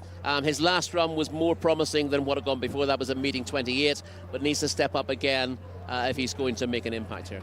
Kerbash is another horse that ran at meeting 28, finished 10th on that occasion, 10th the time before that, 10th the time before that, and 10th the time before that. Well, he's certainly consistent, Kerbash, but I'm afraid 10th is more likely than first again today. Peak Perfect is horse number 10, 10 being the operative word on the day today, because this horse is not from 10 and came 10th on penultimate start. Yeah, and 10th was his best effort in those last 3 runs, so very hard to fancy here. But a bit of an eye catch in the parade ring, nice looking horse. Full marks from horse number 11, not from 16, but ran with credit on his last start here. Yeah, that was a good run by his standards, the 5-year-old. Finished 4th at meeting 28, but that lifetime record of not from 16 suggests you wouldn't bank on him banking that up. Mahabas ran quite recently, number 12, came 11th last time out at meeting 31. A rating of 47 means he's got an awful lot to find though. Yeah, not a bad pedigree, but very, very hard to fancy. Practical Mischief doesn't look like it's involved either, so we go straight to Derry Al-Balad, who is horse number 14. That's not from 7, 9th last time out. Again, some of these horses may have gone down early, so we'll give you a roundup of who's running and who's not later on. Number 15 is Dream Biz. I like this horse, has ran well recently. Yeah, still a maiden after 18 starts, which is a bit of a concern, but there are some good efforts in there. Runner-up 2 starts to go, a couple of 4ths on his card as well. Or her card, I should say, Dream Biz. Stall 15 is a tricky draw, but she makes more appeal than some of these, it has to be said. And the final horse we'll look at is 9 Dragons, horse number 16 on your race cards, not from 4. Would need to improve a bit, but does have a rating of 62, so could be there or thereabouts. Yeah, should be sort of midfield in terms of form if he's fit enough to do himself justice on this first start of the season. Let's take a look at Life's a Beach, finishing 4th here in mid-August. I thought this was a good run. You just see him with the yellow bridle.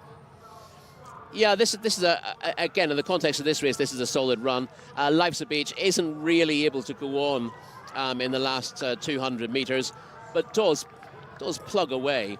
It looks game enough, despite there being no match at all for the winner. Just gets swamped, loses a couple of places in the last 100 metres. That was a fair effort, and on balance, Life's a Beach should be, nearer first than last again. Another horse we'll look at is Manela, who was seen finishing 4th. This is Riyadh form back in November, so not bad form to look at. Yes, this is probably a stronger race, the one we're looking at, than what we have here, and Manela is one of the ones to consider. So Shamila is down at the start as the horses canter down towards her. Shamila, who's catching your eye so far? I'm doing my paddock pick a little bit differently this time. I'm at the start of the 2,000 metre race, and a horse that I'm really looking forward to seeing is Life's a Beach, ridden by Ali Al-Maimoni. He was 4th last time out. He's been super consistent this season, so I think he could get the job done today. And as those horses are coming past you, Shamila, as you can see, they're just hurtling down. They're just going down a nice gentle canter and gallop. What are you looking for when you see a horse coming down behind the stalls if we just get to moments before they run? Absolutely. You want to look at the horses that are calm, cool and collected. You might want them a bit on their toes in the parade ring so they have, you know, a bit of a fiery personality. But once they're behind the stalls, I wish you guys could hear how silent it is up here compared to down by the grandstand in the parade ring. Even in the pre-parade ring, the horses are so calm here. The stall handlers do a fantastic job at keeping everyone really calm. Now, Shamila, Rory is quite keen on horse number 5, Lufthansa. This is the horse that hasn't been seen running in Saudi Arabia. What have you made of horse number 5 as he's just come past you there? Like I said, I'm really looking forward to him because he is such a cool horse. He's really consistent, and the stalls, I just had to get out of the way because they're pushing the stalls together. So when they have 18 runner races, they separate the stalls, which means the horses come through the middle. So because there's no more space to go around, basically. So they're just pushing the stalls together here now. Everything's in place for them to start loading.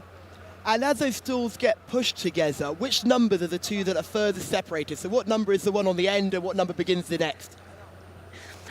So the end of the first stall is number 14, and then the beginning of the next is number 15. So it's not quite in the middle. There is a bit of a gap, if you can see, just in between 14 and 15. But when the gates open, it won't make too much of a difference.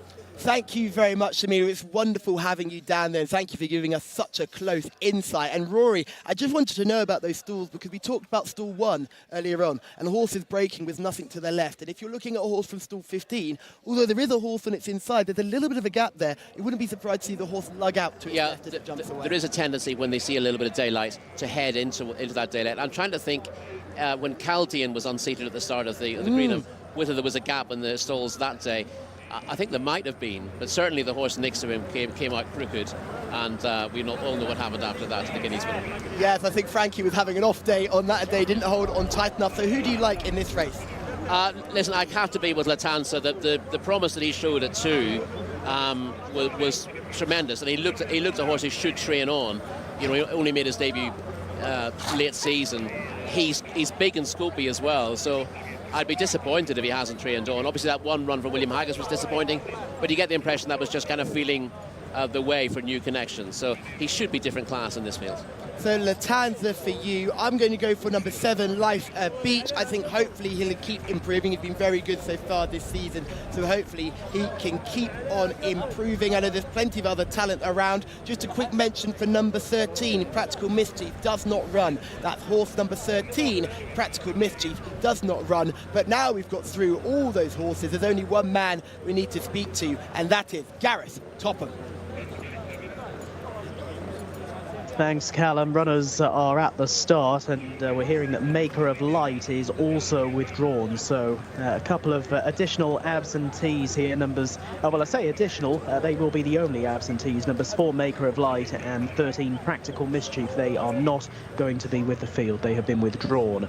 Runners at the start. That was some good insight with Shamila, wasn't it, down at the post a few moments ago. And interesting, she was mentioning, you know, how quiet it is down there, and given the proximity of the start to the main grandstand and the people in attendance, I bet it's even more quiet when they're out in the back straight and over in the mile chute. But as we were saying a few moments ago, this race is the first tonight over 2,000 metres, and the longest distance for racing here at Taif, and they'll have over a circuit of the racecourse in front of them.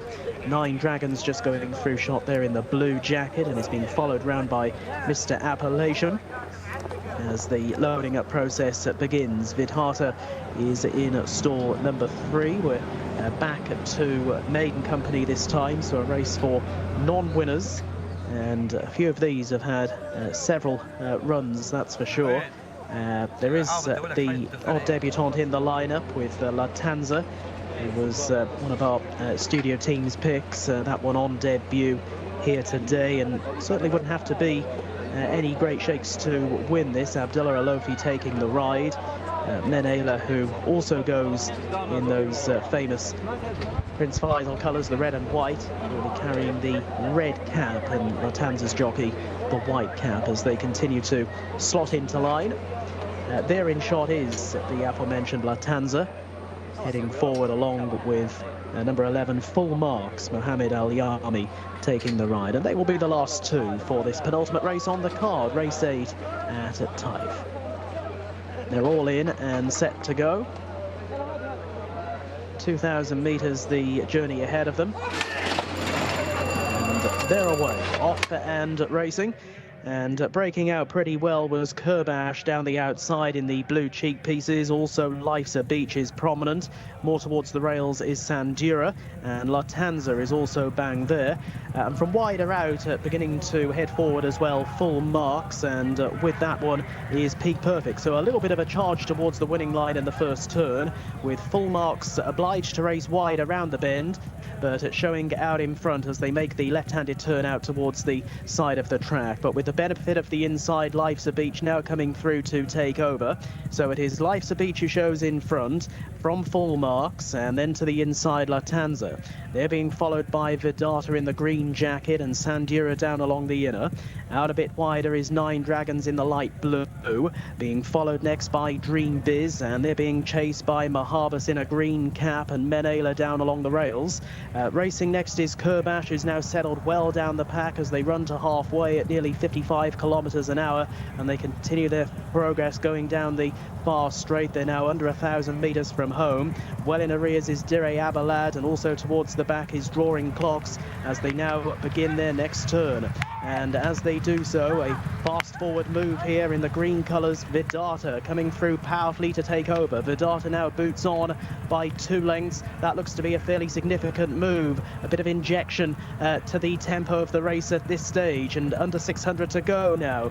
Vidata moves away by a couple of lengths, but hasn't shrugged off Full Marks over towards the outside, and Lufthansa battling away towards the inner, and Vidata just as quick as he made that move, he's being swamped again, and with a challenger on either side through along the inner, the newcomer Lufthansa moves on again together with Full Marks. Vidata, the running now for that one seems done, has dropped back into third. Sandura is in fourth, and then picking up his Drawing Clocks in the light green sleeves down the wide outside, but that one has 5 lengths to find and only 150 metres to get to the new leader, which is Full Marks. Full Marks is out in front by around about 2 lengths to Lufthansa, still finishing off well Drawing Clocks. The line is on the approach, Full Marks in front, and it is Full Marks to Full Marks, who toughed it out to win. Drawing Clocks was up for second, and they were followed in by Lufthansa. Those 3 were well clear. There we are. Interesting race to watch, wasn't it, with Vidata making that move at the end of the back straight. Sadly for Vidata supporters and connections, that effort was short-lived, but Vidata, Full Marks rather, sees it out really determinedly to the line in the hands of Mohammed Al Yami, and has held off the late flourish of Drawing Clocks, who came home well down the outside. Lufthansa's run a good race on debut as well. That one's sticking on willingly, just getting a little bit tired though in the final stages of the race. But a wave of the whip from the winning jockey there, Mohammed Al Yami, on at Full Marks. He had a very willing partner. Full Marks wins by 1 1/4 lengths to Drawing Clocks in second, and Lufthansa back in third. Now, penultimate race, the result, it's 11, 8 and 5.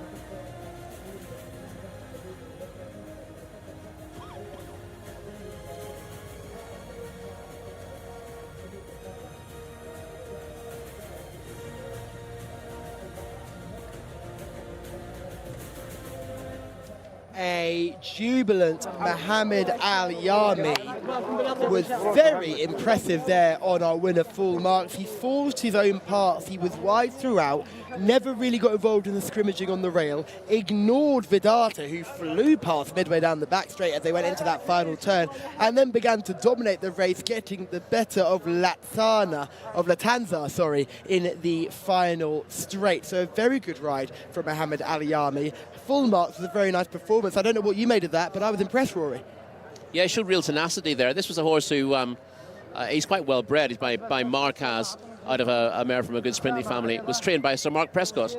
But unlike most of Sir Mark's, didn't improve for going into handicaps. Although, oddly enough, never raced at this trip in the UK. It was very unusual for Sir Mark. Was raced at up to a mile. Clearly relished the extra trip despite the fact that it's been bred for sprinting. And listen, he's in his 4th season here. And he hasn't really put it together until now. But that was a willing performance. The Vidata went for home far too soon, it has to be said. Helped set the race up. But full marks has got the better of Latanza, who's much higher rated than him, and wouldn't be beaten off by the bigger and better fancied runner there. So I thought it was a very, very pleasing performance in what was probably a weak enough maiden at the end of the day, but that was likeable. I think Latanza is the horse I'm going to take out of that race, because I think fitness was the reason that horse was beaten rather than ability. They seemed to get there with all the running in the world and then find very little for pressure. So I'd give that horse another chance, especially considering that full marks ran in meeting 28, finishing 4th, so clearly in good position physically. Definitely A fitness edge, and I heard Jimmy Jerkin speak a couple of weeks ago about not knowing exactly how far forward his horses were. He said they look really well, but you only find out when you run them how far forward they are, and he thinks they probably need more work to be fully fit. And to be honest, as I said, Latanza looked really well in the paddock, but sometimes when you look really well, it's because you're not hard fit, and you look slightly more like a show horse than a horse that's going out to win a race. And Latanza will probably come forward quite a lot from that. He'd need to live up to his old form in the UK, but he still has a bit of promise about him. But Latanza, if I'm right in thinking, there still remains a maiden all over the world. He's yet to get his head in front anywhere. So hopefully they can get that sorted. And I think Jimmy Jerkins is the trader to do that. Not run a bad race at all there in second. But full marks has to go to full marks, who was very, very impressive. Started to go away quite nicely towards the end and win our penultimate contest. Mohammed Al-Yami was good enough in the saddle too. Again, I think when we get a replay of this race, the move of Vidata really threw the cat amongst the pigeons, really, because I think a lot of jockeys didn't quite know what to do. Do we follow? Do we react? None of them followed, and Vidata ended up falling back into their laps. Poor run from Life's a Beach, who was front ranked all the way, and we'll see this move from Vidata right here. Gets a clear path, so the jockey says, all right, I'm just going to make a move for this now. Go, go, go. Life's a Beach is on the rail. Latanza is just behind, and Latanza's going to follow Vidata through that gap. Yeah. It was a big move, but it came far too early in the race, and it was too aggressive a move. Wasn't gradual enough, and I expected Vidata to drop back as he did. It looked briefly like it might be decisive because he got a couple of lengths ahead of them, but that move peters out remarkably quickly. You thought then briefly that Latanza would come through on the inside and win. He gets to the front, but full marks when his jockey asked him for everything. He finds plenty for pressure, and what I also like about him is the form that he shows when he gets to the front. He doesn't deviate off a straight line, and if you look at it head on as well, his head is held in exactly the right position, and he runs on strongly to the line. So even though he came here with a rating of 58 and a disappointing profile, he's done this in the manner of a likeable handicapper. A likeable handicapper indeed. Fast finishing runner in second as well, which was good to see too. But I don't think they could find a match this eventual winner. As you watch the break, and we see your horse coming out of stall late that eventually went to finish second, drawing clocks, actually missed the kick completely. Life's a Beach also missed the kick and got rafted up to take the lead. They start over 2,000 metres, so they're flying down past us, and I was getting quite excited. I thought, oh, both our fancies are really front ranked early, and speed kills here, but your horse stayed there where my horse didn't, and your horse eventually faded as well, with drawing clocks flashing home late for second. Quite an eye-catching performance from drawing clocks.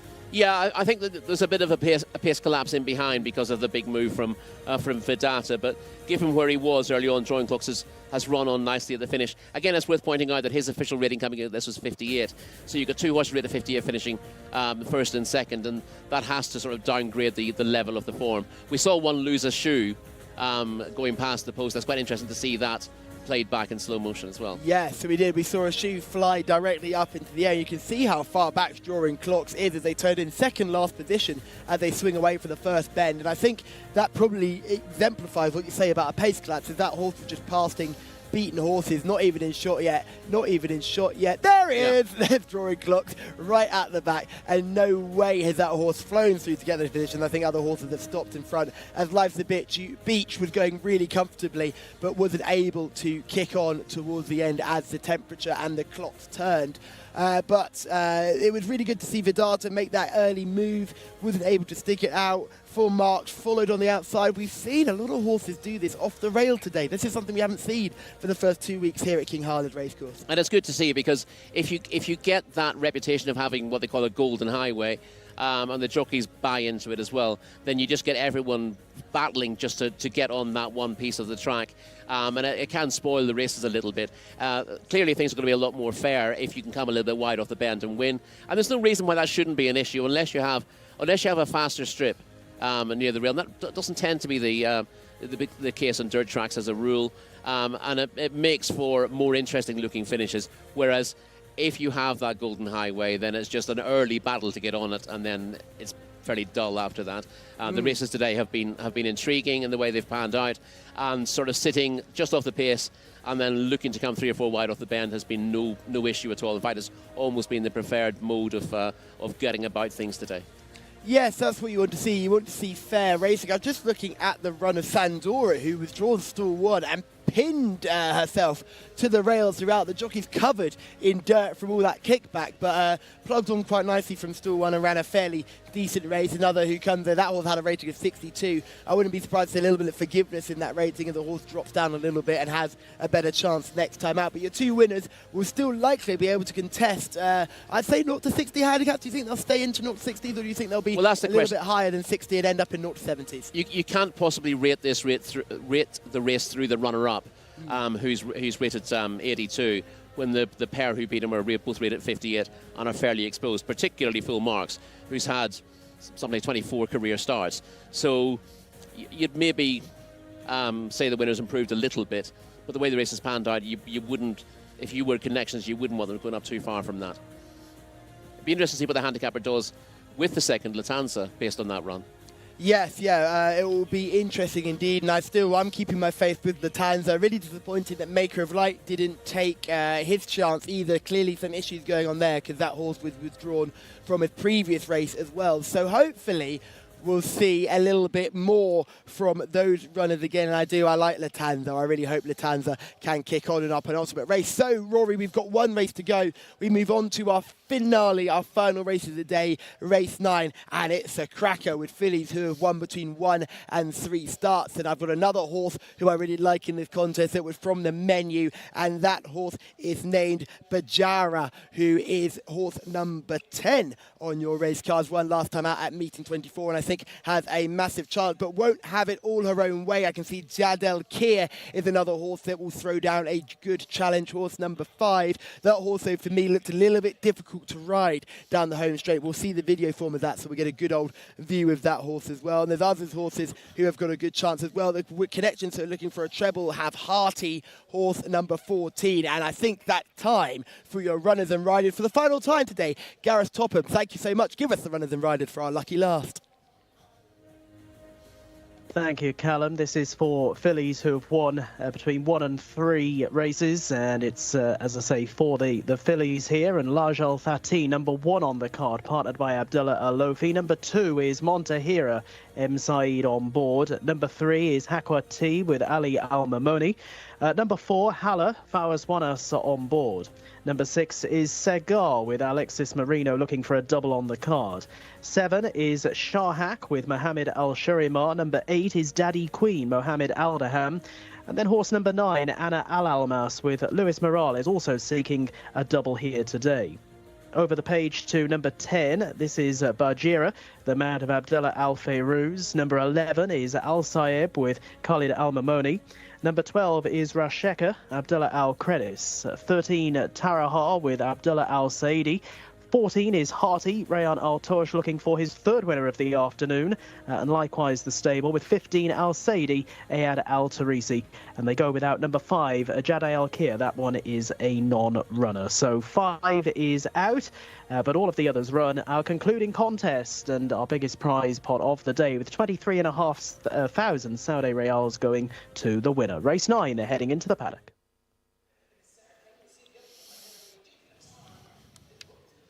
Thank you very much, Gareth, for those runners and riders. And I think it's crucial to hear that number 5, Jada Al Kir, does not run, so that makes it even easier for the good thing, Bajira, to win this race here. I'm going to take a lot for me to look elsewhere for me in this contest, so I think Bajira is the horse to beat, although Daddy Queen is a horse that showed a little bit last time out, finishing like a bit of a train to come third on last start. Yeah, Daddy Queen did catch the eye last time out and has now been placed in her last 3 starts, this 5-year-old mare by Sleeping Indian. And she does get a bit of weight from Bajira. She's got 59.5 kilos. Bajira and Al Saib have got 62 kilos. They're giving weight away to the vast majority of the field. Giving weight away for sure, but hopefully it's not enough to stop them as they still remain in the pre-parade ring. So we can have a quick look at some of them come past. This is horse number 13. We've just seen his shot. This is Taraha, who has 3 wins from a whopping 58 starts, a rating of 69, and could be a little bit overexposed here. Yeah, was a winner early season, but recent form has taken a nosedive, I'm afraid. Yes, so horse number 1 is in shot as well. Are we going to get them in the pre-parade ring? Horse number 1 is Lajel Sati, who has 2 wins from 23 starts, but 1 on penultimate start in meeting 23 just before I got here. So hopefully he can repeat that form and give Connections a chance of a good win. Yeah, good second prior to that. Tougher task last time, only finished midfield, but got a fair chance in this field. Indeed. Hakwati is number 3, 66 rated, 1 win from 18 starts. Yet to run here at King Khalid Racecourse, but with a rating of 66, can't be ignored, can it? Well, your selection's rated 86, so it gives you an idea of what Hakwati's got to find. First run of the season as well. Things seem stacked against her. There's a lot of horses who do come into here with a little bit more fitness on their side. Shakak is another horse who is rated 78, 2 wins from 7 starts. None of those were this season, though, but she's been busy this season so far. She's been busy. Good run in race meeting 23. Slightly disappointing turned out after that, but has got the form to figure in the finish here. I think 2 or 3 might be stronger. Montehera is horse number 2, just passing your screens now with the spotted silks and the white sleeves. 1 win from 30 starts. 2 7th place efforts were then put behind her with a 4th place effort last time out.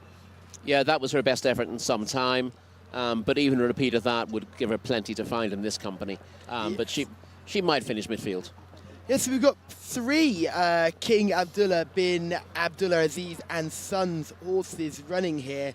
Shahak, the first one we mentioned. We've already mentioned Bajira. The horse we haven't got a chance to talk about is Hearty, who's horse number 14, rated 77.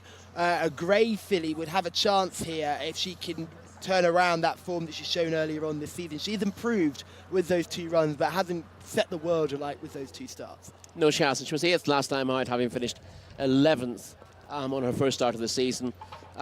A step in the right direction, and she hasn't had that much racing either. She's less exposed than some of these. I'd expect her to improve a little bit from her last run, so she could spring a surprise. And the trainer and jockey are in fine form. They're looking for a hat-trick today, so hopefully everything is going in her favour. Others to get involved with the bottom horse, Asadi, is horse number 15. This horse is rated 76. It's going to come out of stall 14 because we've got a nonna. So that means it's a little bit closer to the rail. I don't think stall 15 in this sort of a field, stall 14, in this sort of a field is a problem, to be honest. I think they're going to come along at quite a nice pace. It's 2,000 metres. They've got plenty of time to get their act together. So I don't think this draw is a concern. No, it shouldn't be the difference between winning and losing, you would have thought. She's won twice in her career. Her most recent efforts have been mildly encouraging, let's say. Hasn't quite got amongst them, but 2 sixth-place finishes would give you a little bit of confidence that she might step up again. Horse 12, Rasika, gets into this race with 3 wins, more than most of the horses in this field. There's only another couple of horses with 3 wins to their names. These horses I find quite fascinating going into these sorts of races because they clearly have tried other routes. They've tried handicaps, they've tried open, but now they come into these limited wins races, they're facing horses that could be criminally unexposed compared to them. Plenty of these horses with 3 wins have had plenty of runs. Indeed, she's had 29 runs or thereabouts, and although she's got the 3 wins, she's got a little bit to find at these weights. I wouldn't be worried about the draw. This is her first start for a while, though, and that would be more of a concern in terms of fitness. Bajira, for me, is my selection. What are you going to go for, Rory? Just off form. We'll have a closer look at them later on in the paddock. I was going to go for Jadil Kerr, who I know you weren't keen on, and I thought I'm definitely going to be, against you there. But unfortunately, that's come out of the race now. So it's, I thought she was interesting enough. I know you weren't particularly happy with her head carriage last time out, but I thought she had the form, and she was very well weighted with only 56 kilos here. I thought that would have given her the edge, but I can't be against Bajira now. I've got to. I'll test this theory that when I go with you, you get bad luck. We're joining forces in the last. This is Lajil Tati, the horse we're looking at now. 2 wins from 23 starts. 2 from 23, a rating of 83 makes her one of the better fillies in here. She's got 61.5 kilos, only getting half a kilo from Bajira, but she looks on good terms herself. It should go well. Monterey is horse number 2. That's 1 win from 30, but 4th last time. Yeah, 4th was a decent run last time out, but her overall form doesn't really stack up and should be doing well to finish in the first half of the field. She's got a little bit warm in the parade ring as well. 3 is Hakwati. Again, we talked about this horse before. 1 win from 18 starts, first time up this season. First time out the season means that fitness has to be a little bit of a worry, although looking at her in the parade ring, she looks lean enough. Harl is horse number 4, 1 from 18, 9th last time, and the form doesn't scream exciting. No, it doesn't. The most exciting thing about this runner is the bridle, which is quite taking. So, horse number 6 is Segar, 1 win from 10 runs and 8th last time out, so it should be fitter. Yeah, that was her first run of the season, this 5-year-old grey mare. She looks like she's going to come on for it. She looks well in the parade ring as well. The greys don't always stand out, but she seems happy. She's striding out nicely there, and she's one to bear in mind. Yeah, certainly one to bear in mind. Certainly a bit of a paddock eye catcher as well. I wouldn't be staying too far away. If you're interested in that horse, get involved. Remember to get involved on YouTube, like, comment and subscribe, and make sure you turn on those bell notifications as well. Great to see the comments continue to roll in as well, which is fantastic to see. Horse number 7 is Shahak, who has 2 wins from 7 starts, much less exposed than some of these, and looked fit. Yeah, disappointing run last time out. But if you forgive her that, she's got a decent chance. She's well bred. Her previous efforts this season are pretty consistent. She doesn't have an awful lot to find on the figures. This is Daddy Queen, who's another one that looks lovely in the parade ring. Nice, relaxed type, and ran well last time. She's very consistent. She's the type to always hit the frame or thereabouts. And as you said, she absolutely stands out in terms of conditions. She's absolutely glowing in her coat. Like a seal, as someone once said to me. Yeah, she looks in very good terms of herself. She gets a little bit of weight, 59.5 kilos she's getting here, so she's getting 2.5 kilos from the top weights, and she has very little to find on form. Anna Almas is horse number 9. 1 win from 2 starts. That was on debut and didn't run badly next time out. Yeah, on the rating she's got a little bit to find, but obviously she's only had 2 runs. Her second start was a tougher ask than her debut, and she came forward from it. So this daughter of Liam's Map is one to bear in mind with only 56 kilos on her back. Here's your race winner, number 10, Bajira. Looks a picture in the parade ring. Not as fit as not as fit looking as a stablemate though. So what do you make of this one? Yeah, that's an interesting one. You would say, looking at her, although she looks quite well, she looks half asleep as well. She might tighten up a little bit for a run, but she was successful at meeting 24.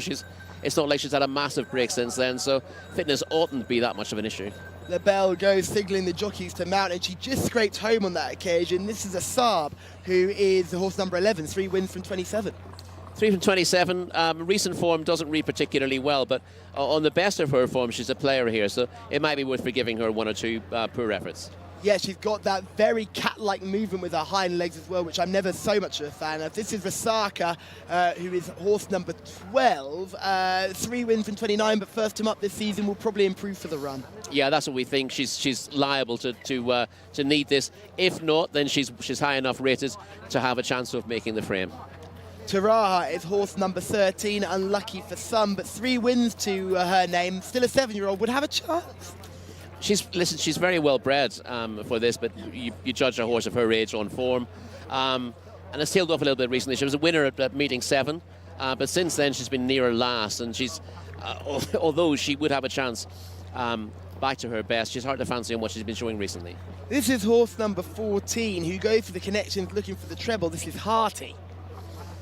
Yeah, recent form figures need building on, but again, she's given the impression that she's stepping forward slightly with each effort this season, and needed on reappearance. At meeting 28, she ran a little bit better and finishing 8th. Clearly, she needs to step up on that, but the pattern of her form suggests that she's going the right way. Just a note for your race cars, Hearty will run in a yellow cap rather than the green cap that you can see. Asaidi is the final horse we look at, horse number 15. I said looked fit before the jockey got on board and still looks fit now, which is great to see. 2 wins from 28 starts, so would need to improve. Yeah, got a rating of 76, so a little bit of improvement needed, only getting half a kilo from the top ones here. But Asaidi looks well, is fit, as you say. You can see the poverty lines there, and she's not without a chance in an open race. Yeah, so Dali Queen was certainly a paddock eye catcher for me, and horse number 9, Ala Almas, was another one that I quite liked. So I quite like 8, 9 and 10 because Bajira is horse number 10. I'm going to stick with horse number 10. I've seen enough. I'm just slightly concerned about the last run and the fact she finished in a hole. If anything is finishing like a train in this contest, she could be under a little bit of pressure as she crosses the line. Yeah, well, she was produced to win a race last time out, and she did it nicely enough, and then in the last 200 meters she was just crying out for the line, but that was still she'd been stepping up from race to race, so that was still a pretty good run, and I'd still think she's good enough to win this. Good enough to win this. All fingers crossed. If you are on our team for this, joining up with us for the last race, let us know in the YouTube comments. It's great to see people so involved and on the chat and continuing to get involved and continue to watch. So that is great as well. There's a few horses here that come here with plenty of experience. There's a few horses that come here with very little experience. The one that really caught my eye is Shahak here, who's horse number 7 on your race cards, rated 78, only had the 7 runs, but the form would be going the wrong way. And are you more keen on a horse who's trending in the right direction, or are you willing to forgive a few poor runs? It depends on the pattern of form, and I like to know the horses fairly well, and it's difficult getting into these with sort of limited form to look at. But she's capable of running a stinker and then bouncing back. She's shown that before.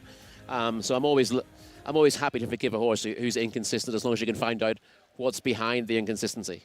Here is Bajira, a very nice horse. Let's have a look at Bajira in action, and it's a wide passage, but she comes home late and just about holds on. A horse comes from the clouds to give all her supporters a bit of a scare, Rory. Yeah, this is a strongly run race, and she hits the front arguably too soon off the home bend, but the race was there to be won at that stage, and her jockeys allowed her to stride on. She's quickly built up what looked to be a winning advantage, and then she's getting closed down. For the last 100 metres of the race, looked like it was getting very, very close indeed, but she's found enough to hold on all out by about a head. One horse who is not finishing in a hole is Daddy Queen, who runs a really nice race to finish 3rd. This was at the beginning of August. Not a bad performance at all, Rory. No, she's come from well off the pace here, Daddy Queen, and she's kept on strongly to grab a place. The worry with fillies like this is if you can't hold your place early on, you need to get the gaps coming through. So I prefer a horse who's able to hold the position early. But in fairness to Daddy Queen, which is pulled wide off the home bend, she doesn't really quicken, but she grinds it out. She keeps going forward, she keeps trying, and she eventually grabs 3rd in the line. Never looked like she was going to win the race, but she showed a nice enough attitude to beat the rest of those behind her. I don't think that's quite good enough to win this, though.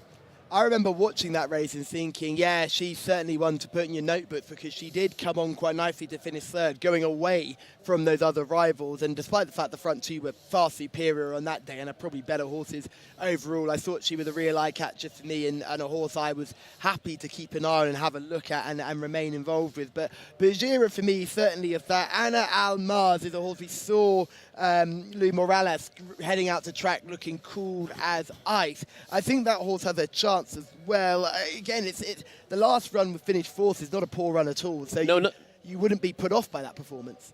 No, she needs to improve on that, but of course that was just her second career start. She's only a 3-year-old, and she was gaining experience there. I think she actually stepped forward from debut. That suggests that she will. The question is whether that race brings her forward again. Sometimes a horse who wins first time out and has a tough task second time just knocks them for confidence a little bit. With some of them, they'll learn from it and it'll make them harder, and they'll come out and they'll look at different horse third time up. It's just a question of which type of filly you think she is.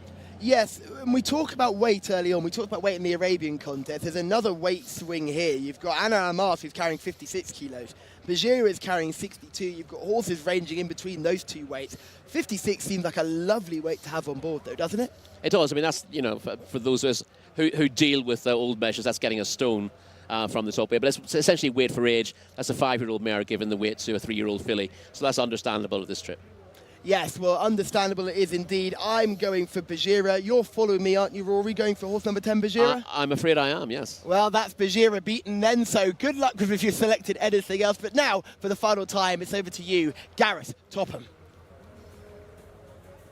Thank you, Callum. Runners are at the post then for our final race, and just one or two of them in the centre. Daddy Queen's rider currently not on board. That's Mohammed Aldaham, and nor is Rayan Al-Tursh, who's looking for his third winner of the day. Hearty will be his ride here, and a few late saddle adjustments for that one as we see the runners go through shot, just circling here with around about 4 minutes to the scheduled off time. You can see their Daddy Queen going through without Mohammed Aldaham on board, but that will change shortly. Final race of the night then here at Taif. A reminder that racing continues here tomorrow and on Saturday as well. Number 6 heading through shot there is Gar. Alexis Marino looking for his second winner on the card. And there's the 11, Al Saeb, with Khalid Al Mamoni taking the ride, a 3 times winner. This, of course, a race for horses, or fillies, I should say, who have won between 1 and 3 races in their careers. So on 1 win so far, Montahira, Hakwati, Hala, Segar, Daddy Queen, Anna Al-Almas, and they're the 1-time winners. The 2-time winners in the field up to this point, Lajil Thati, the top horse, with Shahak, also a dual winner, Hearty and Asaidi, and then those who've won 3 races so far, Bajira, who of course Callum was quite keen on beforehand. He's been in good form today as Callum. Al Saeb as well, Rashekar, Taraha as well. So that's a rundown of how many they've won, and for one of them today, we are going to see an additional win on their tally. A reminder here that number 5, Jada Al Khair, is a non-runner, so the 5 horse is scratched, and that still leaves us though with 14 runners to contest this closing race over 2,000 metres, and as we were saying, the most valuable on the card with 47,000 Saudi Riyals on offer, win and place prize money, half of those going to the winner. Now there's Hull going through shot. Horse number 4, spotted jacket worn by Fawaz Wanas, and very shortly the loading up process will commence. No horses in the centre of that circle now, so it looks as if those little adjustments have finally been made, although on saying that, Hull now just taken into the middle for 1 or 2 very late adjustments, but hopefully nothing more than that. So the field shortly will be loading again, the starting point up at the top of the home straight, and they'll have over a circuit of the racecourse in front of them. And we'll just take a note as well of the different caps with the King Abdullah bin Aziz Sons runners here. There's 3 of them. Well, Shahak, the rider of that one, Mohammed Al Sharima, will carry the green cap. Bajira, Abdullah Al Firuz on board, will be in the red cap, and Rayan Al Torsh, who partners Hearty, wears the yellow cap. So 3 runners here in those pretty familiar and famous white and red silks, and yeah, the Connection's looking for a treble on the day. They've had a really, really productive race meeting here at Taif today as they head into the stalls. Once again, saddlecloth number indicates where they're going to be drawn, with this being a fillies race which is not a handicap, so again the numbers working inside out. 1 closest to the inside and 15 will be on the outside. And the bend comes up here, the first bend, after around about 400 metres, or 300 metres I'd say actually, of their journey. It's once they straighten up for home, so about a furlong and a half to the turn. There's number 10, Jcsa, in shot. Abdullah Al Fayrouz taking the ride, looks nice and calm down at the start. There's the 12 horse, Rasheka, in shot. Abdullah Al Credis taking the ride, one of the 5-year-olds in the field. Red cap there of Jcsa heading into 10. There from above is Daddy Queen, who's nice and settled in stall 8. Mohammed Aldaham on board. And also still to head forward. And just looking a little bit reluctant, but in now is the 4-horse Hull, who's run here recently. And there are 6 left out of line. This is Hearty in shot, the white headgear. Rayan Al Tosh looking for a 3rd winner of the day. It's had a good few hours. The 7, Shahak heading in, spot that green cap far side. And now we're down to the final small handful of runners for this closing race on the card. Anna Al Almas, I think that one's got a chance here. Heading in, Louis Morales taking the ride. I quite like the sort of the way in that this horse has only had a couple of starts compared to several others who are much more exposed. We're just about ready to go. Final race of the night at Taif. And they're off and racing. And as they break away, dropped in Al Saidi towards the outside. One of the first ones to show will be Hearty, crossing over from a wide draw to lead. Fellow Grey Cigar is in 2nd, and running in 3rd in his early stages, Rashekar up towards the outside, and they're being followed by Al Sayeb, who's deeper out on the track. Jcsa is racing next and is in company at this point with Daddy Queen and Lahel Shtati over towards the inside, as we see them from above, the first 7, but that little group of 6 following the leader a good few lengths adrift, working back through the field to find Anna Al Almas, who's in the black colours. Then in the green cap is Shahak as they enter the back straight, with Montahira following those, and also Hull as they now make the run going down the far side of the track. And as they do so, right towards the back end of the field, Al Saidi also well down the field at this point. As they continue their run going down the back is Hakwati. They're now through halfway at nearly 56 kilometres per hour and past the 1,000. Showing in front, it is Hearty who made that early move. Hearty by 2 lengths. From in 2nd position, Cigar. And then towards the outside, Al Saib is into 3rd position. Without a bit wide of Jcsa coming much closer now. Spot that red cap on white. And then to the inside is Lahal Thati, who's also looking to play a late hand. And Daddy Queen also getting into the mix in black colours with a white cap. 2 lengths back off those to Anna Al Almas as they're heading back towards the straight, and Hearty's coming back to them and is about to be challenged by Cigar. And on the outside, Jcsa, and Jcsa moves purposefully here. Comes now into the final 400 metres of the journey, moving away by a length and a half. Jcsa going strongly from along the inside, Hearty, and then down the outside is Cigar. But as they make the run down the home straight, Daddy Queen follows those in 4th. But once Abdullah Al Fayrouz said go on Jcsa, the response was instant, and Jcsa clears right away in the closing stages. Another impressive winner here, showing a nice turn of foot to get away from the field, and it's going to be Jcsa coming home, a wide margin winner of the nightcap. Jcsa is first.